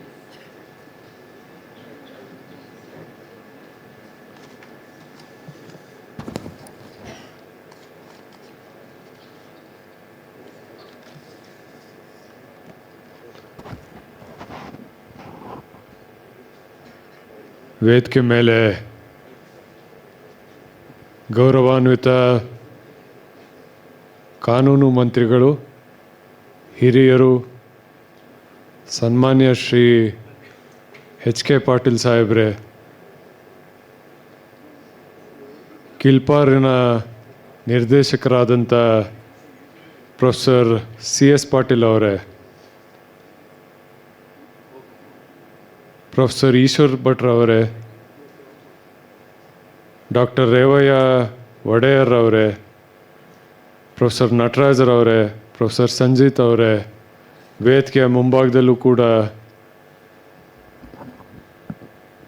ಎಲ್ಲ ಈ ಕಾರ್ಯಕ್ರಮದ ಒಂದಿನದ national seminar ಏನು ನಾವು ಆಯೋಜನೆ ಮಾಡಿದ್ದೀವಿ, ಕಾರ್ಯಕ್ರಮದ resource ಪರ್ಸನ್ಸ್ಗಳಿದ್ದೀರಿ, ಹಿರಿಯರಿದ್ದೀರಿ, Raghu Kautilya sir ಅವರೇ, ಎಲ್ಲ ವಿದ್ಯಾರ್ಥಿಗಳೇ, ಮಾಧ್ಯಮದ ಮಿತ್ರರೇ, ವಿಷಯದ ಬಗ್ಗೆ ಈಗಾಗಲೇ ಹಿರಿಯರು, ಮಂತ್ರಿಗಳು ಮತ್ತು ಪ್ರೊಫೆಸರ್ ಈಶ್ವರ್ ಭಟ್ ಅವರು, ಪ್ರೊಫೆಸರ್ CS ಪಾಟೀಲ್ ಅವರು ತುಂಬ ಆಳವಾಗಿ ಮತ್ತು ಈಗಾಗಲೇ ಒಂದು ಸೆಷನ್ ಮುಗಿದಿದೆ. ನಾನು ವಿಷಯದ ಬಗ್ಗೆ ಜಾಸ್ತಿ ಮಾತಾಡೋಕ್ಕೆ ಹೋಗೋದಿಲ್ಲ, ಯಾಕಂದರೆ ಟೈಮ್ ಕೂಡ ಆಗಿದೆ ಮತ್ತು ಆ ವಿಷಯದ ಬಗ್ಗೆ ನನಗೂ ಕೂಡ ಅನುಭವ ಕಮ್ಮಿ ಇರುತ್ತೆ. ಆದರೂ ಎಲ್ಲರ ಒಂದು ಏನು ರೈತರ ಬದುಕಲ್ಲಿ ಸುಧಾರಣೆಗಳನ್ನು ತರಬೇಕು, law on agricultural market, produce marketing, ಈ ಒಂದು ವಿಷಯದ ಬಗ್ಗೆ ನಾವು ಎಲ್ಲರೂ ಕೂಡ ತುಂಬ ಗಂಭೀರವಾಗಿ ಆಸಕ್ತಿಯನ್ನು ತಗೊಳ್ಬೇಕಾಗತ್ತೆ. ಯಾಕಂದರೆ ರೈತ ಬೆಳೆದಂಥ ಬೆಳೆ, ಅದಕ್ಕೆ ವೈಜ್ಞಾನಿಕ ಬೆಲೆ ಸಿಗೋಂಗೆ ಮಾಡುವಂಥ ಕಾಯ್ದೆಗಳು, ರೈತರ ಆರ್ಥಿಕ ಶಕ್ತಿಯನ್ನು ಬೆಳೆಸುವಂಥ ಕಾಯ್ದೆಗಳು, ಅವನನ್ನು ಶೋಷಣೆಗೆ ಒಳಗಾದಂಥ ಸಂದರ್ಭಗಳಲ್ಲಿ ಅವನನ್ನು ಪ್ರೊಟೆಕ್ಟ್ ಮಾಡುವಂಥ ಕಾಯ್ದೆಗಳು, ಇವೆಲ್ಲವನ್ನು ಕಾನೂನುಗಳು ಇದ್ದಲ್ಲೂ ಆ ಕಾನೂನುಗಳನ್ನು ಎತ್ತಿ ಹಿಡಿಯುವಂಥ ಕೆಲಸಗಳು ಆಗಿಂದಾಗ ಆಗಲೇಬೇಕಾಗತ್ತೆ. ವಿಶೇಷವಾಗಿ ವಿದ್ಯಾರ್ಥಿಗಳು, ನಾವೆಲ್ಲ ಈ ಭಾಗದಲ್ಲಿ ಎಲ್ಲರೂ, ನಾನು ಕೂಡ ರೈತ ಕುಟುಂಬದಿಂದನೇ ಬಂದಿರುವಂಥ ನಾವು ಜನರಾಗಿರ್ತೀವಿ. ಈ ಒಂದು ಪ್ರದೇಶದಲ್ಲೂ ಕೂಡ ನಮ್ಮ ತಂದೆಯವರು ಆ ಸಂದರ್ಭದಲ್ಲಿ ರಾಗಿ, ಉರುಳಿ, ಈ ಭಾಗದಲ್ಲಿ ನೀರು ಕಮ್ಮಿ, ಹಾಗಾಗಿ ಯಾವುದಕ್ಕೆ ನೀರು ಕಮ್ಮಿ ಯುಟಿಲೈಸ್ ಆಗುತ್ತೋ ಅಂಥ ಕ್ರಾಪ್ಗಳನ್ನು ಬೆಳೆಸೋವಂಥ ಒಂದು ಪದ್ಧತಿಯನ್ನು ಇಟ್ಕೊಂಡಿದ್ವಿ. ಎಲ್ಲ ವಿದ್ಯಾರ್ಥಿಗಳು ಏನು ಮೈಸೂರು ತಾಲೂಕಿನ ಸುತ್ತಮುತ್ತ ಊರುಗಳಿಂದ ಬರುವಂಥ ವಿದ್ಯಾರ್ಥಿಗಳು ನೀವು ಯಾರೆಲ್ಲ ಇದ್ದೀರಿ, ಬಹುತೇಕ ಸರ್ ಹೇಳ್ದಂಗೆ ಬಹುತೇಕ ರೈತ ಕುಟುಂಬದಿಂದ ಬರುವಂಥ ವಿದ್ಯಾರ್ಥಿಗಳೇ ಇರ್ತೀರಿ. ಹಾಗಾಗಿ ನಾವು ನಮ್ಮ ಮೇಲೆ ಜವಾಬ್ದಾರಿಗಳು ಹೆಚ್ಚಿರುತ್ತೆ. ರೈತರ ಒಂದು ವೇಳೆ ರೈತರು ಇಲ್ಲದೇ ಇದ್ದರೆ ನಮ್ಮ ಬದುಕು ಹೇಗಿರುತ್ತೆ ಅನ್ನೋದನ್ನು ಯಾವಾಗಲೂ ನಾವು ಆಲೋಚನೆ ಮಾಡಬೇಕಾಗತ್ತೆ. ಈ ದೇಶದಲ್ಲಿ ಇಂಜಿನಿಯರ್ಗಳು ಕಮ್ಮಿ ಆದರೂ ಏನು ತೊಂದರೆ ಆಗೋಕ್ಕಿಲ್ಲ, ಒಂದಷ್ಟು ಲಾಯರ್ಗಳು ಕಮ್ಮಿ ಆದರೂ ಏನು ತೊಂದರೆ ಆಗೋದಿಲ್ಲ. ಆದರೆ ರೈತರ ಸಂಖ್ಯೆ ಕಮ್ಮಿ ಆದರೆ ನಮ್ಮ ಜೀವನ ಹೇಗಿರುತ್ತೆ ಅನ್ನೋದ್ರ ಬಗ್ಗೆ ನಾವು ಆಲೋಚನೆ ಮಾಡಲೇಬೇಕಾಗತ್ತೆ. ರೈತರ ದುಡಿಮೆ, ರೈತರು ತಗೊಳ್ಳೋವಂಥ ರಿಸ್ಕ್ ಇದೆಯಲ್ಲ, ಅದು ನಾವು ಯಾರೂ ತಗೊಳ್ಳೋಕ್ಕಾಗ್ತಾಯಿಲ್ಲ.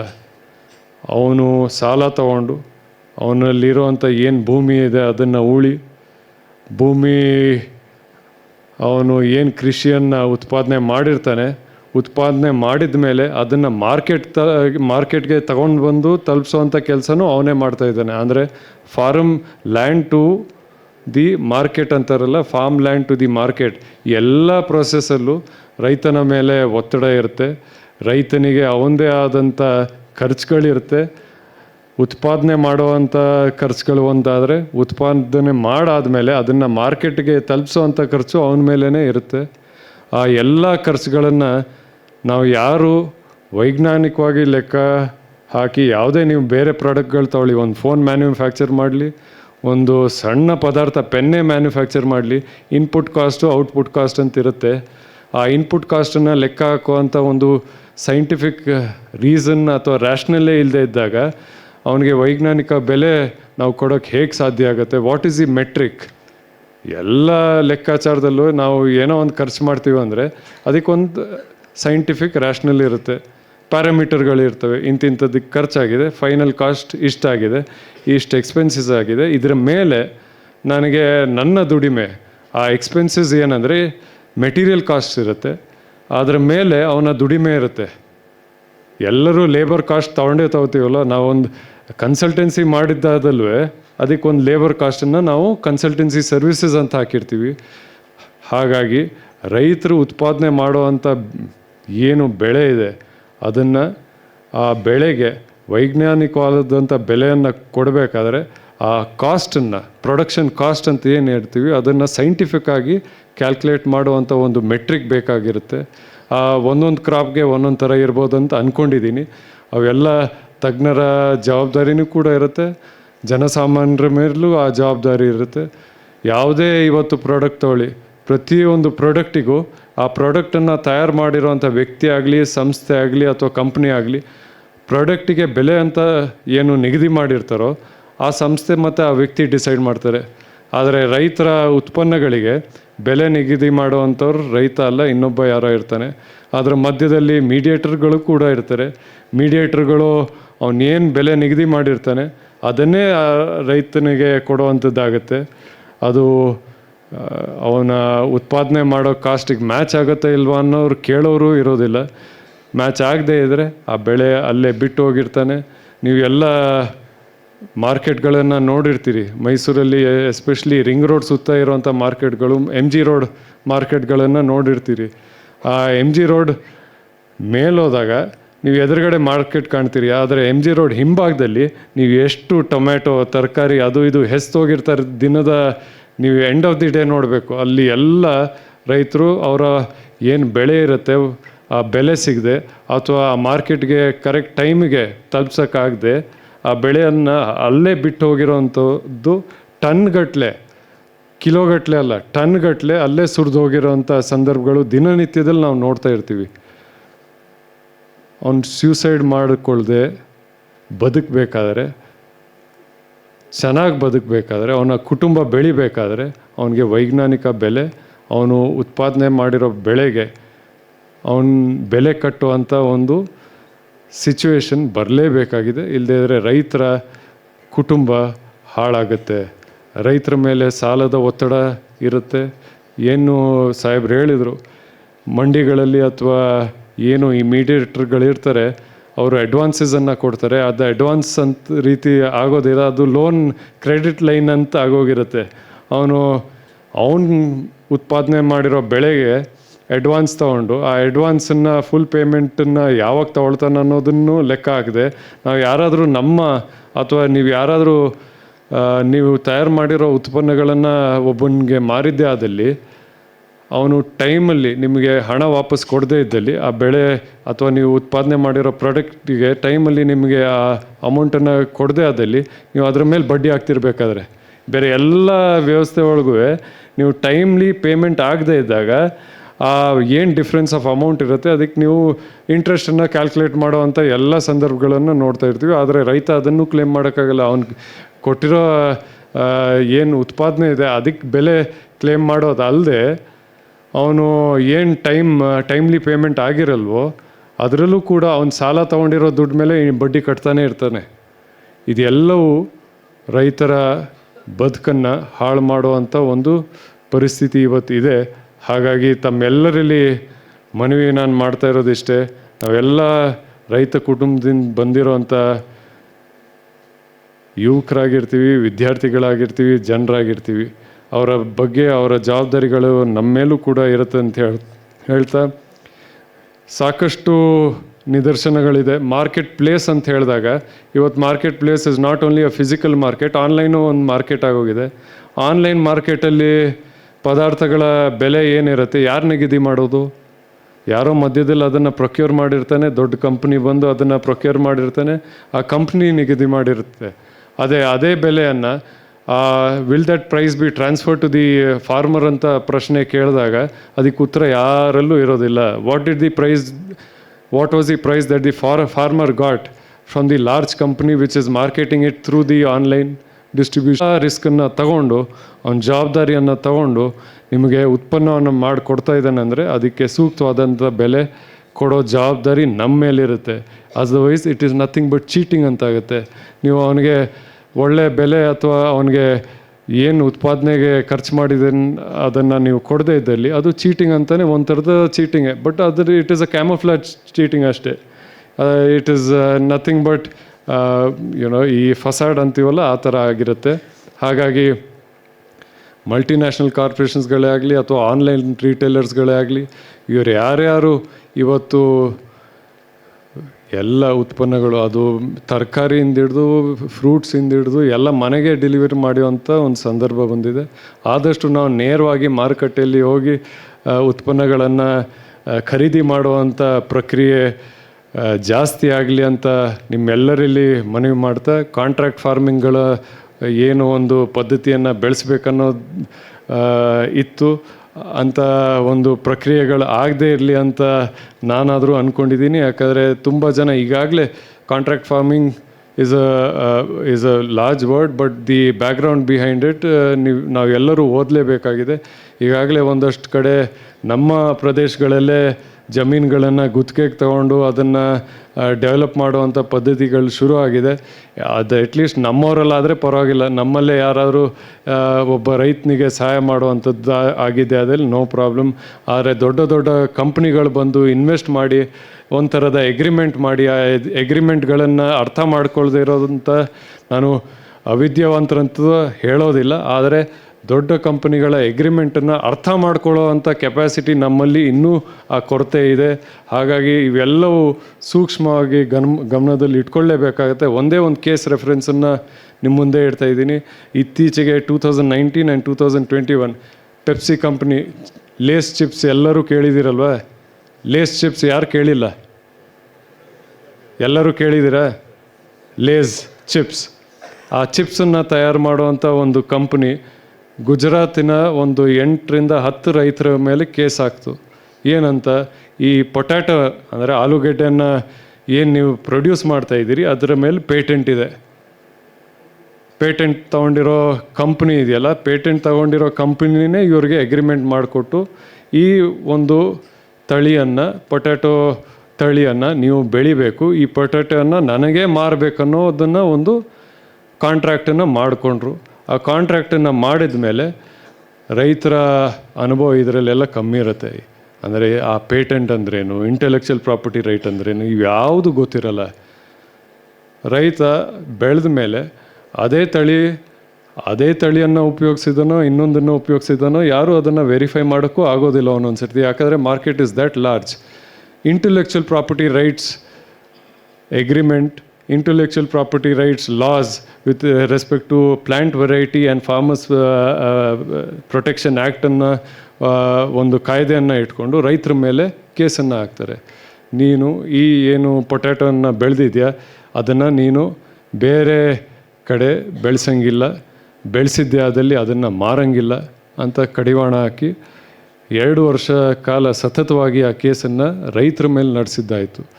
ಯಾಕೆ ಇದನ್ನು ನಿಮ್ಮ ಮುಂದೆ ಇಡ್ತಾ ಇದ್ದೀನಿ ಅಂದರೆ, ರೈತ ಮತ್ತು agriculture sector should be free from exploitation. Exploitation ಆಗೋದು ಯಾವಾಗ? ಸ್ವಲ್ಪ ಹಣ ಇದ್ದವನು ಅಥವಾ ಬಂಡವಾಳ ಜಾಸ್ತಿ ಹಾಕಿ ಅದನ್ನು ಪ್ಯೂರ್ಲಿ ಕಮರ್ಷಿಯಲ್ ಆ್ಯಟಿಟ್ಯೂಡ್ ಇಟ್ಕೊಂಡು ಬಂದವನು ಸ್ವಲ್ಪ ಎಕ್ಸ್ಪ್ಲಾಯ್ಟೇಷನ್ ಮಾಡುವಂಥ ತಾಕತ್ ಮತ್ತು ಸಾಮರ್ಥ್ಯ ಅವನಲ್ಲಿ ಇರುತ್ತೆ. ಹಾಗಾಗಿ ಎಕ್ಸ್ಪ್ಲಾಯ್ಟೇಷನ್ಗೆ ಒಳಗಾಗದೆ ರೈತರನ್ನು ಅವರ ದೃಷ್ಟಿಯನ್ನು, ಅವರ ಏನು ಅಭಿವೃದ್ಧಿ ಇದೆ ಅದನ್ನು ಕಾಪಾಡುವಂಥ ಜವಾಬ್ದಾರಿ ನಮ್ಮೆಲ್ಲರ ಮೇಲೆ ಇರುತ್ತೆ ಅಂತ ಹೇಳ್ತಾ, ನನಗೆ ಈ ವಿಷಯದಲ್ಲಿ ಅನುಭವ ಕಮ್ಮಿ ಇದೆ, ಮಾತಾಡಿದ್ದು ಏನಾದರೂ ತಪ್ಪಾದಲ್ಲಿ ಕ್ಷಮಿಸಿ ಅಂತ ತಮ್ಮನ್ನು ಕೇಳ್ತಾ, ಗೌರವಾನ್ವಿತ ಮಂತ್ರಿಗಳು ನಮ್ಮ ಸಂಸ್ಥೆಯ ಮೇಲಿರುವಂಥ ಅಭಿಮಾನಕ್ಕೆ, ನಮ್ಮ ತಂದೆಯವ್ರ ಮೇಲಿರುವಂಥ ಪ್ರೀತಿಗೆ, ನಮ್ಮ ಕುಟುಂಬದ ಮೇಲಿರುವಂಥ ಅಭಿಮಾನಕ್ಕೆ, ನಮ್ಮ ಕುಟುಂಬದ ಮೇಲಿರುವಂಥ ಒಂದು ಪ್ರೀತಿಗೆ ತಾವು ಬಂದು ನಮ್ಮನ್ನೆಲ್ಲ ಉದ್ದೇಶಿಸಿದ್ದೀರಿ. ತಮ್ಮ ಆಶೀರ್ವಾದ ನಮ್ಮ ಮೇಲಿದೆ ಅಂತ ನಾನಾದರೂ ಭಾವಿಸ್ತೇನೆ. ಮತ್ತೊಮ್ಮೆ ತಮಗೆ ಕೃತಜ್ಞತೆಯನ್ನು ಸಲ್ಲಿಸ್ತಾ ನನ್ನ ಮಾತುಗಳನ್ನು ಮುಗಿಸ್ತೀನಿ. ಜೈ ಹಿಂದ್, ಜೈ Karnataka.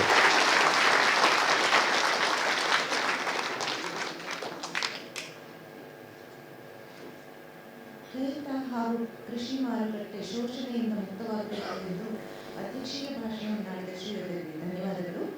Now we are coming to the concluding part of the inaugural session. May I request Dr. Rawade, the research head, to talk for vote of thanks.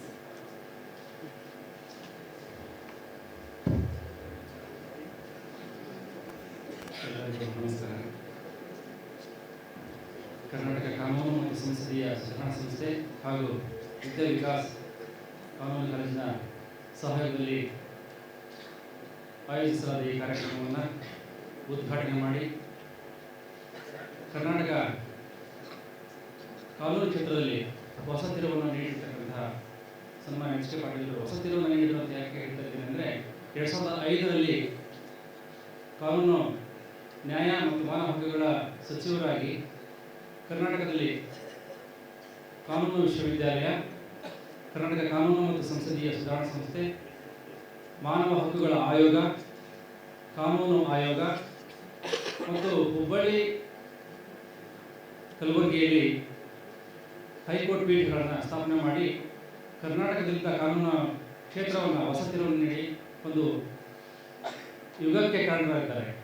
ಜೊತೆಗೆ ತದನಂತರ ಗ್ರಾಮೀಣಾಭಿವೃದ್ಧಿ ವಿಶ್ವವಿದ್ಯಾಲಯ ರೈತರ ಕುರಿತಾಗಿ ಪವನ ವಿದ್ಯುತ್ ಎನ್ನುವ ಒಂದು ಕಾರ್ಯಕ್ರಮವನ್ನು ರೂಪಿಸಿ ರೈತರು ಎಲ್ಲೆಲ್ಲಿ ತಮ್ಮ ಭೂಮಿಯನ್ನು ಮಾರ್ತಿದ್ರು ಆ ಭೂಮಿಯನ್ನು ಮಾರಬೇಡಿ, ನಿಮ್ಮ ಭೂಮಿಯಲ್ಲಿ ನೀವೇ ವಿದ್ಯುತ್ತನ್ನು ಬೆಳೆದು ನೀವು ಬೇರೆಯವರಿಗೆ ಆ ವಿದ್ಯುತ್ತನ್ನು ಸರಬರಾಜು ಮಾಡಿ ಎಂದು ಹೇಳಿ ತಮ್ಮ ಭೂಮಿಯನ್ನು ಮಾರಲಾರದಂತೆ ಅಲ್ಲಿ ತಾವು ಪವನ ವಿದ್ಯುತ್ತನ್ನು ಸ್ಥಾಪಿಸುವ ರೀತಿಯಲ್ಲಿ ರೈತರಿಗೆ ಒಂದು ಕಾಳಜಿಯನ್ನು ತೋರಿಸಿ ಮಾಡಿಕೊಡ್ತಕ್ಕಂತಹ ಸನ್ಮಾನ್ಯ ಎಚ್ ಕೆ ಪಾಟೀಲರು ಕಾನೂನು ಮತ್ತು ಸಂಸದೀಯ ಸುಧಾರಣಾ ಸಂಸ್ಥೆಯನ್ನು ಆರಂಭಿಸಿ ಇದುವರೆಗೆ ನಿರಂತರವಾಗಿ ಪ್ರೋತ್ಸಾಹ ಮತ್ತು ಪೋಷಕರಾಗಿ ನಮ್ಮ ಜೊತೆಗೆ ನಮ್ಮನ್ನು ಆಶ್ರಯಿಸ್ತಾ ಇದ್ದಾರೆ. ಅವರು ಇಂದು ಆಗಮಿಸಿ ಒಂದು ಉತ್ತಮ ಕಾರ್ಯಕ್ರಮವನ್ನು ಉದ್ಘಾಟನೆ ಮಾಡಿ ನಮಗೆ ಒಂದು ತಿಳಿವನ್ನು ನೀಡಿದ್ದಾರೆ. ಅವರಿಗೆ ಈ ಎರಡು ಸಂಸ್ಥೆಗಳ ವತಿಯಿಂದ ಮತ್ತು ವೈಯಕ್ತಿಕ ಹೃತ್ಪೂರ್ವಕವಾಗಿ ನಾನು ಧನ್ಯವಾದಗಳನ್ನು ಸಮರ್ಪಿಸುತ್ತೇನೆ. ಇನ್ನು ಈ ವಿಚಾರ ಸಂಕಿರಣದ ಆಶಯ ನುಡಿಗಳನ್ನು ಆಡಿ ನಮ್ಮ ಈ ಕಾರ್ಯಕ್ರಮವನ್ನು ಇಲ್ಲಿ ಆರಂಭ ಮಾಡಬೇಕು ಅನ್ನೋ ಒಂದು ಇಚ್ಛೆಯನ್ನು ವ್ಯಕ್ತಪಡಿಸಿ ಇವತ್ತು ಇಲ್ಲಿ ಆಯೋಜನೆ ಕಾರಣಕರ್ತರಾಗಿದ್ದಾರೆ ಡಾಕ್ಟರ್ ಈಶ್ವರ್ ಭಟ್ ಸರ್ ಅವರು. ಅವರಿಗೂ ಸಹ ಈ ಎರಡು ಸಂಸ್ಥೆಗಳ ವತಿಯಿಂದ ಮತ್ತು ತಮ್ಮೆಲ್ಲರ ವತಿಯಿಂದ ಹೃತ್ಪೂರ್ವಕ ಧನ್ಯವಾದ ಕೊಡ್ತಾ ಇದ್ದೇನೆ. ಧನ್ಯವಾದಗಳು ಸರ್. ಶಿಲ್ಪಾರ್ನ ಈ ಕಾರ್ಯಕ್ರಮವನ್ನು ಈ ಆಯೋಜನೆ ಮಾಡಲಿಕ್ಕೆ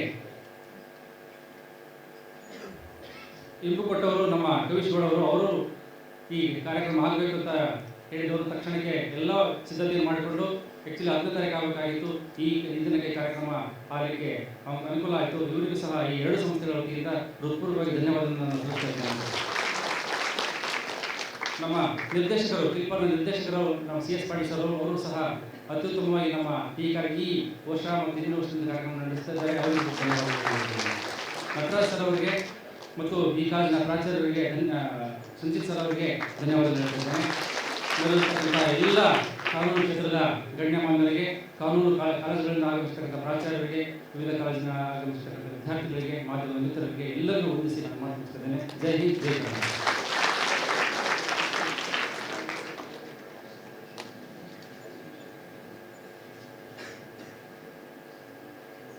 ಧನ್ಯವಾದಗಳು sir.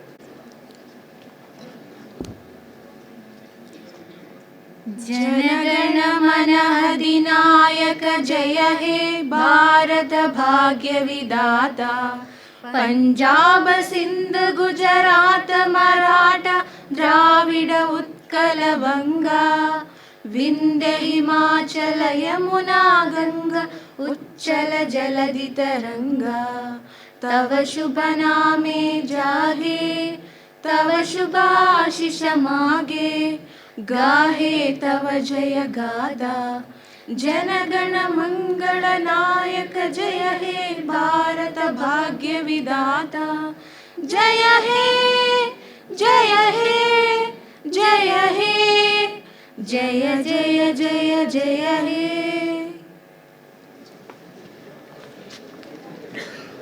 Now, I request all the faculty members to come for group photo. ಇಲ್ಲ ಕೂಡಬೇಡ್ರಿ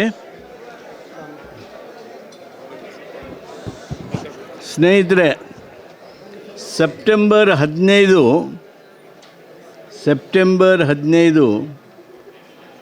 ಪ್ರಜಾಪ್ರಭುತ್ವ ದಿನ ಅಂಥೇಳಿ ಆಚರಣೆ ಮಾಡ್ತಾ ಇದ್ದೇವೆ. ರಾಷ್ಟ್ರದಲ್ಲೆಲ್ಲ ಇದನ್ನ ಆಚರಣೆ ಮಾಡ್ತಾ ಇದ್ದಾರೆ. ಕರ್ನಾಟಕ ರಾಜ್ಯ ಸೆಪ್ಟೆಂಬರ್ 15ನೇ ತಾರೀಕಿಗೆ ಪ್ರಜಾಪ್ರಭುತ್ವ ದಿನ ಅಂತ ಆಚರಣೆ ಮಾಡ್ತೇವೆ. ದಯವಿಟ್ಟು ಸೆಪ್ಟೆಂಬರ್ 15ಕ್ಕೆ ಅಥವಾ 15ರ ಒಳಗಾಗಿ, ಈಗ ಚಿದಾನಂದ ಪಾಟೀಲರು ಹೇಳಿದ್ರಲ್ಲ, ಸಂವಿಧಾನ ಸೈನಿಕ ಪಡೆಗೆ ಯಾರು ಸೇರಬೇಕು ಅಂತೀರಿ ಅವರು ದಯಮಾಡಿ ನಿಮ್ಮ ಹೆಸರುಗಳನ್ನು ಕಳಿಸ್ಕೊಡ್ಬೇಕು. ಸೆಪ್ಟೆಂಬರ್ 15ರಿಂದ ಅದನ್ನು ರಚನೆ ಮಾಡೋದಕ್ಕೆ, ಸಂಘಟನೆ ಮಾಡೋದಕ್ಕೆ, ಸಂವಿಧಾನದ ಬಗ್ಗೆ ಆಸಕ್ತಿ ಇದ್ದು, ಪ್ರೀತಿ ಇದ್ದು, ಅಭಿಮಾನ ಇದ್ದು, ಅದು ಮಾತ್ರ ನಮಗೆ ನ್ಯಾಯ ಕೊಡ್ತದೆ ಅನ್ನುವಂಥ ಬದ್ಧತೆ ಉಳ್ಳವರು ಆ ಪಡೆಯೊಳಗೆ ಸೇರ್ಕೋಬೇಕು, ತನ್ಮೂಲಕ ರಾಷ್ಟ್ರ ಸೇವೆಯೊಳಗೆ ಅರ್ಪಿತರಾಗಬೇಕು ಅಂಥೇಳಿ ತಮ್ಮಲ್ಲಿ ವಿನಂತಿ ಮಾಡ್ತೀನಿ.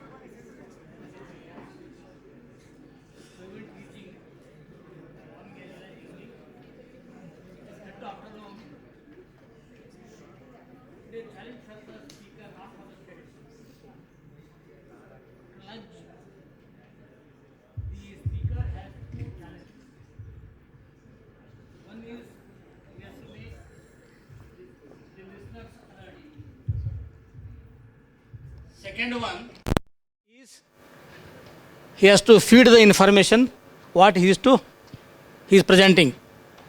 So now I hope you are all alert. And I was presenting my topic in the morning.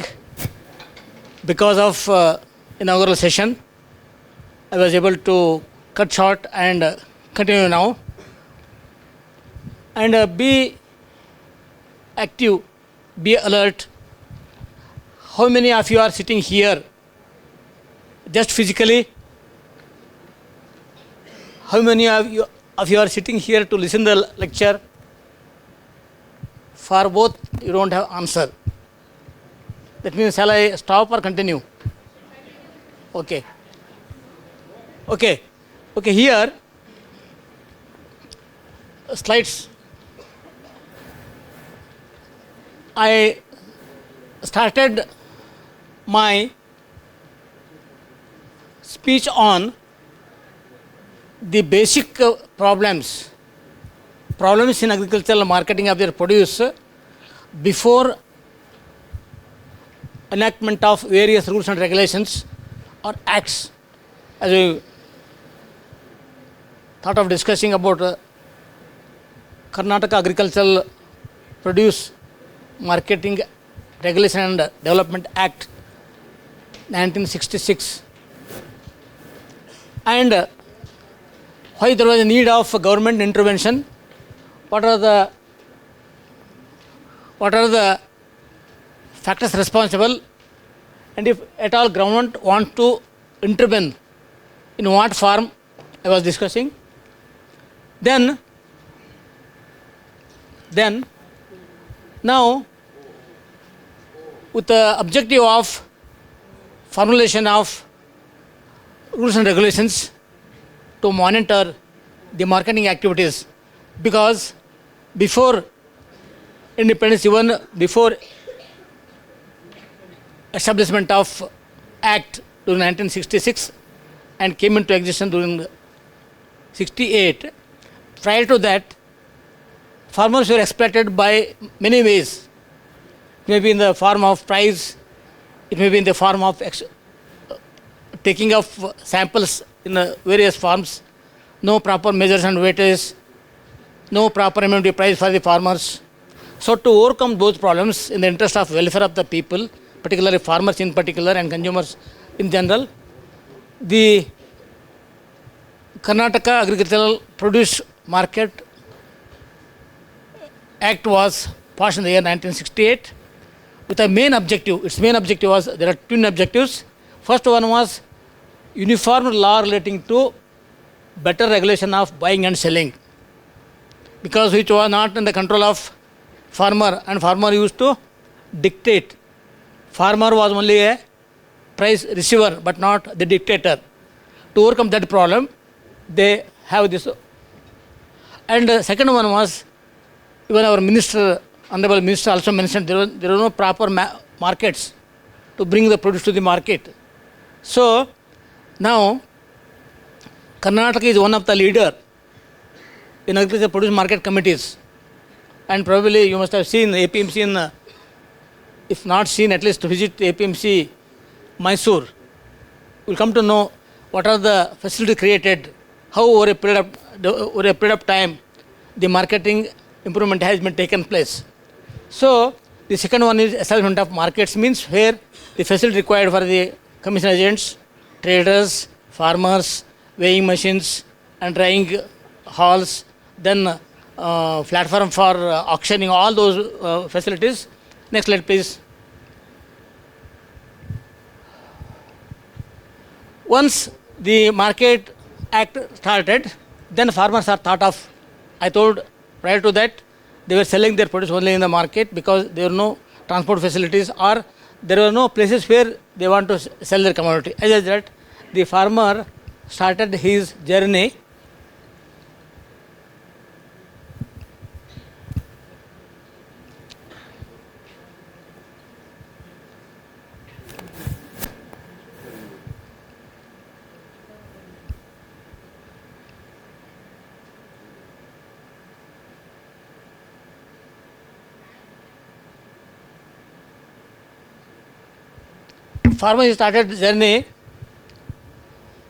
with commodity.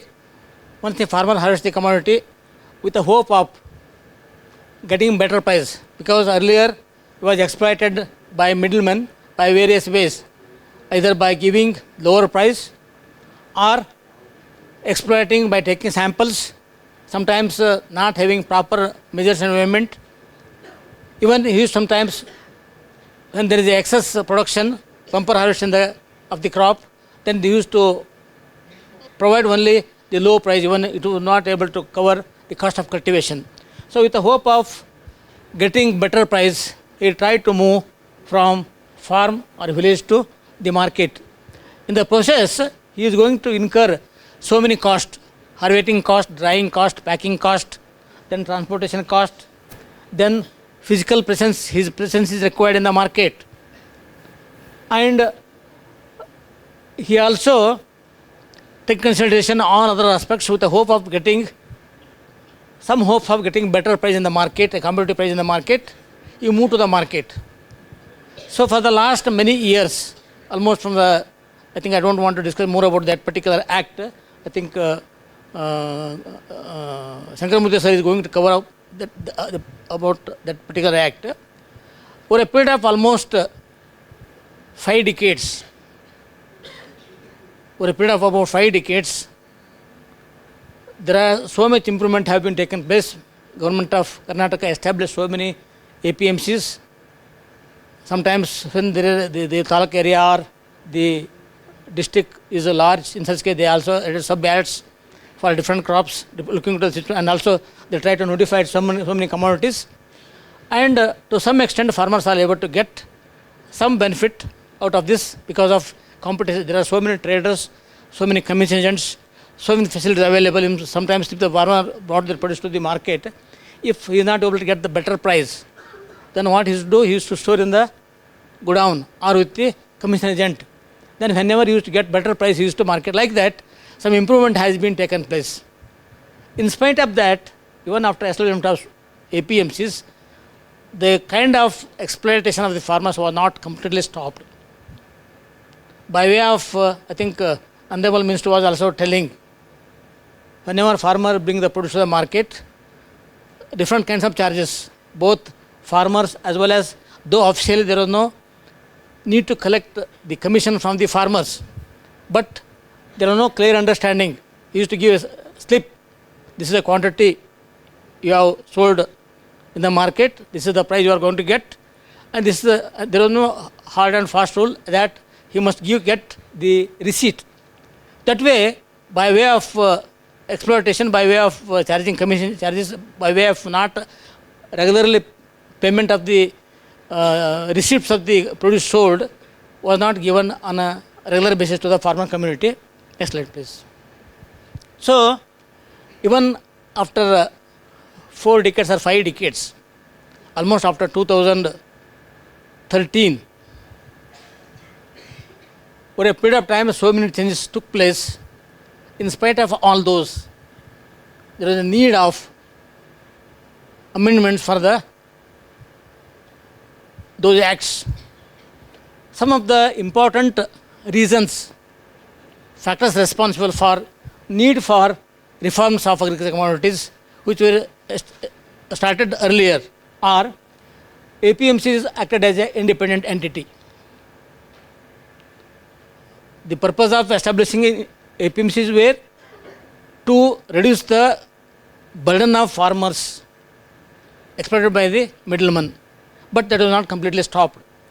And opaque bidding process, only the commission agent as well as the traders used to discuss, though the farmers is the man who brought the produce to the market, but the negotiation was between commission agent as well as the farmer, but farmer was not aware of, even he was not able to question without my knowledge why you are fixing the price. That was the system was going on. Whatever negotiations were between trader and commission agent was not available to the farmers, and they were not allowed to listen to him. Then fragmented and insufficient markets. Most of the markets were not having the required facilities in the market. Then restrictions in licensing. And once a particular trader, commission agent,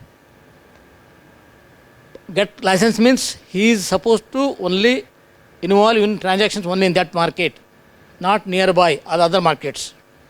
Then multiplicity of market charges. They used to charge different ways. It may be commission charges, it may be storing charges, it may be drying charges, it may be sometimes the quality variation, quality grading, all those things they used to charge. Then inadequate infrastructure.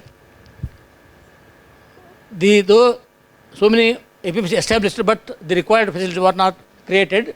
Then post-harvest losses, high transaction cost, information asymmetry. The farmers were not able to get the updated information regarding the market prices as well as the quantity of commodity arrived to the market, all those things. Then poor transparency in marketing operations. Then the farmer was totally neglected, though he is the owner of the produce, but he was totally neglected by the middleman involved in that particular transactions. Restricted competition among the buyers. And normally what will happen, if there is an open competition, whoever is interested to purchase the commodity, he used to participate. But there is a congregation of only few, the big buyers used to involve in the transactions, and whatever the bid they are going to make, that was the final. So that that under way of then compulsion to sell only in the related markets. The farmers are not allowed to sell in other places. That's why it was not compulsory, and lack of use of information technology. There was no communication earlier like your digitalization or online, all those was not with it. As a result, there was a need for reorganization or reformation required. Next slide, please. So, those state made, I told, over a period of around 4 to 5 decades. As the Karnataka government is Karnataka is the one of the leader in the entire state. Even now, it made notable progress, but many challenges are unaddressed. Because of these problems, there is a need to have the Model Act, I think, which I am going to discuss about that. Fragmented markets and limited market access, opaque bidding process, restricted free flow of agricultural produce. There is no need to move from one area to another area. The jurisdiction, only in that particular area, he has to sell market. Limited competition, information asymmetry, manual method of bidding, then opaque outright auction. Even while auctioning, there is a lot of intervention. Only few the traders used to dominate, and farmers never used to get the expected or remunerative prices.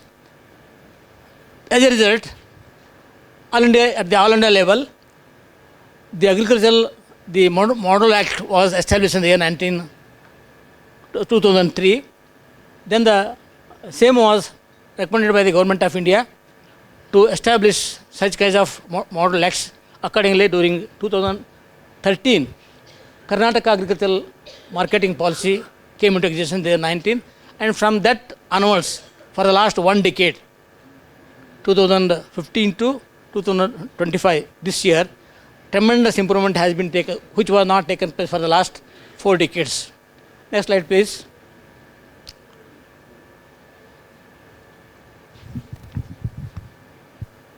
So, the Model Act recommended by Government of India. Previous slide, please. Recommended. Accordingly, during 2013, this model preparation started, and various activities take place. That is amendment of Karnataka Agricultural Market Producing Act 2013. Then September 2013, special purpose vehicle incorporated. I think probably this will be covered by Dr. Chandrasekhar later. You must have heard about the UMP, United Market Platform. I think for that purpose, I think there is a platform which is very beneficial for the farming community to take better benefits. Then that is unified markets, that is UMP, online payments. Almost once the policy started, it took almost 2 years to complete and implement. Next slide, please. Some of the important recommendations made in this particular act are transparency, efficiency, and simplify.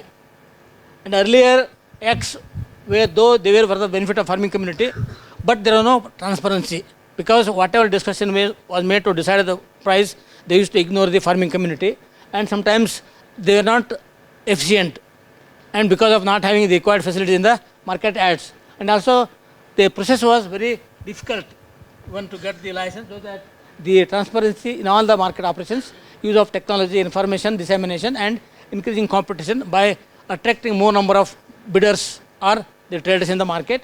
Then process flow in operations as well as financial transactions, that is immediately making payment to the farmers as soon as they sell their produce. Next slide, please.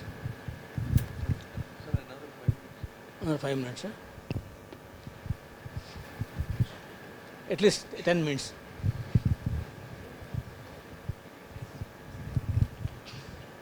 Okay, these are as for the new act, these are the 6 important objectives.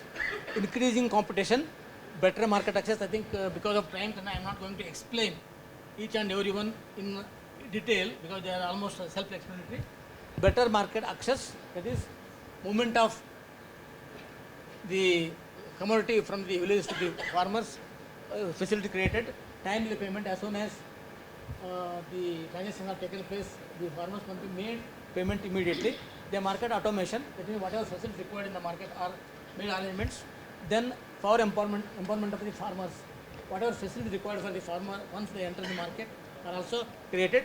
Finally, true price disclosure. Based on that, farmers can decide whether the price is going to get based on the bidding. Though the highest bidder will get the produce, but the farmers has got the capacity or the power whether he can sell or not. But once the bid quote by the trader, he must purchase. But if the farmer deny, I think he has got that permission. That way, farmer can decide the better price for the commodity. Next slide.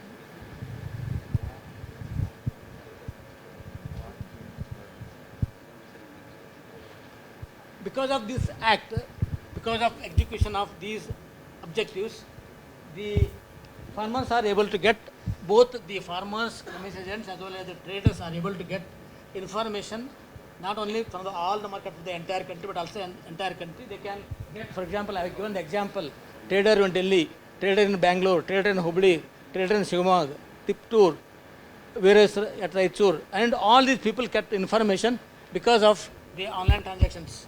As a result, this is going to help the farming community as well as traders as well as the intermediaries to get the information. Based on that, they can decide whether to have transactions or not. Next time, please. And amendment, this enabling warehouse-based selling. That is, for example, if the farmer is not able to get the better price, then he can store the commodity. Based on that, he can take the loan. 80% of the value of the road he can get like that. Then a single trade license.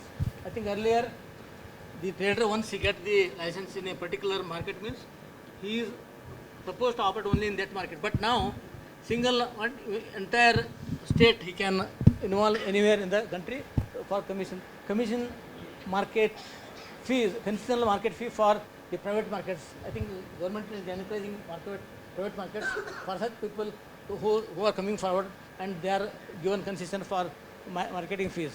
Then perishable is also given waiver of the commission. Then exemption from market fee for the farmer produce organizations. I think now because of this problem in the market, farmers having their own farmer organizations, and they are going to for such also they are not giving fees. Finally, simplification of contract farming. Next one. Here, because of the execution of those objectives, I think they are able to get the simplified procedure for issue of single trading, then provision to notify markets for trading on unified markets, then arrangement for assaying.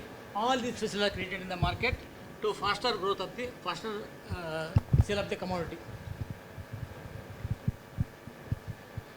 Once the because of the execution of these things and online marketing established and UMP established, once the farmer brings their produce to the market, APMC will be, once he enters the APMC head, and he will be given a lot number. Then unique lot number can be given to him.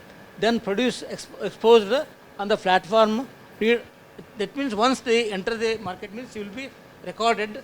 Then it will proceed all processes, bidding across the lots available.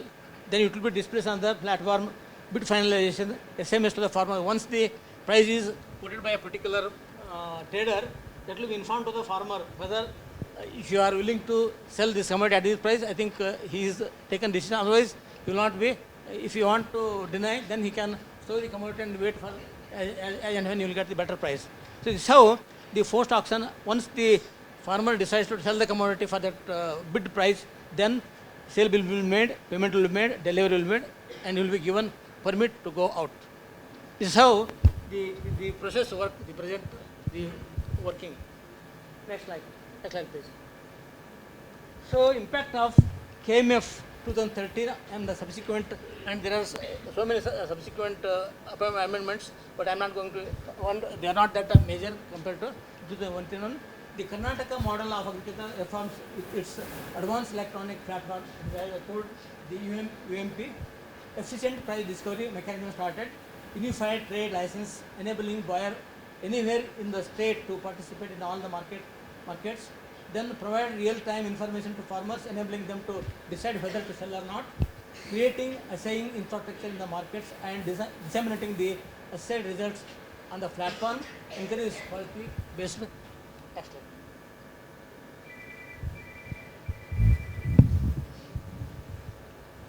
So, Rashtriya, you probably must have heard about REMS, popularly called as REMS. I think another important recommendation in the policy was made, that is special purpose vehicle to bring the technology requirements for modernizing agricultural markets.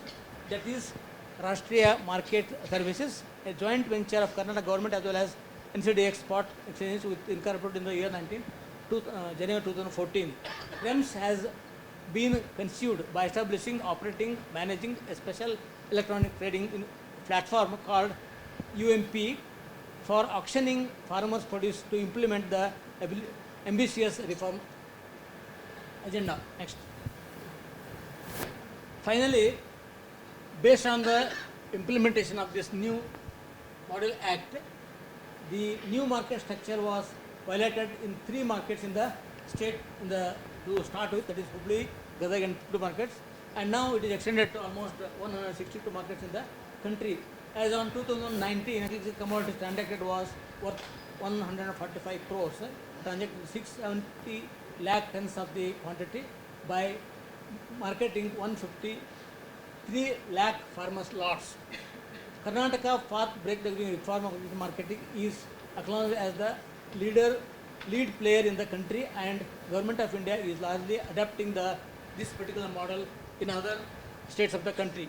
Finally, the Karnataka model of market reforms is role model for the national agricultural markets, and ministers of and also officers of marketing from 26 districts visited the Hubli market to study this particular situation.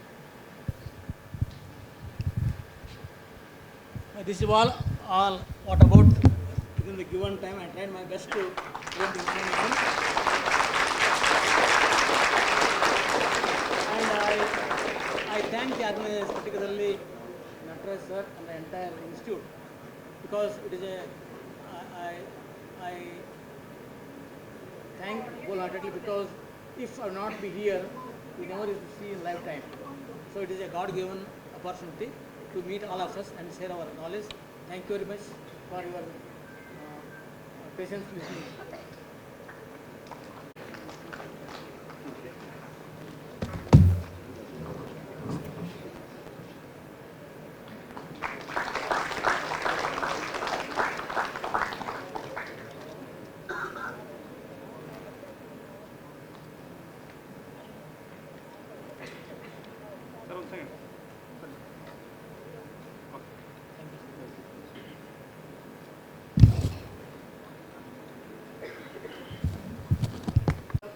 And Kulkarni, a stalwart in the field of agricultural economics with over 38 years of outstanding service in teaching, research and extension at the University of Agricultural Science, Dharwad.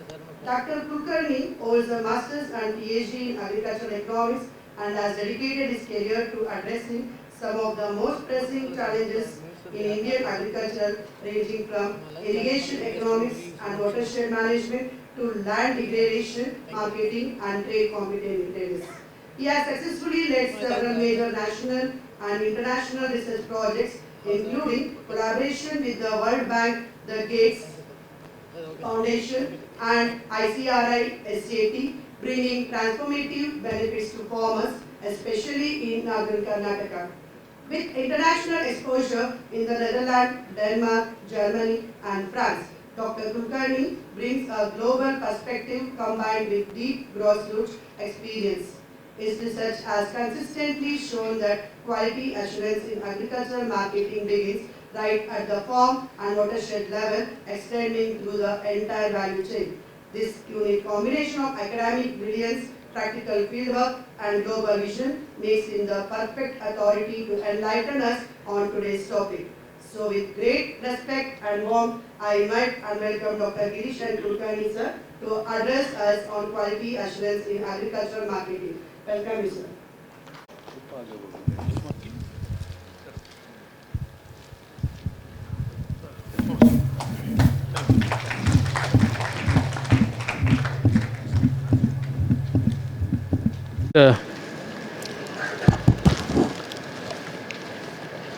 My teacher, Dr. P. Changappa sir, Dr. Ishwar Bhatt, Director of VV ILS Mysore, and other dignitaries, and my senior colleague, Dr. Mundirmani, and the experts who are invited for this particular conference. Is it audible? Is it audible? Not? Not so. Well, now it is fine. Good afternoon to all of you. My job is quality assurance in agriculture marketing.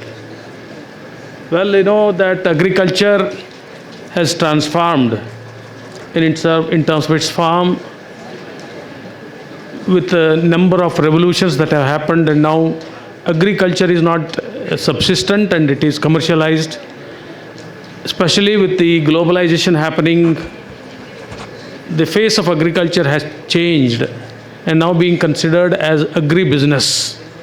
So when you talk of any business, it is the motive that it reflects to our mind is the profit. Therefore, agriculture is now profit-oriented enterprise. But unfortunately, there are many issues which are very, very complicated, complex, which probably in spite of several reforms, host of reforms, either in the post-harvest management, in the marketing and various other activities, we have not been able to address, I think, are incompletely able to address these issues. And one among those are the issues related to quality, because all of us today in the present era are quality conscious. We would like to pay for quality. Therefore, quality is not just a cost, but it is an investment. We need to have the investment on the quality standards, maintenance of any kind of produce, whether it is in manufacturing sector or in agriculture. We have to bother and look at the quality dimensions of agricultural commodities. You as young professionals have to play a pivotal role in the times to come. A whole lot of 40 years ahead of is before you, and probably you will have these years of your professional career. You will be dealing with many kinds of changes that are happening in the reforms process, and not only in the general format, but also more true with the agriculture marketing. And therefore, there are many reforms going to be in the pipeline, and therefore you have to be part of this. And my attempt in this to deal with the quality assurance in agriculture marketing is only a piecemeal approach. I only give the nuts and bolts of what quality assurance is all about.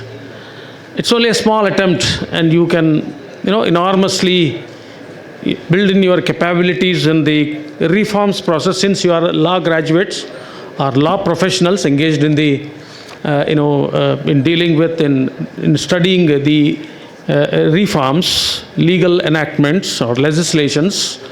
So therefore, multiple problems arise. As I said already, that although agriculture is a agribusiness, there are many issues which really complicate the process of quality management, standardization of qualities for different agricultural commodities from time to time, which is a complex process. A small change in the technology, small change in the practice would result into a different dimension in terms of quality that agriculture produce can be produced, can be evolved. And therefore the complexity in the marketing process will never end. But still really have to find the solutions time and again, and therefore my approach is only to make, next slide please, next slide. Yeah. Please. Okay. So maybe that some of you as young minds develop interest towards these areas of interest, which really bother the farmers, because farmers invariably, especially the small landholders who account for 84% of the total number of operational holdings, with a little marketed surplus, the surplus that they can bring to the market, hardly able to take up the quality dimensions of their produce. And they never sell the commodities on the basis of the quality. It's only a fair average quality that is decided in the market, and the prices are being produced. So this is my presentation, whether what is the agriculture and agriculture marketing, and the world's, in terms of world's, India's contribution to the world share, and of course drivers to the reforms in agriculture marketing, what is the quality and why it should be a matter of concern to all of us, and what is the processing sector and its potentials, what are real problems in quality standards. Multiple laws are there operating in the field of quality management for agriculture commodities, and there are many prominent acts that are being in place and that are being applied, especially to the agriculture commodities, and what are the institutions that are engaged in the quality management, what are the new ideas, innovative methods, approaches that are tried elsewhere in the other parts of the world, whether they can be replicated here in India. Problems, what are the problems to implement the uniform laws, on the quality standards, and of course various stakeholders involved. Next, please. Of course, as you already you are become aware of these small things which are already being dealt in the in the earlier sessions. Of course, agriculture is already diversified. It's no more subsistent. We have been able to increase more than 7 times the production since 1950 because of the technological transformation, and therefore this eventually provide an opportunity for the Indian farmers to undertake the processing of commodities, value addition to the commodities, and subsequently branding them and selling them to the consumers. So these are, India in fact is the 10th largest, and among the 10 top countries which are where the agriculture commodities are being exported to the global market. And of course, there are many issues which are going to be dealt subsequently, because there are possibilities of rejection of our commodities exported to other countries, especially European Union. An instance of mango being rejected. Mango shipments have been rejected in the US market because of the pesticide residues, and huge loss to the exporters. So let us see next, please. So this is so if you look at the percentage share of what India is contributing to the global economy or global extent. Of course, if you look at a considerable proportion of all the commodities, whether it is cereals, pulses, oil seeds, a considerable share in the total global exports is or production is from India. So next one, please. So next, please. Similarly, you have a large, real contribution of India to the global, production of different commodities, and therefore, even today, agriculture is an important and primary source of livelihood and employment, and where it contributes nearly 13 or to 17% to the GDP of the state and to the country. Next, please. So these are the drivers which agriculture reforms will be influenced by the market, internal drivers and external drivers, which you can read. Next, please. On the quality, why quality is really a matter of concern. Of course, higher the quality, the price is always better off. So that's the one important signal. The quality is really important, and if you have AGMARC standards or international standards, whether it is a HACCP or GAP standards or BIS standards, not only for domestic market but also for international market, quality always matters in the market. For therefore expanded, it results into expanded market, retail market, institutional procurement for agriculture commodities, and also reduces the post-harvest losses. Next. Of course, these are different areas how the quality can be traced as an important component of agribusiness, is that it has advantages in terms of information symmetry. Of course, the best example is ʼLaw platform, although it is not fully operational in the entire country with a motto of bringing a unified market, but still is a hope for the tomorrow that the commodities which are standardized and graded in the market system, which connotes the quality, the experience of consumer as good for a commodity depends upon the quality. So ʼLaw platform was one such platform which would be hope of the tomorrow, where entire country is one market and where the standards are being treated alike, uniform throughout the country for different commodities. Maybe in the times to come, you will have the national markets platforms as important hope for standardization of the quality parameters and also the implementation of these quality standards for grading the produce of the farmers. Next, of course, it builds disputes, can be settled and all that. Of course, it has advantage of risk management. So that means quality will always, is not a cost, it is an investment. When you invest on the assessing the quality of the commodity, you will always have the benefit of having assessed or assaying has the benefit to the farmers. So there are, of course, it reduces risk. Traceability is very easy in the supply chain of the commodities. Corrective actions can be taken up, and then, of course, legally it can be, defensibility is possible legally whenever there are, rejections of the commodities, which are exported or internally traded. That will be always advantageous. Next, please. Then, of course, inclusive trust is one which is also ensured by the quality, standardization of agriculture commodities subjected to the various quality standards.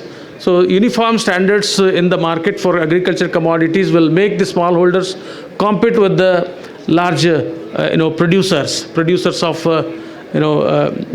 large quantities. Then, of course, there can be exploitation of middlemen can be eliminated, and of course consumer confidence can be built. Then, of course, equity in the market, where farmers need not be discriminated based on the size of the output they sell in the market, when the quality is the base for selling the commodities and fixing the price of the commodities. Next, please.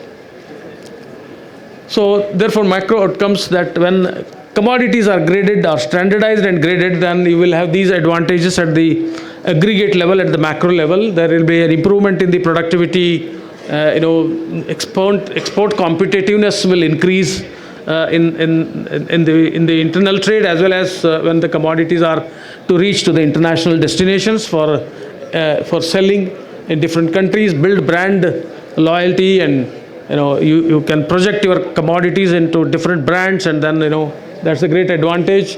Of course, public health benefits are always there. Next, please.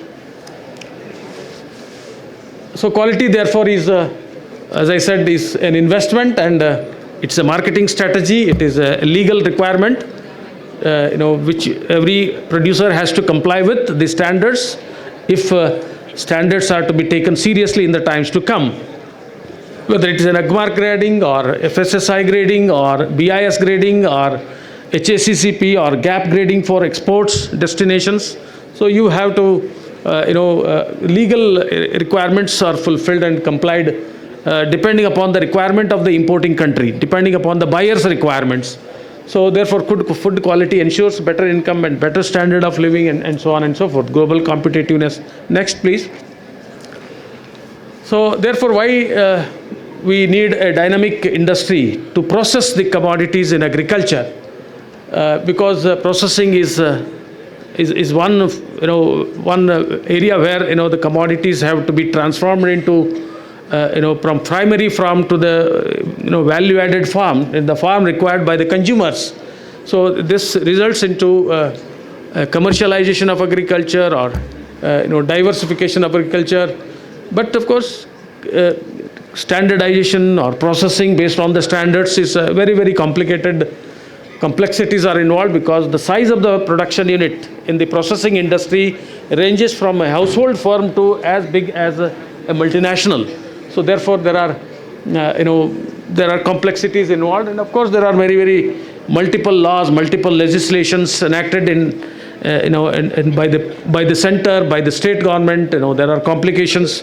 Whether, as said in the morning by Professor Ishirgoda sir, that although the enactments are made by the center, the government of India, they are to be implemented by the state, because agriculture marketing is a state subject. But anyway, they have to work together, and then only then be able to succeed.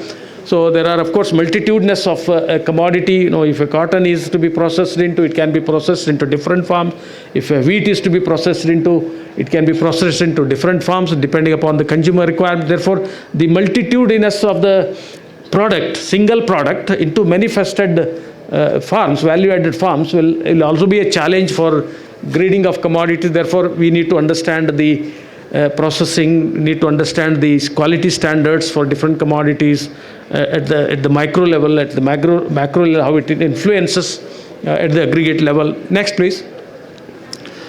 Then, of course, India's food industry, it is a very, very important to have a food industry which is vibrant, because this is a need of the hour with the globalization and liberalization process. Because we have the multinational entering into the business in agriculture, and therefore the processing industry has to be viable, and it has, of course, a great potential in a country like India with vast diversity in terms of production of different commodities in different agroclimatic situations, and therefore it offers a great opportunity for the producers. Of course, there are opportunities also because that we are able to reach to the larger size of the market, global market, increased incomes over a period of time, per capita incomes, and of course, but if you look at the processing industry's performance, we still have, as far as fruits and vegetables are concerned, hardly 2 to 3% or 4% of the total production is being processed, and it is almost, it is sold in the primary farm. That means that we still have the consumer mindset to be changed in terms of the quality dimensions they need, because it offers a host of a wide range of possibilities of quality standards and processing of fruits and vegetables.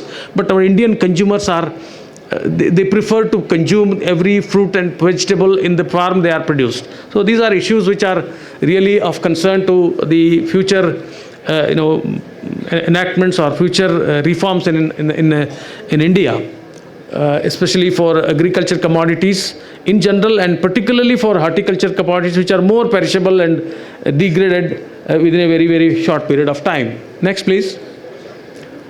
So therefore, these are issues which are problems connected with the quality standards in India. These are the real problems. We do not have the grading facilities, cleaning, packing facilities. For example, in India, we have only 1/3 of the total markets are having the grading facilities. The remaining have no facilities for grading the commodities.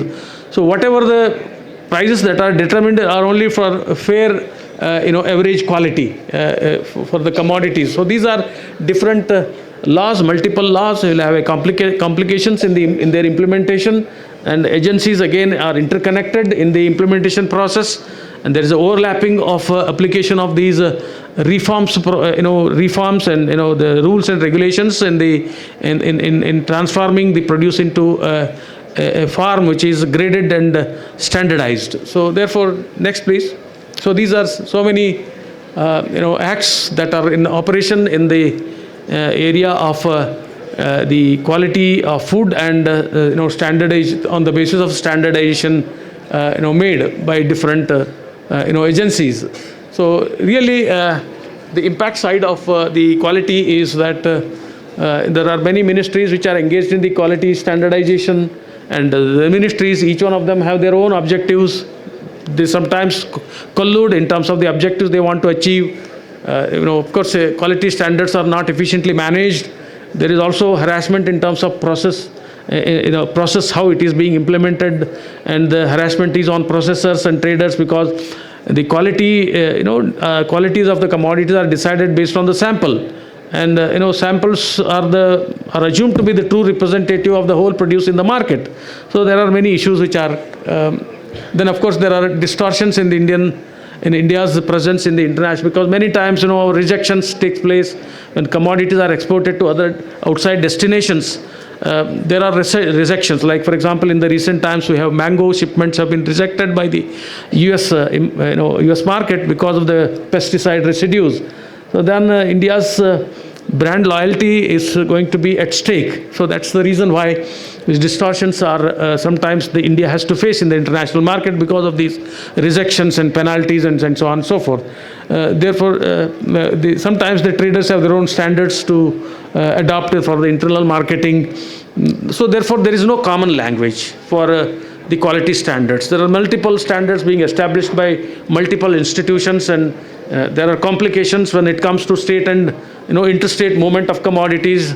There are issues which are really bothering how the quality standards are not being effectively being adopted in the country. Of course, there are so many acts. I'm not going to read them. They are quite enormous and large in number. One of the milestone act is the 1937 Act, which is the act that was promulgated and passed in the British era, the colonial during the colonial period. So there are others like Prevention of Adulteration Act. So these are after, but they have to be looked into. There are also institutions which are like for example previous one. There are Bureau of Indian Standards has own standards based on the parameters for grading of commodities. We have number of these. Similarly, Essential Commodities Act has number of orders which are going to be implemented. Next one, please. Similarly, with our many other acts like milk and milk products, meat product, then plant fruits and seeds. We have Insecticide Act, Pesticides Acts. And similarly, these control orders focus on licensing dealers, regulation of the stock limits, movement of commodities, restriction, then compulsory purchase under the levy system, especially for sugar commodities like sugar. So these are some salient features of the first act, the earliest act that was passed in the country, which was a starting point for grading and standardization of agriculture commodities during the British era. Of course, now, although the Agriculture Directorate of Marketing and Inspection, which is headed by the Agriculture Marketing Advisor, AMA, so he is the central authority, the apex body who standardized the grading standards for agriculture commodities in the country, agriculture commodities, horticulture commodities. So the beginning was made in 1935 with the establishment of DMI, Directorate of Marketing and Inspection, with its headquarters at New Delhi. So there are, of course, with its headquarters at Faridabad, and the Agriculture Marketing Advisor is responsible for formulating the standards, quality standards for agriculture commodities. Then, of course, they are to harmonize it also harmonize the quality standards and work closely with other organizations like BSI, BIS and SSI. Then, of course, so the ultimate concern is that the commodities are going to be standardized for purity and safety. Next one. Next one. So continued, the same act is continued. So there are some provisions of this act. It fixes the grade, it defines quality, specify the grade designation marks, quality A, B, C, D. Likewise, prescribed, the grades are going to be decided based on the intrinsic quality of the commodity, chemical, biological, the chemical in terms of aflatoxins and so on and so, minerals and vitamins and so on. Then of course that's all happen only on the basis of the samples taken from from the market by the central authorities, because the central Central Agmark laboratory is located at Nagpur, and that is the responsible agency laboratory which collects the samples and try to standardize the quality parameters into different qualities based on these parameters selected, identified. Next one. Next, okay. Then of course it is a voluntary agriculture quality standardization and grading under under this particular Act, 1937 Act, is a voluntary, because we do not have the grading facilities at every market, and therefore the quality parameter which is accepted in the determination of price is only a fair average quality, and therefore this is a very, very voluntary process. Next one. Of course, there are two types of grading. One is for internal trade and other one is for export purposes. As I said, the parameters are going to be decided which relate to chemical, microbiological, pesticide and so on. Then AGPAR standards are being decided for different commodities. Next one. Next, please. Yeah, you can go to next. This is the second one, Prevention of Adulteration Act. Again, it is a basic law which is in operation to determine the quality and purity of agriculture commodities. It works under the Ministry of Food Processing Industries. Of course, continuous exploitation is prevented. The specifies quality standards for the food products. It also advises the central and state governments in the administration of the Act. Guidelines are being provided to the processors, and so on to grade. Next one. Okay, sir. So next one, please. Then this is the fruit product order, which is again, implemented by the Directorate of Fruits and Vegetables, and of course the agro-based processing industries adopted this grading standards. Of course, regulates, manufacture, store the sale of fruits and vegetables in the country. Of course, there are different committees which advise the in the implementation of this particular order, fruit product order. There will be expert committees, and then of course whenever the commodities are graded, we'll have the mark which is labeled on the product. So we also have the fruit product order mark is exhibited on the product in the label, and they are applicable to domestically traded commodities and also the imported commodities from outside. So there are of course quality standards like Codex Alimentarius, which are being used for standardizing or ensuring the quality of the commodities, either for internal trade or for exports. And of course there are also international standards like HACCP, hazard analysis and critical control points, BIS standards, ISO 9000 and so on and so forth. Next one. Next, please. Next. Food safety standards is another standard, so which is of course is a very, very important because it integrates nearly 7 acts and the various orders that are brought under the purview of Essential Commodities Act. They are integrated into one standard, which is Food Safety and Standards under the Food Safety and Standards Act of 2006, and therefore is multiple laws are being integrated into one, and to evolve a common standards for grading of agriculture commodity, decide the purity and safety of the produce. Next. Next one. So therefore it is a single reference point where for all kinds of matters relating to food safety and quality standards. Then of course the FSSAI is assisted by Central Advisory Committee, Scientific Committee, There are a number of scientific panels which advise the Food Safety Standards Authority of India to standardize the quality of the agriculture commodities. Next one. Next, please. So there are different powers. Standard setting is power, licensing and registration, surveillance, monitoring, risk management and risk assessment, food recalls. That means whenever there are issues of public alert in terms of complaints, there will be food recalls, objections and penalties are being imposed. Next, please.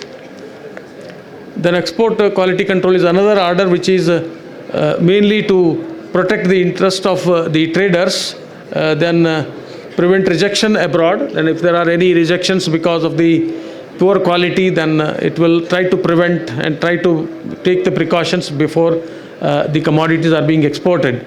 Of course, it also assures the global importers of Indian standards, Indian exports. The next one, please. Credibility, confidence and all those. Of course, global trade, it has its own significance. It helps in market access. Price premiums are being possibly made because of the better quality. Linkages, the farmers for direct benefits to producers. Reputation of the products, then WTO sanitary and phytosanitary compliances. Whenever there are any complaints, then they will be settled. Then organic special quality schemes in agriculture commodity. These are for organic commodities, organically produced commodities. Next one. Geographical indications is another important act which is in place, which will legally protect all those commodities which have a specific homogeneous characteristics that have been originated in a particular geographical area. Like for example, Mysore silk is one such geographical indication. Similarly, there are many others like you have basmati rice and so on. Then there are of course institutions engaged in food standardization. These are different institutions. They also standardize the commodities in terms of different parameters, physical, chemical, biological and so on. Then these institutes constitute a central committee, that is ISI. In 1947 it established, and this was renamed as BIS only in later years, and then it's a national standard body which decides the quality standards for various agriculture commodities. Certification. Okay. Next. So these are again, Food Corporation is also responsible in fixing the quality. Other institutions engaged are also there to standardize the quality parameters for different commodities. But there are also approaches which are, I think, very, very important. I'll just try to little focus in 2 or 3 minutes time. Are there any approaches which India can explore in terms of reaching to the global market apart from reaching within the country, in the domestic market? There are of course lessons which are learned from outside, from other countries. These are important issues like enforcement of quality standards.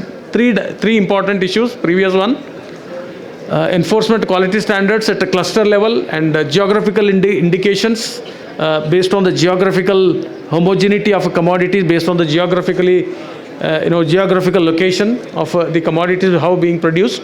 Then also developing clusters for superfoods is another approach. Next one. So these are the countries where they have made some experiment in developing their own standards which are of international repute. That means these brands are being sold in the international market. So for example, Thailand, hygiene vegetable is a product which is developed with some methodology here which is given that a pesticide safe produce is offered to the consumers. Therefore they have developed 3 grades. G-GAP, which is certified at the farm level, and the QGMP is packing at the plant level, and then the GGAP plus GMP is it is one which is it is for packers who procure directly the product, because it is already certified at the farmers level. And the third quality, which is QGAP and plus QGMP, is going to be available at the packers level, because they are the ones who procure the commodities which are already graded at the farms level. They are certified at the farms level, which ensure the safer quality of vegetables. Next one. Similarly, in Malaysia, they developed the Malaysia best. So they identified the clusters, and then the Malaysia best commodities brands were developed for commodities like papaya, pineapple, mango, watermelon, and so on. Then, of course, in Indonesia, there are also 3 great qualities for various commodities produced, which are residue-free. Next one. Then in New Zealand also they had, kiwi fruit, which is, without residual impact of pesticides. The commodities, the grades were developed, and they are popularly called as kiwi fruit, which is in fact, because they were exporting, but they had a pesticide residues, and this kiwi fruit brand resulted into removal of the barrier from of pesticide residues to export the commodity to European market and so on. So next one. Next, please. Next. Next, please. Okay. So geographical indications, you can have examples like blue cheese from France, or Georgian wine, China's biggest peach farm, Mysore silk, Indian basmati rice. These are some examples which geographical indications are already tagged, but there are also possibilities that a particular region is known to have some homogeneous product with some homogeneous qualities. They can also be explored for GI tagging. That's what it means. Okay, next one. Third one is, next please. So again, we can develop superfoods clusters within the country, so that we can have the brands of high quality which the consumer prefer. Of course, this can be done through mapping, and of course import demands can also be base for deciding in the clusters of a unique type which commodities can be developed. Next one. Next, please. Next. So we need to explore, we need to have a policy which is going to focus on various supports that are interventions required by the producers, maybe physical, maybe financial, or research and development, trainings, infrastructure development, all these are required. There are certain experiences globally where cluster modeling has been very effectively used in country like Japan, where they adopted cluster model for development. Then Thailand also, they had one Tambon, one product. Tambon is a sub-district. They developed one product for one sub-district. Sri Lanka similarly, export of the spices. They identified villages where the high quality spices are produced. Therefore, this can be explored by India for different commodities in different regions.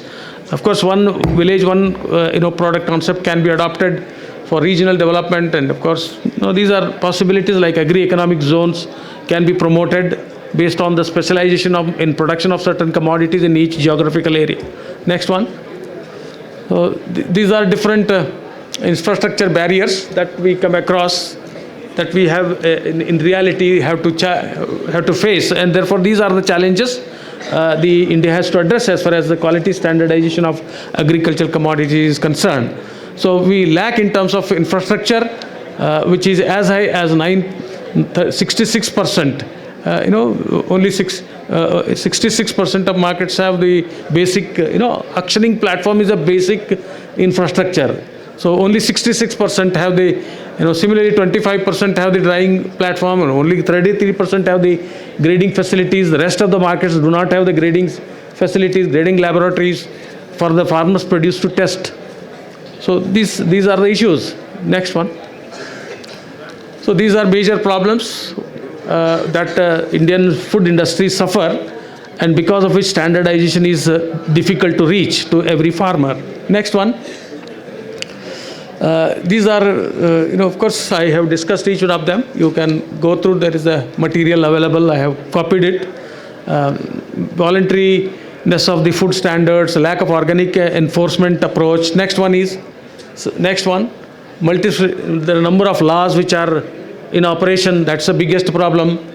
And there are also state and central relationships. Whenever the commodities have to be moved from one state to another state, there is a conflict between the policies implemented, parties which are advocated by the central government, and then of course state government policies. Then next one, then unorganized food supply chain distinction, adulterated. There is no distinction between adulterated and substandard commodity. Next one, in 2 minutes. In 2 minutes. Okay. So lack of awareness. Prosecution, lack of, delay in prosecution of the punishments under the law. Next one, technical and institutional capacity is lacking. Fairness in prosecution is another problem. Then these are the stakeholders which are very important players in the food standardization, and we need to have the cooperatives also to play in the aggregation process. Farmers, producers, organizations have to play a pivotal role in the times to come as aggregators, and then try to collectively able to grade and sell the commodities after grading, so that the farmers are able to get the better price. Then women interest groups are there. There are public and private collaborations have to happen. Processing, quality of exports, then trade associations, marketing institutions, all these are stakeholders. So what do we mean ultimately conclude is that food industry in India is still at a growing stage. Various ministries are responsible for grading and developing standards, and have to be unified. Then implementation of laws is very, very difficult to come.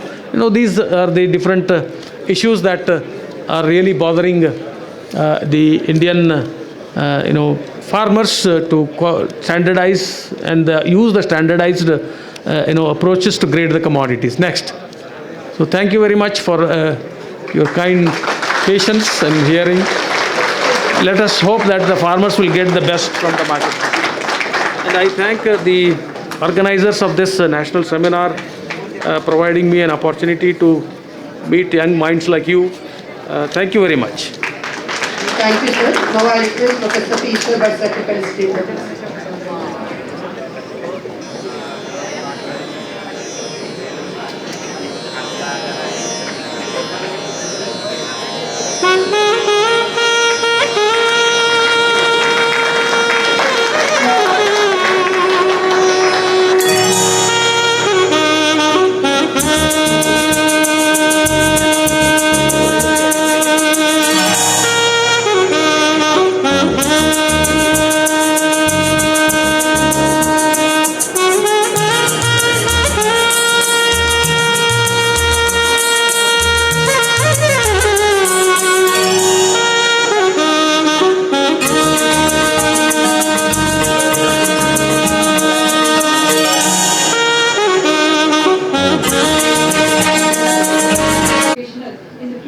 Agricultural Marketing. He was born on 21st May 1955. Professor Dr. S. Shankaramurthy holds a Bachelor of Commerce and a Master degree in Agricultural Marketing Management from the University of Mysore. He also possesses an LLB degree from Karnataka University, Harvard, a diploma in journalism through correspondence from the University of Mysore, and a postgraduate diploma in Integrated Rural Development Planning from the Institute of Development Studies, Lahore, Israel. He began his dedicated service with the Karnataka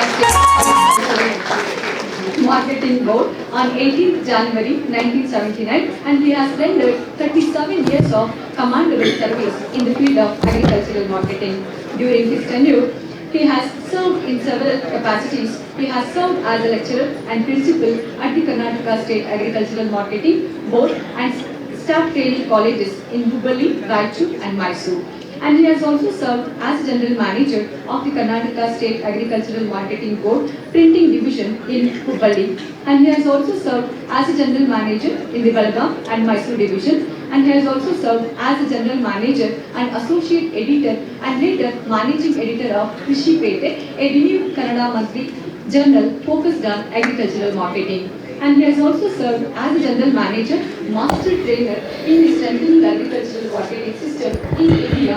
This project has a joint initiative of the Government of India and the Government of United States from 2006 to 2008. In addition to his professional contributions, Professor Dr. S. Shankaramoorthy is also author and publisher of a well-regarded Kannada book titled Analysis of Karnataka Agricultural Produce Marketing Regulation and Development Act 1966 and Rules 1968. So we are truly privileged to have him with us today. So I warmly welcome him to address this gathering.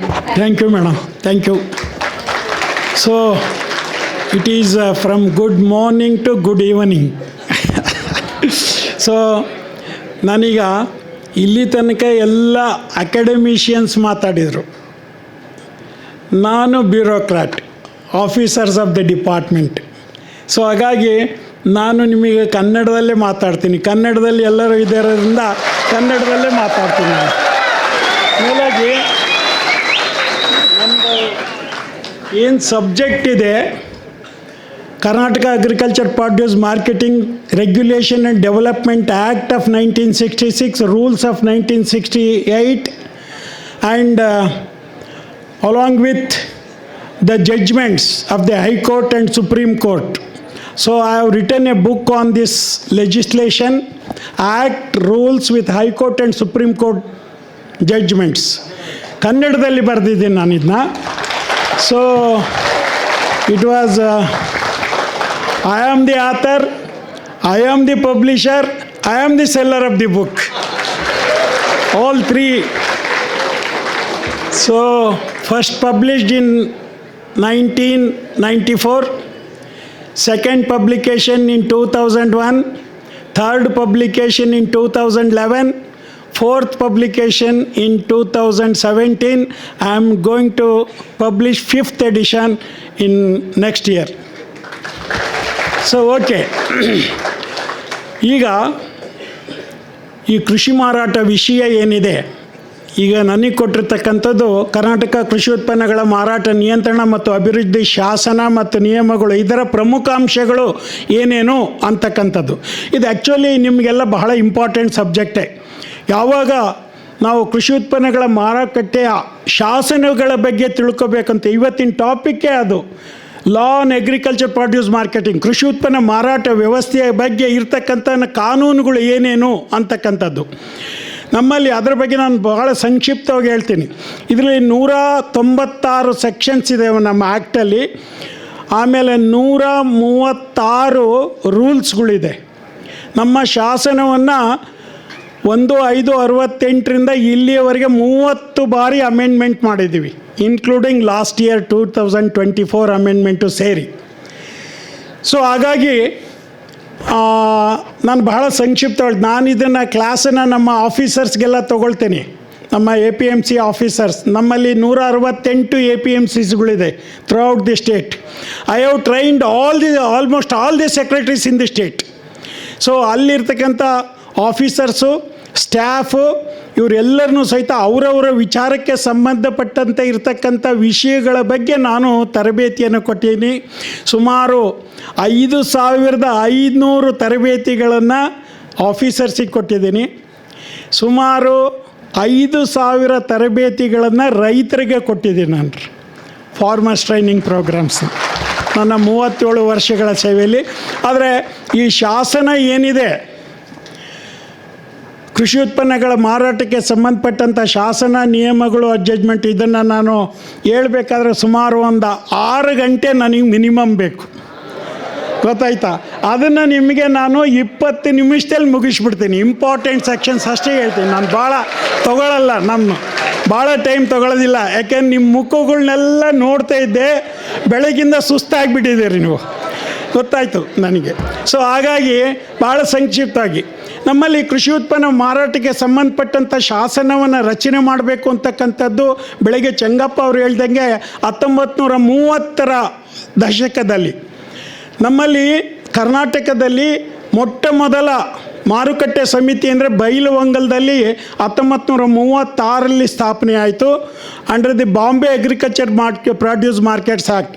ನಮ್ಮಲ್ಲಿ ಹಿಂದೆ 4 ಶಾಸನಗಳಿದ್ದು. ಈಗಿನ Belgaum division ಇದೇನಿದೆಯಲ್ಲ ಅದು ಮುಂಬೈ ಪ್ರಾಂತ ಇತ್ತು. Mumbai agriculture produce markets act ಅಲ್ಲಿ ಜಾರಿಯಲ್ಲಿತ್ತು. ಈಗಿನ Gulbarga division ಏನಿದೆ ಅಲ್ಲಿ Hyderabad agriculture produce markets act ಇತ್ತು. ಅದು ಅದರನ್ವಯ 1936ರಲ್ಲಿ ರಾಯಚೂರಿನಲ್ಲಿ ಪ್ರಪ್ರಥಮವಾಗಿ ಸ್ಥಾಪಿತವಾದಂಥ ಮಾರುಕಟ್ಟೆ ಸಮಿತಿ. ಇನ್ನು ನಮ್ಮ ಈ 2 ಡಿವಿಷನ್ಸ್ ಏನಿದೆ, ಮೈಸೂರು ಡಿವಿಷನ್ನು, ಬೆಂಗಳೂರು ಡಿವಿಷನ್ನು, ಇಲ್ಲಿ ಮೈಸೂರು ಕೃಷಿ ಉತ್ಪನ್ನ ಮಾರುಕಟ್ಟೆಗಳ ಶಾಸನ ಇತ್ತು. ಇದರಲ್ಲಿ ಮಂಗಳೂರು ಮಾರುಕಟ್ಟೆ ಸಮಿತಿ 1940ರಲ್ಲಿ ಸ್ಥಾಪನೆ ಆಯಿತು. ಈ ಡಿವಿಷನ್ನಲ್ಲಿ 1948ರಲ್ಲಿ ತಿಪ್ಟೂರು ಮಾರುಕಟ್ಟೆ ಸಮಿತಿ ಸ್ಥಾಪನೆ ಆಯಿತು. ಹಾಗಾಗಿ ಈ ಎಲ್ಲ ಮಾರುಕಟ್ಟೆಗಳ ಸ್ಥಾಪನೆಯಾಗಿದ್ದು ಆಯಾ ಪ್ರದೇಶದಲ್ಲಿ ಜಾರಿಯಲ್ಲಿದ್ದಂಥ ಶಾಸನಗಳನ್ವಯ ಜಾರಿಯಾಯಿತು. ಸೊ ಈ ಬೇರೆ ಬೇರೆ ಪ್ರಾಂತ್ಯದಲ್ಲಿ ಆಮೇಲೆ ಮದ್ರಾಸ್ ಕಮರ್ಷಿಯಲ್ ಕ್ರಾಪ್ಸ್ ಆ್ಯಕ್ಟ್ ಅಂತ, ಮದ್ರಾಸ್ ವಾಣಿಜ್ಯ ಬೆಳೆಗಳ ಶಾಸನ, ಇದು ಬಳ್ಳಾರಿ ಜಿಲ್ಲೆಯಲ್ಲಿ ಮತ್ತು ಮದ್ರಾಸ್ ಪ್ರಾಂತದಲ್ಲಿ ಜಾರಿಯಲ್ಲಿತ್ತು. ಇವೆಲ್ಲ 4 ಶಾಸನಗಳು ಜಾರಿಯಲ್ಲಿದ್ದು, ನಂತರ 1956ರಲ್ಲಿ ಕೂರ್ಗಿಗೆ ಸಪ್ರೇಟಾಗಿ, ಅದು ಕೊಡಗು ಡಿಸ್ಟ್ರಿಕ್ಟೇ ಬೇರೆ ಇತ್ತದು. ಹಾಗಾಗಿ ಕೊಡಗು ಕೃಷಿ ಉತ್ಪನ್ನ ಮಾರುಕಟ್ಟೆಗಳ ಶಾಸನ 1956ರಲ್ಲಿ ರಚನೆ ಆಯಿತು. ಆದರೆ ಜಾರಿಗೆ ಬರಲಿಲ್ಲ. ಯಾಕೆ ಜಾರಿಗೆ ಬರಲಿಲ್ಲ ಅಂದರೆ ಅದಕ್ಕೆ ಸಂಬಂಧಪಟ್ಟಂಥ ನಿಯಮಗಳನ್ನ ರಚನೆ ಮಾಡಲಿಲ್ಲ. 1956ರಲ್ಲಿ ರಾಜ್ಯಗಳ ಪುನರ್ವಿಂಗಡಣೆ ಆದಾಗ ಈ ನಮ್ಮ ಗುಲ್ಬರ್ಗ ವಿಭಾಗ ಇದರಿಂದ ಹೈದರಾಬಾದಿಂದ ನಮಗೆ ಸೇರಿತು. ಈಗಿನ ಬೆಳಗಾವಿ ವಿಭಾಗ ಮುಂಬೈಯಿಂದ ನಮಗೆ ಸೇರಿತು. ಈ ಮದ್ರಾಸ್ ಪ್ರಾಂತದಲ್ಲಿ ಮತ್ತು ಬಳ್ಳಾರಿ ಡಿಸ್ಟ್ರಿಕ್ಟ್ ಏನಿದೆ ಅದು ನಮಗೆ ಸೇರಿತು. ಆಮೇಲೆ ಇದು ಮೈಸೂರು ಮತ್ತು ಬೆಂಗಳೂರು ಡಿವಿಷನ್ಸ್ಗಳು ಯಥಾ ರೀತಿ ಇದ್ದು. ಈ 1956 ನಂತರ ನಮಗೆ ಈ ಕೃಷಿ ಉತ್ಪನ್ನಗಳ ಮಾರುಕಟ್ಟೆಗಳ ನಿಯಂತ್ರಣಾತ್ಮಕವಾಗಿ ಕಾರ್ಯಗಳನ್ನು ನಿರ್ವಹಿಸಲು ಭಾಳ ಕಷ್ಟವಾಯಿತು. ಯಾಕೆಂದರೆ ನಾವು ಬಳ್ಳಾರಿಗೆ ಹೋದರೆ ಅಲ್ಲೇ ಬೇರೆ ಮೆಥಡ್ ಆಫ್ ರೆಗ್ಯುಲೇಷನ್ನು, ಬೆಳಗಾಂಗೆ ಅಥವಾ ಹುಬ್ಬಳ್ಳಿಗೆ ಧಾರವಾಡಕ್ಕೆ ಆ ಕಡೆ ಹೋದರೆ ಅಲ್ಲೇ ಬೇರೆ ಆ್ಯಕ್ಟು, ಮೈಸೂರಿಗೆ ಬಂದರೆ ಇಲ್ಲೇ ಬೇರೆ ಆ್ಯಕ್ಟು. ಸೊ ಹಿಂಗೆ ಬೇರೆ ಬೇರೆ ಪ್ರದೇಶದಲ್ಲಿ ಬೇರೆ ಬೇರೆ ಶಾಸನಗಳು ಜಾರಿಯಲ್ಲಿ ಇದ್ದಿದ್ದರಿಂದವ ನಮಗೆ ತೊಂದರೆ ಆಗ್ತಾಯಿತ್ತು. ಹಾಗಾಗಿ ನಮ್ಮ ರಾಜ್ಯಕ್ಕೆ, ಇಡೀ ರಾಜ್ಯಕ್ಕೆ ಅನ್ವಯವಾಗ್ತಕ್ಕಂಥ ಏಕರೂಪದ ಶಾಸನವನ್ನು ರಚನೆ ಮಾಡಬೇಕು ಅಂತಕ್ಕಂಥ ಉದ್ದೇಶದಿಂದ 1966ರಲ್ಲಿ ಕರ್ನಾಟಕ ಕೃಷಿ ಉತ್ಪನ್ನಗಳ ಮಾರಾಟ ನಿಯಂತ್ರಣ ಮತ್ತು ಅಭಿವೃದ್ಧಿ ಶಾಸನ 1966 ರಚನೆ ಮಾಡಲಾಗ್ತಾಯಿತ್ತು. ನಂತರ ಅದಕ್ಕೆ ಸಂಬಂಧಪಟ್ಟಂಥ ನಿಯಮಗಳನ್ನ 1966ರಲ್ಲಿ ರಚನೆ ಮಾಡಿ 1/5/1968ರಿಂದ ನಮ್ಮ ರಾಜ್ಯದಾದ್ಯಂತ ಈ ಏಕರೂಪದ ಶಾಸನವನ್ನು ಜಾರಿಗೊಳಿಸಿತು. ಸೊ ಇದರಲ್ಲಿ ಬಹಳ ಪ್ರಮುಖಾಂಶಗಳು ಏನೇನು ಅಂತಕ್ಕಂಥದ್ದು ನಾವು ಮುಂಚೆ ಪ್ರಿಯಾಂಬಲೆಲ್ಲ ನೋಡಿದಾಗ ನಮಗೇನು ಅನಿಸುತ್ತೆ ಅಂತಂದರೆ, ಕರ್ನಾಟಕದಾದ್ಯಂತ ಉತ್ತಮ ಮಾರಾಟ ವ್ಯವಸ್ಥೆಯನ್ನು ಒದಗಿಸುವ ಸಲುವಾಗಿ ಜಾರಿಯಲ್ಲಿರ್ತಕ್ಕಂಥ ಶಾಸನ. ಕೇವಲ ಕೃಷಿ ಉತ್ಪನ್ನಗಳನ್ನ ಕೊಳ್ಳೋದು ಮಾರೋದಕ್ಕಲ್ಲ, ಕೃಷಿ ಮಾರಾಟ ವ್ಯವಸ್ಥೆಯನ್ನು ಉತ್ತಮಗೊಳಿಸಲಿ ಮತ್ತು ಅದನ್ನು ಜಾರಿಗೊಳಿಸಲಿಕ್ಕೆ ಇರ್ತಕ್ಕಂಥ ಶಾಸನ ಇದು ಅಂತಕ್ಕಂಥದ್ದು. ಎರಡನೇದಾಗಿ ಇದರ ಸಲುವಾಗಿ ಕೃಷಿ ಉತ್ಪನ್ನ ಮಾರುಕಟ್ಟೆ ಸಮಿತಿಗಳನ್ನು ಸ್ಥಾಪನೆ ಮಾಡ್ತಕ್ಕಂಥದ್ದು ಮತ್ತು ಅವುಗಳಿಗೆ ಅನ್ವಯವಾಗ್ತಕ್ಕಂಥ ಪದ್ಧತಿಗಳನ್ನು ರೂಪಿಸ್ತಕ್ಕಂಥದ್ದು.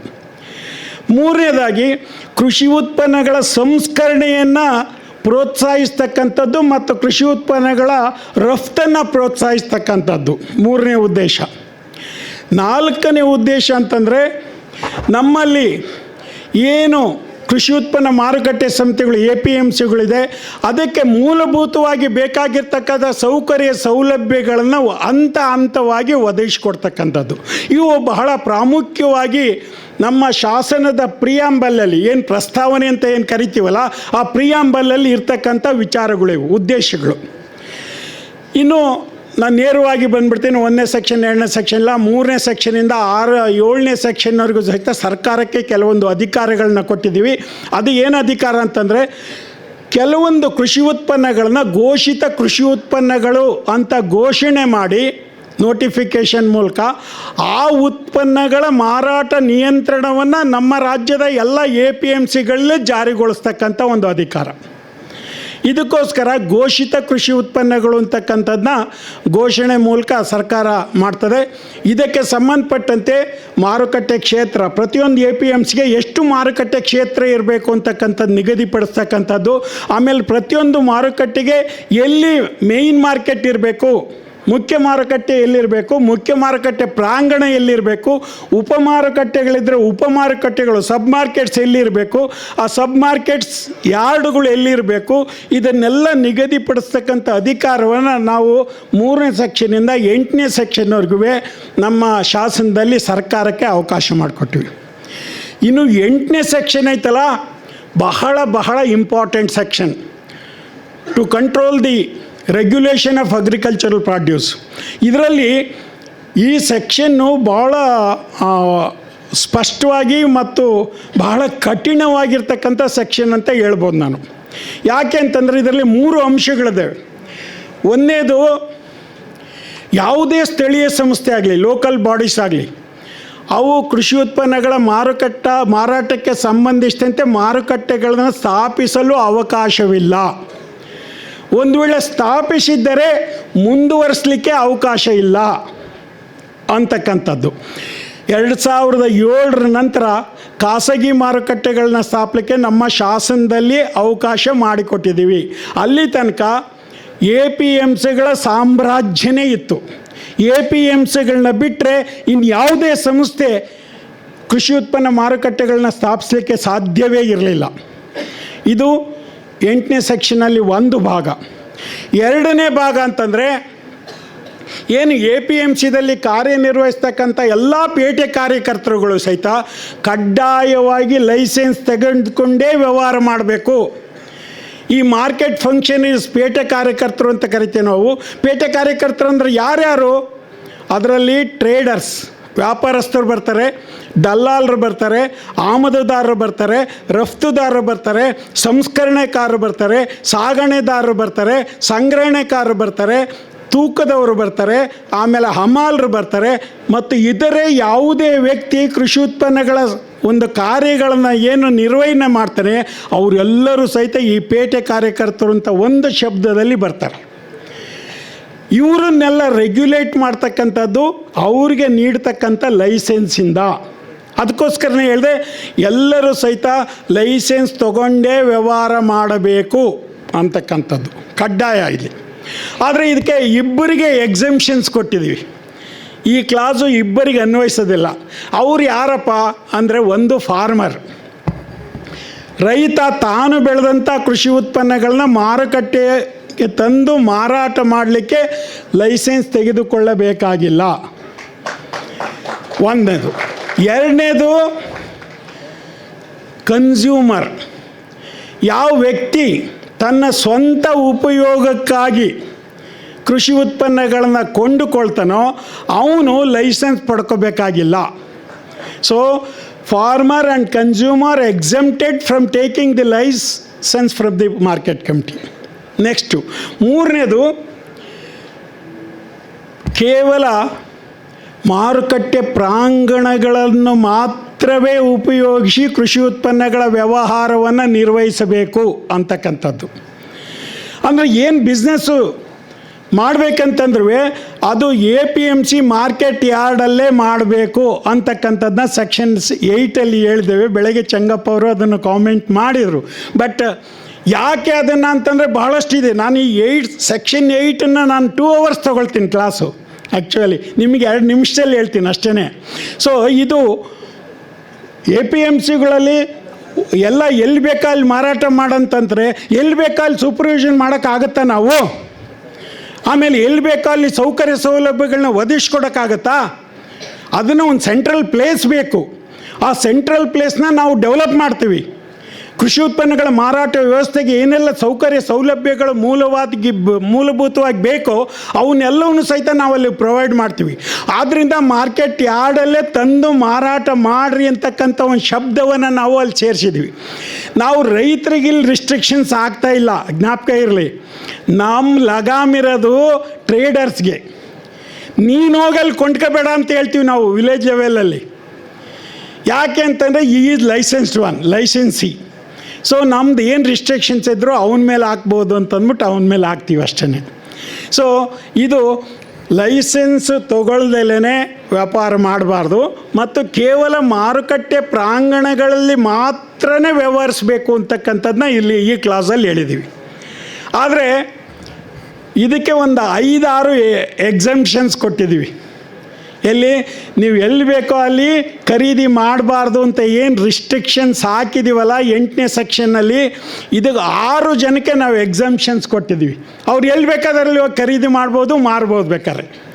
ಯಾರವರು ಅಂದರೆ, ಒಂದನೇದಾಗಿ TAPCMS, taluk agriculture cooperative marketing society ಏನಿದೆಯಲ್ಲ, ಅವರು ಮಾರುಕಟ್ಟೆ ಕ್ಷೇತ್ರದ ಯಾವುದೇ ಭಾಗದಾಗ ಹೋದರೂ ಖರೀದಿ ಮಾಡಬಹುದು. ಈ ಸೆಕ್ಷನ್ 8ನ ಈ ಒಂದಿದು ಅವರಿಗೆ ಅಪ್ಲೈ ಆಗೋದಿಲ್ಲ. ಎರಡನೇದಾಗಿ ಎನಿ ಕೋಆಪರೇಟಿವ್ ಕ್ರೆಡಿಟ್ ಸೊಸೈಟೀಸ್, ಪತ್ತಿನ ಸಹಕಾರಿ ಸಂಘಗಳೇನಿದೆಯಲ್ಲ ಅವ್ರಿಗೂ ಎಕ್ಸಂಪ್ಷನ್ ಕೊಟ್ಟಿವಿ. ಅವರು ಮಾರುಕಟ್ಟೆ ಕ್ಷೇತ್ರದಲ್ಲಿ ಎಲ್ಲಿ ಬೇಕಾದ್ರಲ್ಲಿ ಖರೀದಿ ಮಾಡ್ಬೋದು. ಮೂರನೇದಾಗಿ any other society approved by the government. So government ಯಾವುದೇ ಸೊಸೈಟಿನ ಬೇಕಾದ್ರೆ ನೀವೆಲ್ಲರೂ ಖರೀದಿ ಮಾಡ್ಬೋದು ಅಂತ ಒಂದು ನೋಟಿಫಿಕೇಷನ್ಸ್ ಮೂಲಕ ಮಾಡಿದರೆ ಅವ್ರಿಗೆ ನಾವಿಲ್ಲಿ ಅಲೋ ಮಾಡ್ತೀವಿ. 3 ಕ್ಯಾಟಗರೀಸ್ ಆಯಿತು. 4ನೇದು ರೀಟೇಲ್ ಟ್ರೇಡರ್ಗೆ, ಅಂದರೆ ಕಿರುಕುಳ ವ್ಯಾಪಾರಿ. ಹಳ್ಳಿಗಳಲ್ಲೆಲ್ಲ ರಿಟೇಲ್ ಟ್ರೇಡರ್ ಅಂತಂತಿರಲ್ಲ, ಅವರಿಗೆ ಈ ಒಂದು ನಿಯಮ ಅನ್ವಯಿಸೋದಿಲ್ಲ ಈ ಕ್ಲಾಸು ಅಂತಕ್ಕಂಥದ್ದು. ಯಾಕೆ? Who is A retail trader ಅನ್ನೋ ಒಂದು ಪ್ರಶ್ನೆ ಬರ್ತದೆ. ರಿಟೇಲ್ ಟ್ರೇಡರ್ ಯಾರು ಅಂತಂತಂದರೆ, ಅವನು ತಾನು ಮಾರಾಟ ಮಾಡ್ತಕ್ಕಂಥ ಹುಟ್ಟುವಳಿಗಳನ್ನ ಮಾರುಕಟ್ಟೆ ಪ್ರಾಂಗಣದಿಂದ ಖರೀದಿ ಮಾಡಬೇಕು. ಅದಕ್ಕೆ ಸಂಬಂಧಪಟ್ಟಂಥ ಮಾರುಕಟ್ಟೆ ಶುಲ್ಕವನ್ನು ಆ APMC ಕಟ್ಟಿರಬೇಕು.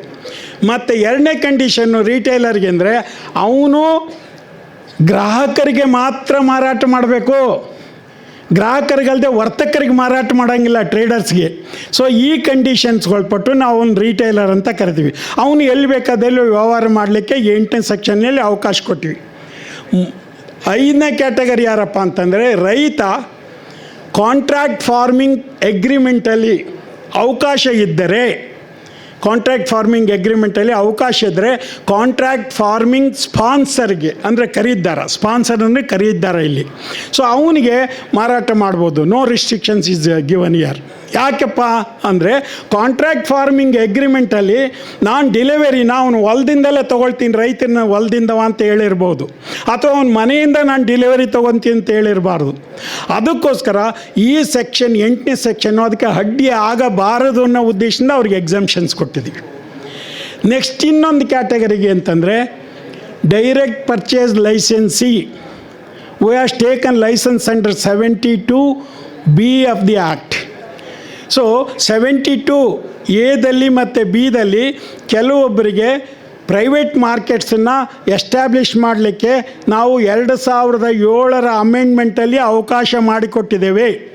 ಅವರಿಗೆ ಡೈರೆಕ್ಟ್ ಪರ್ಚೇಸ್ ಸೆಂಟರ್ಸ್ಗಳನ್ನ ಗ್ರಾಮೀಣ ಭಾಗದಲ್ಲಿ ಓಪನ್ ಮಾಡೋಕ್ಕೂ ಸಹಿತ ಅವಕಾಶ ಕೊಟ್ಟಿವಿ. ಅಂಥ ಸಂದರ್ಭಗಳಿದ್ದರೆ ಅವನು ಗ್ರಾಮೀಣ ಭಾಗದಲ್ಲೂ ಸಹಿತ ಖರೀದಿ ಮಾಡ್ಬೋದು ಅಂತಕ್ಕಂಥದ್ದು 8ನೇ ಸೆಕ್ಷನಲ್ಲಿ ಹೇಳಿದ್ದೀವಿ. ಸೊ ಇವಿಷ್ಟೂ 8ನೇ ಸೆಕ್ಷನ್ದು ಬಹಳ ಮುಖ್ಯಾಂಶಗಳು. ಇನ್ನು directly will go to section 11. Section 11 ಏನು ಹೇಳ್ತಾ ಅಂದರೆ, APMC ಅಂತ ಏನು ಕರಿತೀವಲ್ಲ, ಆ APMC ರಚನೆ ಬಗ್ಗೆ ಹೇಳ್ತದೆ. ನಮ್ಮ APMCಗಳೆಲ್ಲ ಪ್ರಜಾತಾತ್ಮಕ ರೀತಿಯಲ್ಲಿ ಕೆಲಸ ಮಾಡ್ತಾ ಇರ್ತಕ್ಕಂಥ ಸಮಿತಿಗಳು. ಈ ಪ್ರಜಾತಂತ್ರಾತ್ಮಕ ವ್ಯವಸ್ಥೆಯಲ್ಲಿ ಕಾರ್ಯನಿರ್ವಹಿಸ್ತಾ ಇರ್ತಕ್ಕಂಥ APMCದಲ್ಲಿ 18 ಜನರಿಗೆ ಪ್ರಾತಿನಿಧ್ಯವನ್ನು ಕೊಟ್ಟಿದ್ದೀವಿ. ಈ 18 ಜನದಲ್ಲಿ ಮುಖ್ಯವಾಗಿ ರೈತರಿಗೆ ಹೆಚ್ಚಿನ ಪ್ರಾತಿನಿಧ್ಯವನ್ನು ಕೊಟ್ಟಿದ್ದೀವಿ ಅಂತ ನನಗೆ ಹೇಳಲಿಕ್ಕೆ ಬಹಳ ಖುಷಿ ಆಗ್ತದೆ. ಯಾರು ಅಂದರೆ, ಈ ಒಟ್ಟು 18 ಜನರಲ್ಲಿ 11 ಜನ ರೈತ ಪ್ರತಿನಿಧಿಗಳು, ರೈತರಿಂದ ಆಯ್ಕೆ ಆಗಿರ್ತಕ್ಕಂಥ 11 ಜನರಿರ್ತಾರೆ. ಒಬ್ಬರು ಟ್ರೇಡರ್ ಆ್ಯಂಡ್ ಕಮಿಷನ್ ಏಜೆಂಟಿಂದ ಆಯ್ಕೆ ಆಗಿರ್ತಕ್ಕಂಥನು, ಒಬ್ಬರು ಕೋಆಪರೇಟಿವ್ ಮಾರ್ಕೆಟಿಂಗ್ ಸೊಸೈಟಿಯಿಂದ ಆಯ್ಕೆ ಆಗಿರ್ತಕ್ಕಂಥವ್ರು, ಮತ್ತೊಬ್ಬರು ಕೋಆಪರೇಟಿವ್ ಪ್ರೊಸೆಸಿಂಗ್ ಸೊಸೈಟಿಯಿಂದ ಆಯ್ಕೆ ಆಗಿರ್ತಕ್ಕಂಥವ್ರು, ಒಬ್ಬರು ಡೈರೆಕ್ಟರ್ ನಾಮಿನಿ, ಅಂದರೆ ನಮ್ಮಲ್ಲಿ ಕೃಷಿ ಮಾರಾಟ ನಿರ್ದೇಶಕರು, ಡೈರೆಕ್ಟರ್ ಆಫ್ ಅಗ್ರಿಕಲ್ಚರ್ ಮಾರ್ಕೆಟಿಂಗ್ ಏನಿದ್ದಾರೆ ಅವರು ಒಬ್ಬರು ನಾಮಿನೇಟ್ ಮಾಡ್ತಾರೆ, ಅವರು ಅಧಿಕಾರಿನ, ಅವರೊಬ್ಬರು.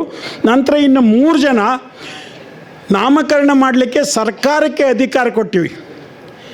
2016ಕ್ಕಿಂತ ಮುಂಚೆಲಿ ಸರ್ಕಾರ ಯಾರನ್ನು ಬೇಕಾದ್ರೂ ನಾಮಕರಣ ಮಾಡ್ಬೋದಿತ್ತು. 2016 ಅಮೆಂಡ್ಮೆಂಟಲ್ಲಿ ನಾವೇನು ಮಾಡಿದ್ವಿ, ಸರ್ಕಾರ ಈ 3 ಜನರನ್ನು ಮಾರುಕಟ್ಟೆ ಸಮಿತಿಗೆ ನಾಮಕರಣ ಮಾಡುವಾಗ ಈ 3 ಜನರು ರೈತರೇ ಇರಬೇಕು ಅಂತಕ್ಕಂಥದ್ದನ್ನು ಕಡ್ಡಾಯ ಮಾಡಿದ್ದೀವಿ. ಸೊ ಹಂಗಾಗಿ 18 ಜನ ಸದಸ್ಯರಿರ್ತಕ್ಕಂಥ ಮಾರುಕಟ್ಟೆ ಸಮಿತಿಯಲ್ಲಿ 11 ಜನ ನೇರವಾಗಿ ಆಯ್ಕೆ ಆಗ್ತಕ್ಕಂಥ ರೈತ ಪ್ರತಿನಿಧಿಗಳು, 3 ಜನ ಸರ್ಕಾರದಿಂದ ನಾಮಕರಣ ಹೊಂದಿರತಕ್ಕಂಥವರು, 14 ಜನ ರೈತ ಪ್ರತಿನಿಧಿಗಳೇ ಆಗಿದ್ದಾರೆ. ಸೊ 14 ಜನ ರೈತ ಪ್ರತಿನಿಧಿ, ಇದ್ರ ಜೊತೆಗೆ ಕೋಆಪರೇಟಿವ್ಸ್ ಮಾರ್ಕೆಟಿಂಗ್ ಸೊಸೈಟೀಸು ಮತ್ತು ಕೋಆಪರೇಟಿವ್ ಪ್ರೊಸೆಸಿಂಗ್ ಸೊಸೈಟಿಯವರು ಸರ್ವೇ ಸಾಮಾನ್ಯವಾಗಿ ರೈತರಿರ್ತಾರೆ. So majority representation is given to farming community ಅಂತಕ್ಕಂಥದ್ದು. ಜೊತೆಗಿದು ಅಲ್ಲದಲೇ ನಾವು ರೈತರಿಗೆ ಏನು ರೈತರ ಪ್ರಾತಿನಿಧ್ಯವನ್ನು ಹೊಂದಿದಾರಲ್ಲ ಅವ್ರಿಗೇ ಮಾರುಕಟ್ಟೆ ಸಮಿತಿಯ ಅಧ್ಯಕ್ಷರು ಮತ್ತು ಉಪಾಧ್ಯಕ್ಷರು ಆಗ್ತಕ್ಕಂಥ ಅವಕಾಶವನ್ನು ಒದಗಿಸ್ಕೊಟ್ವಿ. ಬೇರೆ ಯಾರೂ ಆಗಂಗಿಲ್ಲ ಅಧ್ಯಕ್ಷರು ಮತ್ತು ಉಪಾಧ್ಯಕ್ಷರು. ಈ 11 ಜನ ರೈತ ಪ್ರತಿನಿಧಿಗಳೇನಿರ್ತಾರಲ್ಲ ಅವರಲ್ಲೇ ಅಧ್ಯಕ್ಷರು ಮತ್ತು ಉಪಾಧ್ಯಕ್ಷರಾಗಿರಬೇಕು ಅಂತ ಮಾಡಿದ್ವಿ. ಅಂದರೆ ಇಷ್ಟೆಲ್ಲ ಸೌಲಭ್ಯಗಳನ್ನ ರೈತರಿಗೆ ಸೆಕ್ಷನ್ 11ರಲ್ಲಿ ಕಲ್ಪಿಸಿಕೊಟ್ಟಿದ್ದೀವಿ. Now we will coming directly to section 63. 63ದಲ್ಲಿ ಸೆಕ್ಷನ್ 63ರಲ್ಲಿ ಮಾರುಕಟ್ಟೆ ಸಮಿತಿಯ ಅಧಿಕಾರಗಳು ಮತ್ತು ಕಾರ್ಯಗಳನ್ನ ಹೇಳಿದ್ವಿ. ಸಾಮಾನ್ಯವಾಗಿ ಎಲ್ಲ ಮಾರುಕಟ್ಟೆ ಪ್ರಾಂಗಣದಲ್ಲಿ, ಉಪಮಾರುಕಟ್ಟೆ ಪ್ರಾಂಗಣದಲ್ಲಿ, ಮಾರುಕಟ್ಟೆ ಉಪಪ್ರಾಂಗಣದಲ್ಲಿ ನಡೀತಕ್ಕಂಥ ಎಲ್ಲ ಕಾರ್ಯಗಳ ಮೇಲ್ವಿಚಾರಣೆ ಮಾಡ್ತಕ್ಕಂಥದ್ದು ಮತ್ತು ನಿಯಂತ್ರಣ ಮಾಡ್ತಕ್ಕಂಥ ಒಂದು ಅಧಿಕಾರವನ್ನು ನಾವು ಸೆಕ್ಷನ್ 63 ಕೆಳಗಡೆಗೆ ಮಾರುಕಟ್ಟೆ ಸಮಿತಿಗೆ ಕೊಟ್ಟಿದ್ದೀವಿ. ನಿಜವಾಗ್ಲೂ ಇದು ಒಳ್ಳೆಯ ಅಸ್ತ್ರ. ಇದನ್ನು ಯಾವ APMCಸು ಚೆನ್ನಾಗಿ ಉಪಯೋಗಿಸ್ತದೋ ಅಷ್ಟು ಚೆನ್ನಾಗಿ ಸೌಲಭ್ಯಗಳನ್ನು ಮಾರುಕಟ್ಟೆ ಪ್ರಾಂಗಣದಲ್ಲಿ ಕೊಡಬಹುದು ಅಂತಕ್ಕಂಥ ಒಂದು ನಂಬಿಕೆ ನಂದು. ಇನ್ನು coming to section 64B and C. ಸೆಕ್ಷನ್ 64B and Cದಲ್ಲಿ ಕಾನ್ಸ್ಟಿಟ್ಯೂಷನ್ ಆಫ್ ಒಂದು ಫಂಡನ್ನು ಇದು ಮಾಡಿದ್ವಿ, ರಿವಾಲ್ವಿಂಗ್ ಫಂಡ್ ಅಂತ. ಅದಕ್ಕೆ ರಿವಾಲ್ವಿಂಗ್ ಫಂಡ್ ಯಾಕೆ ಮಾಡಿದ್ದೀವಿ ಅಂತಂದರೆ, again it is the welfare of the farmers. ಈ ರಿವಾಲ್ವಿಂಗ್ ಫಂಡ್ಗೆ ನಾವು ಆವರ್ತ ನಿಧಿ ಅಂತ ಕರಿತೀವಿ. ಈ ಆವರ್ತ ನಿಧಿಯಲ್ಲಿ ನಮ್ಮದು ಸಾವಿರಾರು ಕೋಟಿ ರೂಪಾಯಿಗಳ ಫಂಡ್ ಇದೆ. ಈ ಸಾವಿರಾರು ಕೋಟಿ ರೂಪಾಯಿಗಳು ಎಲ್ಲಿಂದ ಬರುತ್ತೆ ಅಂತಂದರೆ, ಕೆಲವು ವೇಳೆ ಸರ್ಕಾರ ಕೊಟ್ಟಂಥ ಗ್ರ್ಯಾಂಟು ಮತ್ತು ಪ್ರತಿ ತಿಂಗಳೂ ಸಹಿತ ಮಾರುಕಟ್ಟೆ ಸಮಿತಿಗಳು ತಮ್ಮ ಆದಾಯದ ಮೂಲವಾದ ಮಾರುಕಟ್ಟೆ ಶುಲ್ಕ ಮತ್ತು ಲೈಸೆನ್ಸ್ ಶುಲ್ಕದ ಪ್ರತಿಶತ 5% ಈ ಫಂಡಿಗೆ ಅವರು ಕೊಡಬೇಕಾಗತ್ತೆ. ಸೊ ಹಾಗಾಗಿ ಇದು ಸಾವಿರಾರು ಕೋಟಿಗಳ ಫಂಡ್, ಇದು ಆವರ್ತ ನಿಧಿ ಅಂತ. ಇದನ್ನು ಯಾಕೆ ಖರ್ಚು ಮಾಡ್ತೀವಿ, ನಾನು ಯಾಕೆ ಇದು ಇಂಪಾರ್ಟೆಂಟ್ ಅಂತ ಹೇಳಿದೆ ಅಂತಂದರೆ, ಇದನ್ನು ಕೇವಲ ಬೆಲೆಗಳು ಕುಸಿದಾಗ, ಓಪನ್ ಮಾರ್ಕೆಟಲ್ಲಿ, ಮುಕ್ತ ಮಾರುಕಟ್ಟೆಯಲ್ಲಿ ಬೆಲೆಗಳು ಕುಸಿದಾಗ ರೈತರ ಉತ್ಪನ್ನಗಳನ್ನು MSP ಆಪರೇಷನಲ್ಲಿ, ಅಂದರೆ ಮಿನಿಮಮ್ ಸಪೋರ್ಟ್ ಪ್ರೈಸ್, ಕನಿಷ್ಠ ಬೆಂಬಲ ಬೆಲೆ ಯೋಜನೆ ಅಡಿಯಲ್ಲಿ ಖರೀದಿ ಮಾಡೋಕ್ಕೆ ಮಾತ್ರವೇ ಈ ಫಂಡನ್ನು ಬಳಸ್ತೀವಿ. ಅಥವಾ ಇನ್ನು ಕೆಲವೊಂದು ಸಂದರ್ಭದಲ್ಲಿ ಫ್ಲೋರ್ ಪ್ರೈಸ್ ಸ್ಕೀಮ್ ಅಂತ ಕರಿತೀವಿ. ಈಗ ಹೇಳ್ತೀವಲ್ಲ, ಕೆಲವು ವೇಳೆ ಟೊಮೊಟೊ ರೇಟ್ ಎಲ್ಲ ಬಿದ್ದೋಗಿರುತ್ತೆ, 50 ಪೈಸೆ ಆಗಿರೋದಿಲ್ಲ. ಅದನ್ನು ಕನಿಷ್ಠ ಬೆಂಬಲ ಬೆಲೆ ಯೋಜನೆ ಅಥವಾ ಫ್ಲೋರ್ ಪ್ರೈಸ್ ಸ್ಕೀಮಲ್ಲಿ ಖರೀದಿ ಮಾಡ್ತೀವಿ. ಕೆಲವೆಡೆ ಆಲೂಗೆಡ್ಡೆ ಖರೀದಿ ಮಾಡಿವಿ. ಸೊ ಹಿಂಗೆ ಈ ಪೆರಿಷಬಲ್ ಐಟಮ್ಸ್, ಶೀಘ್ರ ನಶಿಸಿ ಹೋಗ್ತಕ್ಕಂಥ ಉತ್ಪನ್ನಗಳನ್ನ ಖರೀದಿ ಮಾಡೋದಕ್ಕೆ ಫ್ಲೋರ್ ಪ್ರೈಸ್ ಸ್ಕೀಮ್ ಅಂತ ರಾಜ್ಯ ಸರ್ಕಾರದಿಂದ ಮಾಡಿದ್ವಿ. ಆ ಒಂದು ಯೋಜನೆಯನ್ನು ಜಾರಿಗೊಳಿಸೋಕ್ಕೆ ನಾವು ಇದನ್ನು ಫಂಡನ್ನು ಉಪಯೋಗ ಮಾಡ್ತೀವಿ. ಇನ್ನು ನೆಕ್ಸ್ಟು ಮಾರುಕಟ್ಟೆ ಶುಲ್ಕ ಆಕರಣೆ ಮಾಡ್ತಕ್ಕಂಥದ್ದು. ಮಾರ್ಕೆಟ್ ಫೀ ಅಂತ ಬೆಳಗ್ಗೆ ಚೆಂಗಪ್ಪ ಅವರು ಹೇಳಿದ್ರು. ಇದ್ರ ಬಗ್ಗೆ ನಿಮಗೆ ಕೆಲವು ವೇಳೆ ಏನಾಗ್ತದೆ, ಒಂಥರ ಕ್ಲಬ್ ಆಗಿರುತ್ತಲ್ಲ, ಅದು ಗೊತ್ತಾಗೋದಿಲ್ಲ.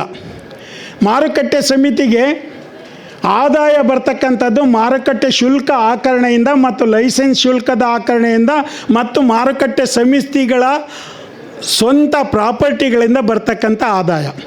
ಇದು ಮೇಜರ್ ಅಂತಂದರೆ ಮಾರುಕಟ್ಟೆ ಶುಲ್ಕ.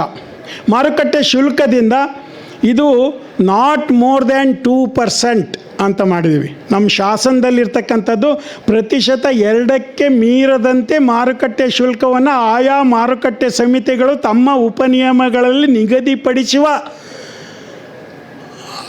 ಹಣದಷ್ಟು ಅವರು ಕಲೆಕ್ಟ್ ಮಾಡಬೇಕು ಅಂತ. ಇದರ ಅರ್ಥ ಏನಪ್ಪ ಅಂತಂದರೆ 2%ಗಿಂತ ಮೇಲೆ ಹೋಗಂಗಿಲ್ಲ ಮಾರ್ಕೆಟ್ ಫೀಸು. ಮೇಲೆ ಹೋಗೋದಾದರೆ ಆ್ಯಕ್ಟ್ ಅಮೆಂಡ್ಮೆಂಟ್ ಈಸ್ ನೆಸಸರಿ. 2%ನೊಳಗಾದರೆ ಆಯಾ APMC ಬೈಲಾದಲ್ಲಿ ತಿದ್ದುಪಡಿ ಮಾಡಿಕೊಂಡು ಅದನ್ನು ಎನ್ಫೋರ್ಸ್ ಮಾಡ್ಬೋದು ಅಂತಕ್ಕಂಥದ್ದು. ಸೊ ಹಾಗಾಗಿ ಈ ಮಾರುಕಟ್ಟೆ ಶುಲ್ಕವನ್ನು ಯಾರು ಕೊಡಬೇಕು ಅನ್ನೋ ಒಂದು ಪ್ರಶ್ನೆ ಬಂದಾಗ ಇದನ್ನು ನಾವು ಟ್ರೇಡರ್ಸ್ ಕಡೆಯಿಂದ ತೊಗೊತೀವಿ, ನಾಟ್ ಫ್ರಮ್ ದಿ ಫಾರ್ಮರ್ಸ್ ಅಂತಕ್ಕಂಥದ್ದು. So next will go to another section which is also another important section, section 82. So 82ದಲ್ಲಿ ಯಾವುದೇ ಮಾರುಕಟ್ಟೆ ಪೇಟೆ ಕಾರ್ಯಕರ್ತರೇನಿದ್ದಾರೆ ಅವರು ಯಾವುದೇ ಸ್ಟ್ರೈಕಲ್ಲಿ ಭಾಗವಹಿಸಂಗಿಲ್ಲ. ಭಾಗವಹಿಸ್ತಕ್ಕಂಥ ಸಂದರ್ಭ ಬಂದರೆ ಕನಿಷ್ಠ ಪಕ್ಷ 7 ದಿನಗಳ ನೋಟಿಸನ್ನು ಕೊಟ್ಟು ಅವರು APMCಗೆ ಭಾಗವಹಿಸಬೇಕು ಅಂತಕ್ಕಂಥದ್ದು ಅದರಲ್ಲಿ ಹಾಕಿದ್ದೀವಿ.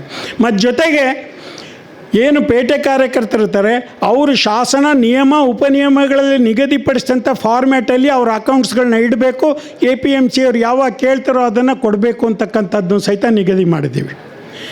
ಇನ್ನು ಸೆಕ್ಷನ್ 78 ಆ್ಯಂಡ್ 79, 80ದಲ್ಲಿ 78ಅಲ್ಲಿ ದಲ್ಲಾಲ ತನ್ನ ಮೂಲಕ ಕೃಷಿ ಉತ್ಪನ್ನ ರೈತ ಮಾರಾಟ ಮಾಡಿದರೆ ತಕ್ಷಣ ಹಣ ಪಾವತಿ ಮಾಡಬೇಕು ಅಂತಕ್ಕಂಥದ್ದನ್ನ ಮಾಡಿದ್ವಿ. ಬೆಳಗ್ಗೆ ಹೇಳಿದರು, ಇವನ್ ಸಚಿವರು ಹೇಳಿದರು. ಸೊ APMCದಲ್ಲಿ ಮಾರಾಟ ಮಾಡಿದ ಮೇಲೆ ಕಮಿಷನ್ ಏಜೆಂಟ್ ಏನು ಹೇಳ್ತಾನೆ, ಇನ್ನೊಂದು 8 ದಿವಸ ಬಿಟ್ಕೊಂಬಾರೋ ಅಥವಾ ಇನ್ನೊಂದು ತಿಂಗಳು ಬಿಟ್ಕೊಂಬಾರೋ 2 ತಿಂಗಳು ಬಿಟ್ಕೊಂಬಾರೋ ಅಂತ ಹೇಳ್ತಾನೆ ಅಂತ. ಬಟ್ ಇದರಲ್ಲಿ ಸೆಕ್ಷನ್ಸ್ 78ಅನ್ನು ಕಡ್ಡಾಯವಾಗಿ ಇಂಪ್ಲಿಮೆಂಟ್ ಮಾಡಿದರೆ ಇದು ಯಾವುದೂ ತೊಂದರೆ ಬರೋದಿಲ್ಲ. ಇದು ಇಂಪ್ಲಿಮೆಂಟೇಷನ್ ತೊಂದರೆ ಹೊರತು ಶಾಸನದಲ್ಲಿರ್ತಕ್ಕಂಥ ತೊಂದರೆ ಖಂಡಿತ ಅಲ್ಲ. ಇಂಪ್ಲಿಮೆಂಟ್ ಅಥಾರಿಟಿಯವರು ಕರೆಕ್ಟಾಗಿ ಮಾಡಬೇಕದನ್ನ. ಸೊ ತಕ್ಷಣ ಹಣ ಪಾವತಿ ಮಾಡಬೇಕು ಅಂತಕ್ಕಂಥದ್ದು ಸೆಕ್ಷನ್ 78ರಲ್ಲಿ ಹಾಕಿದ್ದೀವಿ. ಒಂದು ವೇಳೆ ತಡ ಆದರೆ ಏನು ಮಾಡಬೇಕ್ರಿ ಅಂತ. ಒಂದು ವೇಳೆ ತಡ ಆದರೆ 1 ದಿನಕ್ಕೆ 1%ನಷ್ಟು ಹೆಚ್ಚು ಹಾಕಿ ಕೊಡಬೇಕು ಅವನು ರೈತನಿಗೆ. ಹಿಂಗೆಷ್ಟು ದಿವಸ? 5 ದಿವಸ. 5 ದಿವಸ ಆದರೂ ಕೊಡದೇ ಇದ್ದರೆ ಅವನ ಲೈಸೆನ್ಸನ್ನು ಕ್ಯಾನ್ಸಲ್ ಮಾಡಬೇಕು ಅಂತಕ್ಕಂಥದ್ದನ್ನ ನಾವು ಶಾಸನದ 78ನೇ ಸೆಕ್ಷನ್ನಲ್ಲಿ ನಿಗದಿಪಡಿಸಿದ್ವಿ. ಅದು ಇಂಪ್ಲಿಮೆಂಟೇಷನ್ ಆಗಿಲ್ಲ ಅಷ್ಟೇ. ಶಾಸನದಲ್ಲಿ ಇದೆ ಎಲ್ಲದೂ. ಶಾಸನದಲ್ಲಿ ಇದ್ದಿದ್ದು ಸರಿಯಾಗಿ ಇಂಪ್ಲಿಮೆಂಟೇಷನ್ ಮಾಡದೇ ಇದ್ದು ಲೋಪ ಆಗಿದೆ ಹೊರತು otherwise payment should be made on the same day to the farmer ಅಂತಕ್ಕಂಥದ್ದು ಮಾಡಿದ್ದೀವಿ. ಹಾಂ, ಸೊ ಇದು ನೆಕ್ಸ್ಟು ನಾವು ಸೆಕ್ಷನ್ 84ಅಲ್ಲಿ ಏನು ಮಾಡಿದ್ದೀವಿ, ಈ ತಂಟೆ ತಕರಾರುಗಳನ್ನ ತೀರ್ಮಾನ ಮಾಡ್ತಕ್ಕಂಥ ವ್ಯವಸ್ಥೆಯನ್ನು ಮಾಡಿದ್ದೀವಿ. ಅಂದರೆ ರೈತ ಮತ್ತು ಪೇಟೆ ಕಾರ್ಯಕರ್ತರ ಮಧ್ಯೆ ಏನಾದ್ರು ತಂಟೆ ತಕರಾರುಗಳು ಉದ್ಭವಿಸಿದರೆ ಅದನ್ನು ತಕ್ಷಣ ತೀರ್ಮಾನ ಮಾಡ್ತಕ್ಕಂಥ ಜವಾಬ್ದಾರಿ APMCದು ಅಂತಕ್ಕಂಥದ್ದು ಮಾಡಿದ್ವಿ. ಇನ್ನು ಸೆಕ್ಷನ್ 131C ಬೆಳಗ್ಗೆ ಹೇಳ್ದಂಗೆ ಈ ಕಾಂಟ್ರಾಕ್ಟ್ ಫಾರ್ಮಿಂಗು, ಗುತ್ತಿಗೆ ಕೃಷಿಯನ್ನು ನಮ್ಮ ಶಾಸನದ ವ್ಯಾಪ್ತಿದಲ್ಲಿ ತಂದಿದ್ದೀವಿ. ಅದನ್ನು ಸಹಿತ ರೈತರಿಗೆ ಅನುಕೂಲವಾಗ್ತಕ್ಕಂಥ ಒಂದು ಇದು ಅಂತಕ್ಕಂಥ. ಸೊ ಹೀಗಾಗಿ ಬಹಳಷ್ಟು ವಿಚಾರಗಳನ್ನ ಆಮೇಲೆ ಇದರಲ್ಲಿ ಗ್ರಾಮ ಪಂಚಾಯಿತಿಗಳು ಮಾರುಕಟ್ಟೆ ಸಮಿತಿಯ ಏಜೆಂಟಾಗಿ ಕಾರ್ಯನಿರ್ವಹಿಸಲಿಕ್ಕೂ ಸಹಿತ ಅವಕಾಶವನ್ನು ಮಾಡಿಕೊಟ್ಟಿದ್ದೀವಿ. ಸೊ ಹೀಗಾಗಿ ಬಹಳಷ್ಟು ಒಳ್ಳೆಯ ಒಂದು ಅಂಶಗಳನ್ನು ನಮ್ಮ ಕಾನೂನಿನಲ್ಲಿ ಸೇರಿಸಿದ್ದೀವಿ. ಆದರೆ ಅವುಗಳ ಇಂಪ್ಲಿಮೆಂಟೇಷನ್ ಸರಿಯಾಗಿ ಆಗದೇ ಇರೋದರಿಂದ ಈ ತೊಂದರೆಗಳೆಲ್ಲ ಉದ್ಭವಿಸಿದೆ ಹೊರತು ಪೇಮೆಂಟಿಗೆ ಸಂಬಂಧಪಟ್ಟಂಗೆ ಆಗಲಿ, ವೇಮೆಂಟಿಗೆ ಸಂಬಂಧಪಟ್ಟಂಗೆ ಆಗಲಿ, ಕ್ವಾಲಿಟಿಗೆ ಸಂಬಂಧಪಟ್ಟಂಗೆ ಆಗಲಿ, ಯಾವುದಕ್ಕಾದರೂ ಸಹಿತ ನಮ್ಮ ಶಾಸನದಲ್ಲಿ ಎಲ್ಲ ಪರಿಹಾರಗಳು ಈಗಾಗಲೇ ಇದ್ದಾವೆ. ಆ ಇರ್ತಕ್ಕಂಥ ಸೆಕ್ಷನ್ಸ್ಗಳನ್ನ ಸರಿಯಾಗಿ ಇಂಪ್ಲಿಮೆಂಟ್ ಮಾಡಿದರೆ ಈ ಕೃಷಿ ಮಾರಾಟ ವ್ಯವಸ್ಥೆಯಲ್ಲಿ ಏನೂ ತಕರಾರು ಅಥವಾ ತಂಟೆ ಬರೋದಿಲ್ಲ, ಎಲ್ಲದೂ ಒಳ್ಳೆಯದಾಗ್ತದೆ ಅಂತಕ್ಕಂಥದ್ದು. ಇದಕ್ಕೂ ಮೀರಿ ನಾವು 2013ರಲ್ಲಿ ಕೃಷಿ ಮಾರುಕಟ್ಟೆ ನೀತಿಯನ್ನು ಇಡೀ ದೇಶದಲ್ಲೇ ನಾವೇ ಫಸ್ಟ್ ಮಾಡಿರೋದು, ಅಗ್ರಿಕಲ್ಚರ್ ಮಾರ್ಕೆಟಿಂಗ್ ಪಾಲಿಸಿನ. ಅದರಲ್ಲಿ ನಾವು ಆನ್ಲೈನ್ ಮಾರ್ಕೆಟಿಂಗ್ ಸಿಸ್ಟಮ್ ಎಲ್ಲ ಮಾಡಿವಿ. ಅದಕ್ಕೆ ಡಾಕ್ಟರ್ ಚಂದ್ರಶೇಖರ್ ಅವರು ಅದ್ರ ಬಗ್ಗೆ ಎಕ್ಸ್ಪ್ಲೈನ್ ಮಾಡ್ತಾರೆ, ನಾನು ಅದಕ್ಕೆ ಮೇಲ್ಕೆ ಹೋಗೋದಿಲ್ಲ. ಸೊ ಇಷ್ಟು ಒಂದು ಅವಕಾಶವನ್ನು ಕೊಟ್ಟಿದ್ದಕ್ಕಾಗಿ ನಾನು ಈ ಸಂಸ್ಥೆಗೆ ಹಾಗೂ ತಮ್ಮೆಲ್ಲರಿಗೂ ವಂದಿಸಿ ನನ್ನ 2 ಮಾತುಗಳನ್ನ ಮುಗಿಸ್ತೀನಿ. Thank you.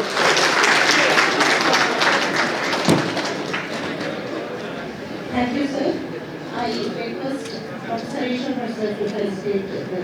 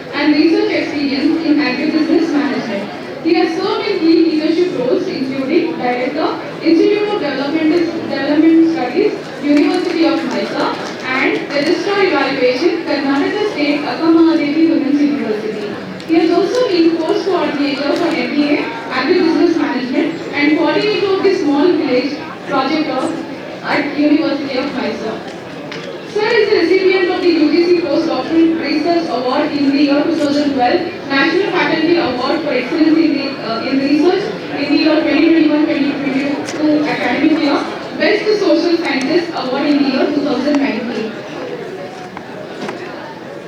Professor Chandrasekhar is widely recognized for his contributions to agribusiness management, rural development, agricultural marketing, and policy research, blending academic excellence with impactful administrative leadership.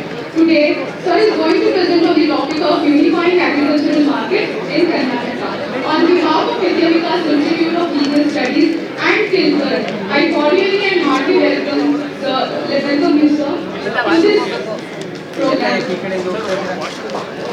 Good evening, everybody. Good evening. Yeah, I know it's very difficult to concentrate at the end of the seminar. First of all, I would like to thank the organizers of this national seminar, and I heartfully thank Ishwar Prasad sir, who has invited me to this seminar, and also the Natraj sir, Director of Legal Studies, and all the other staffs who have organized this seminar. From the morning, we have listened the law on agriculture marketing. So even I have also enlightened with the eminent speakers. My teacher, Professor Mundirmani sir, is here, and also Kulkarni sir is here, and Shankar Murthy sir. So they have highlighted on agriculture markets. So we, in the country like India, the developing country, the distressed markets we are having, and also we have many problems in agriculture production and also the marketing. Now the marketing, agriculture marketing has changed to the agribusiness process. And also the lesson we learned from the corona, that the importance of online marketing system, right? So let us concentrate on the topic which I have chosen for the today's seminar, is the unifying agriculture markets in India. Please. Next. See, the unifying agriculture markets in India is why we have to unify the market is very, very important, because the traders are those who are trading the commodities, the commission agents who are registered in a market, as our professors they have highlighted in that. So they used to trade only in the one market. Maybe for example, Mysore market, they got the license, means they have to trade only in the Mysore market. So they never allowed in the other markets. But next slide, please. See, so what I have highlighted in the beginning itself is the policy framework proposes further reforms like single licensing system, and also the private wholesale markets, and the digital infrastructure to create truly unified one nation and one market for agriculture. That is the main motto of the ʼLaw system. The next slide.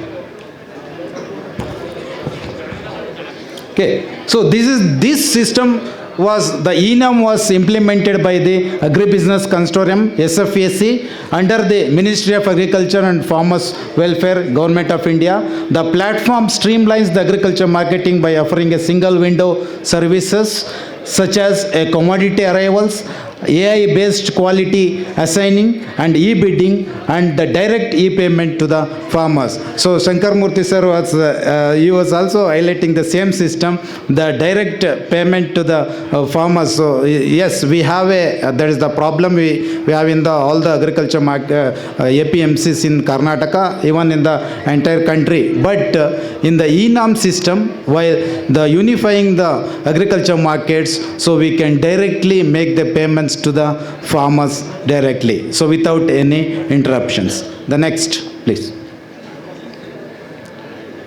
Next slide. Okay, so the unified agriculture markets involves a system where the farmers can easily sell their produce, so across the different regions, free from many of the barriers that currently exist. So what I have told. The next, please. So it's a crucial for India's economy, which relies heavily on agriculture to connect fragmented markets and improve the farmers' income. So the government of India, they are concentrating on the doubling the farmers' income. So this is also the another strategy. So if we implemented the e-Nam in all the APMCs, definitely the farmers can go for the doubling the farmers' income. Next.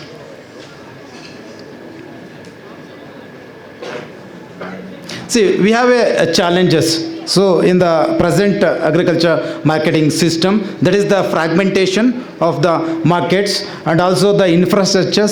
So these are the problems we are having: lack of adequate storage, transportation and processing facilities. So we are not having in the rural areas, because the most of the APMCs are situated in the rural areas. So we are lacking this process. Next.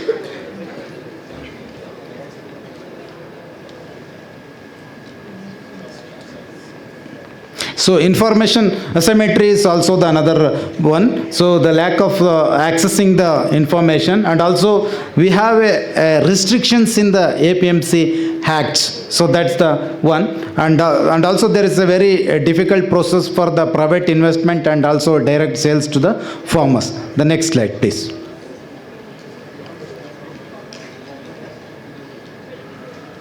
So the key initiatives, so suppose if you want to solve those problems and all, so e-Nam is the main platform. So it is a electronic platform connecting the existing markets, means the mandis, what we call, to create a national unified markets. So and also in the Model APMC Act, it is amended to allow the private markets and also the direct purchase centers and also the electronic action systems will be allowed. The next.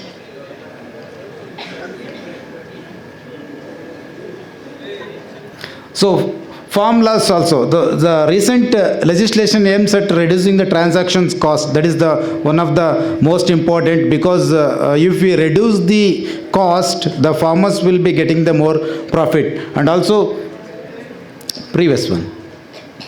So encouraging the private investment and also the improving the farmers' access to storage and price assurances. So this is the one of the most important one. So we can provide through the e-Nam. Next slide, please.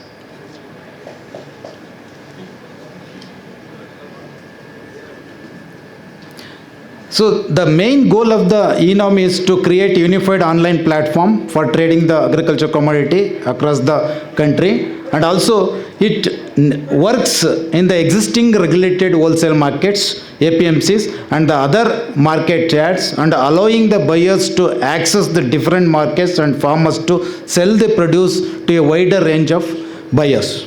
Next. And also the key features is the another important one is in the transparent price discovery.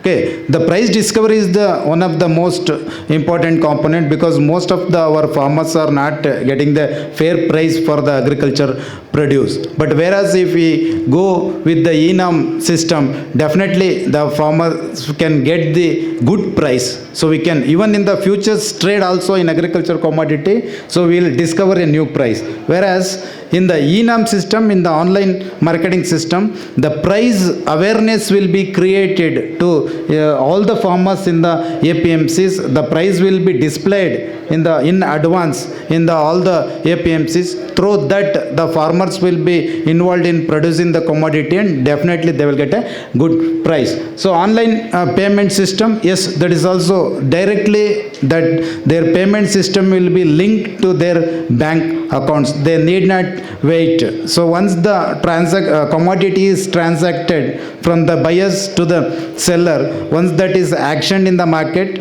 and directly the payment will go to the farmer's account only. And also it is a single window process. So particularly for the commodity arrivals and the quality, as our sir said, the quality is also very important. So based on the quality only, the commodity will be actioned in the APMCs and the price will be fixed.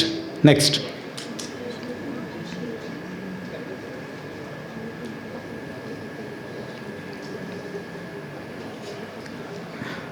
Next slide, please. Okay, so this is the another, so the benefits for the farmers from the e-NAM system is, if we see this, so these are the benefit. One is the access to pan-India market through digital trading platform. That is one.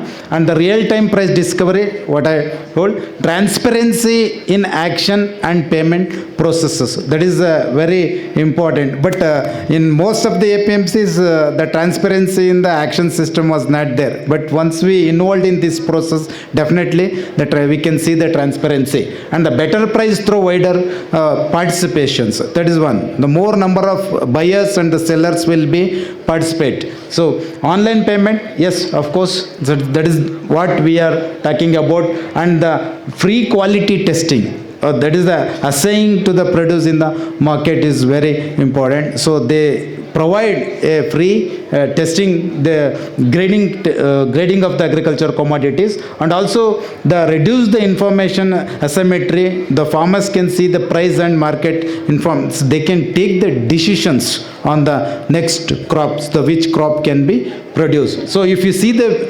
benefits through e-NAM to the market, particularly for the APMC and RMCs, so one-time grant up to 30 lakhs per market for hardware, internet and assaying labs, etc. will be provided from the central government. And also the free e-NAM software will be provided for the customization for the each state. And previous one. And also the staff support will also be given, and also provision for the cold storage and warehouses, and also for the main market as well as the sub-markets, they will provide the facilities. And the other infrastructure facilities as the modernized e-action halls, and also assaying labs, and the electronic way breeds and training facilities will be provided to the APMCs. So if you see the state governments and all, so eligibility for central funding for the APMC reforms, and also the single trading license for the state, they will provide the single point for market fee, legal provision for e-trading will be provided, and also the soil testing and the training disputes resolutions mechanism and linking. Yeah, 1 minute, I'll conclude. Okay, will be provided. The next. So these are the policy reforms. If you see the policy reforms in the e-NAMs and all, so this is the again the single licensing fee and the private demand markets. That means the private markets are allowed, and the direct purchase is also there, and the empowered committees can be given, and the GST as similar to the GST councils, the foster consensus among the states and unified reforms can be done. The next. So this is the benefits from the unified markets to the farmer empowerment and the price discovery, and the reduced the transaction cost, and the improved the infrastructure facilities. So due to the next, please. There are some challenges in implementing this, and also in the because our APMCs, in the beginning I told you, they are established in the rural market, so we have to train the staffs and all them. So after that only, so we can implement the e-NAM scheme and the online system. So due to the time constraints, I am stopping my this one. Once again, I thank you for giving me an opportunity. Thank you.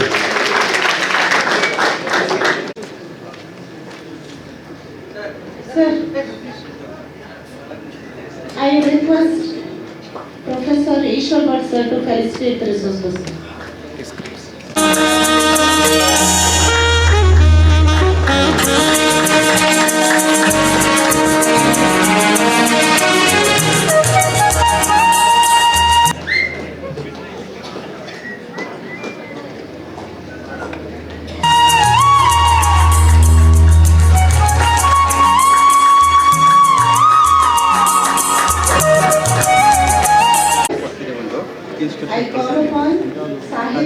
honors this moments. 5 years BBA eligible from Bishop Cotton Women's Christian Law College, Bangalore, to present on the topic Dynamics of Agricultural Produce Marketing in India.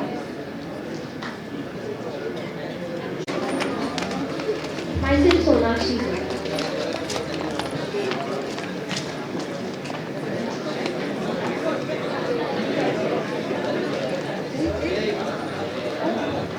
Good evening to one and all present here.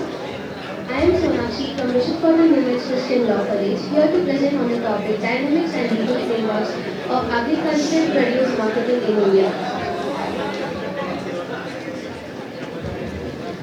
ಎಲ್ಲರೂ ಸರಿಯಾಗಿ ಕೇಳ್ಕೊಬೇಕು. ಎತ್ತುವವರಿದ್ರೆ ಹೋಗ್ಬೋದು, freedom ಇದೆ.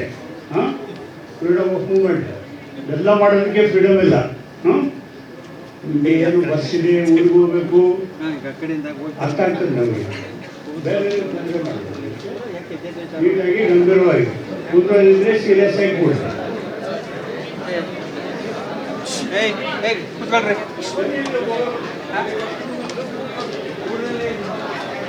ಅಂತ ಒಂದು ಊರಿದೆ ಅಲ್ಲಿ. ಈ ಊರು Hey, silence please.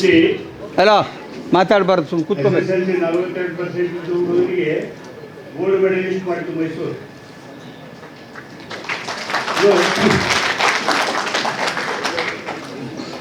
ಮೈಸೂರಿಗೆ ಜನ ಯಾಕೆ ಬರ್ತಾರೆ ಅಂತಂದ್ರೆ ಟ್ರಾನ್ಸ್ಫಾರ್ಮೇಶನ್ ಆಗೋದಕ್ಕೆ. CKN ರಾಜ ಅವರ ಹೆಸರಲ್ಲಿ ಗ್ರಂಥರಚನೆ ಆಗಿದ್ದಲ್ಲ, ಈ ವಿದ್ಯಾಲಯದವರು ಬಿಡುಗಡೆ ಮಾಡಿರೋದು. ನಾವು ಒಂದೇ ವರ್ಷ LLM ಬಂದಾಗ ಅವ್ರು ಹೇಳಿದ್ರು, open arms, give me your 2 years, I will see that you will go out as a transformed individual. Transfer ಮಾಡಿ ಕಳಿಸಿದ್ರು. ಅದಕ್ಕೋಸ್ಕರ ನಾವು ಮೈಸೂರಿಗೆ ಬರ್ತೀವಿ. ಮೈಸೂರಲ್ಲಿ ಇದ್ದವರು ನೀವು ಇಷ್ಟು ಪ್ರಯತ್ನ ಮಾಡಿ ಮೈಸೂರಿನ ಕೆಲಸ ಯೋಜನೆ ಹಾಕಿದ್ರೆ you will be utter failures. ಕೆಡಂಗಿಲ್ಲ, ನೀವು ಕೆಟ್ಟೋಗ್ತೀರಿ ಅಷ್ಟೇ. ಸೋನಾಕ್ಷಿ ಬರ್ರಿ bye. Good evening, everybody.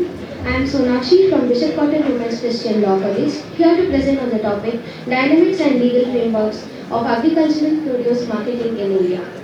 In India, the main source of food is directly proportionate to the income of our nation. Agriculture is the main source of our country's GDP, that is gross domestic product. It is the most vital and important necessity of any nation, and so is it in India.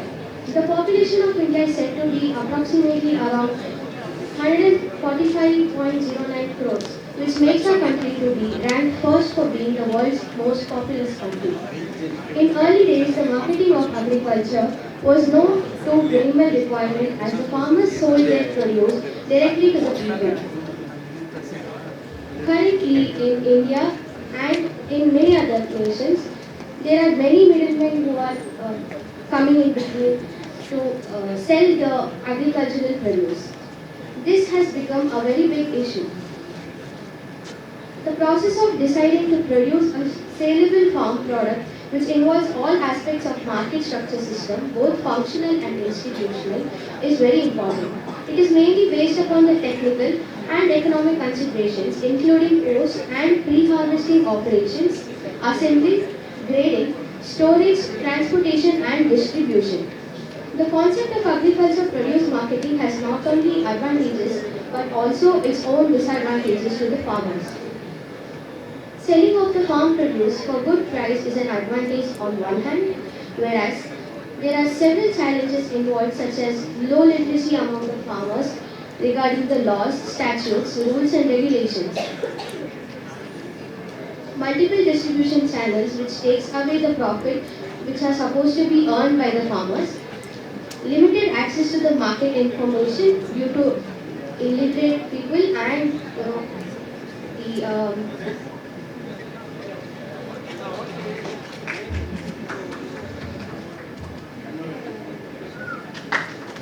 which takes away the profit earned by the farmers.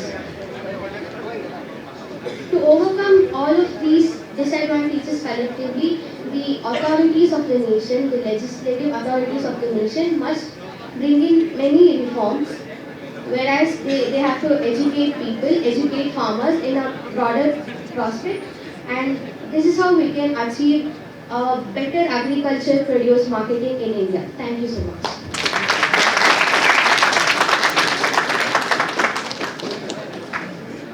Now I call upon Gina S. Gowda, final year LLB from Vidyavardhaka Law College to present on the topic Emerging Trends in Marketing of Organic Agricultural Produce. Good evening to all. Myself, I am Jiva S. Gowda, and the author of my paper is Dr. Deepu P., Principal of Vidyavardhaka Law College, Mysore. And myself, I am Jiva S. Gowda, co-author of this paper. And going with introduction, the organic agricultural produce has witnessed the exponential growth in the demand due to rising the consumer awareness about health, sustainability, and environmental conversion. Unlike the conventional agricultural, organic farming avoids the synthetic fertilizers, pesticides, and genetically modifies the organisms.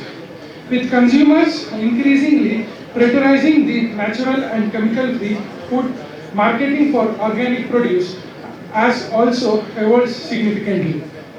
Next, going with the importance of organic marketing, where mainly four importance builds a trust between the farmers and the customers, increase the farmers' income and market reach, then promotes environmental friendly practices, then supports the government sustainability goals.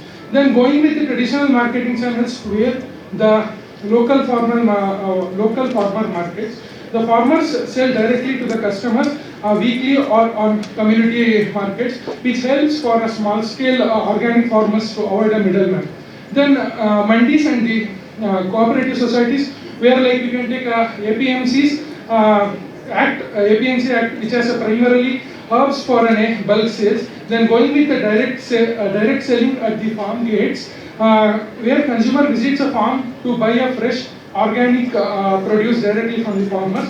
Word of the mouth reputation, which is that the traditional way of marketing, where satisfied of customers' recommendation from the farmers. Then going with customer driven demand, where health conscious consumers, eco-friendly lifestyle, then urban middle class growth, then certification of labels. Then going with digital and the e-commerce marketing, we can take an example of online marketplaces, direct customer models, like online marketplaces where platforms like a Big Basket, Amazons and Flipkarts. Then social media marketing, where we can take Instagram, YouTube, and where wellness influencers promotes the organic diets and the lifestyle. Then subscription of any services. Then going with innovation retail and the distribution channel, where organic retail channels which focuses on selling the certified organic products or organic products. Then supermarket organic sections, where a mainstream of supermarket is that exclusive sales to a main organic product. Then going with farmers market, then export opportunities, where government support export schemes in India, where the, farmers can export their organic at the international levels. Then technology and the traceability trends.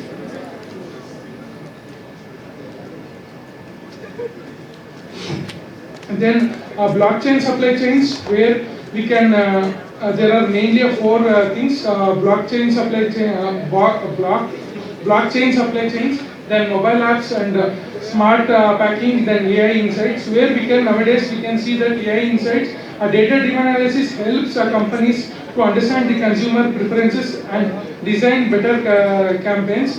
Then where the blockchain supply chains, where you can see that the QR codes help consumers to trace the products to back the farm and ensuring the authenticity. Platforms where connecting the farmers directly to the end users, that means directly farmers to the customer, where organic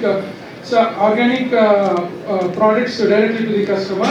Then going with the policy supports and the certification of schemes, Government of India has introduced lot many schemes for organic farming. Like example, we can take a national mission on sustainable agriculture, where up to 50% subsidy will be given to the biofertilizer. Then going with the landmark case, there are mainly two landmark cases. Center for Public Interest Education versus Union of India, then Consumer Education and Research Society versus Union of India. Then going with conclusion where there should be sustainability and profitability where balancing the environmental goals with the farmers' income in the future agriculture. Thank you for the opportunity.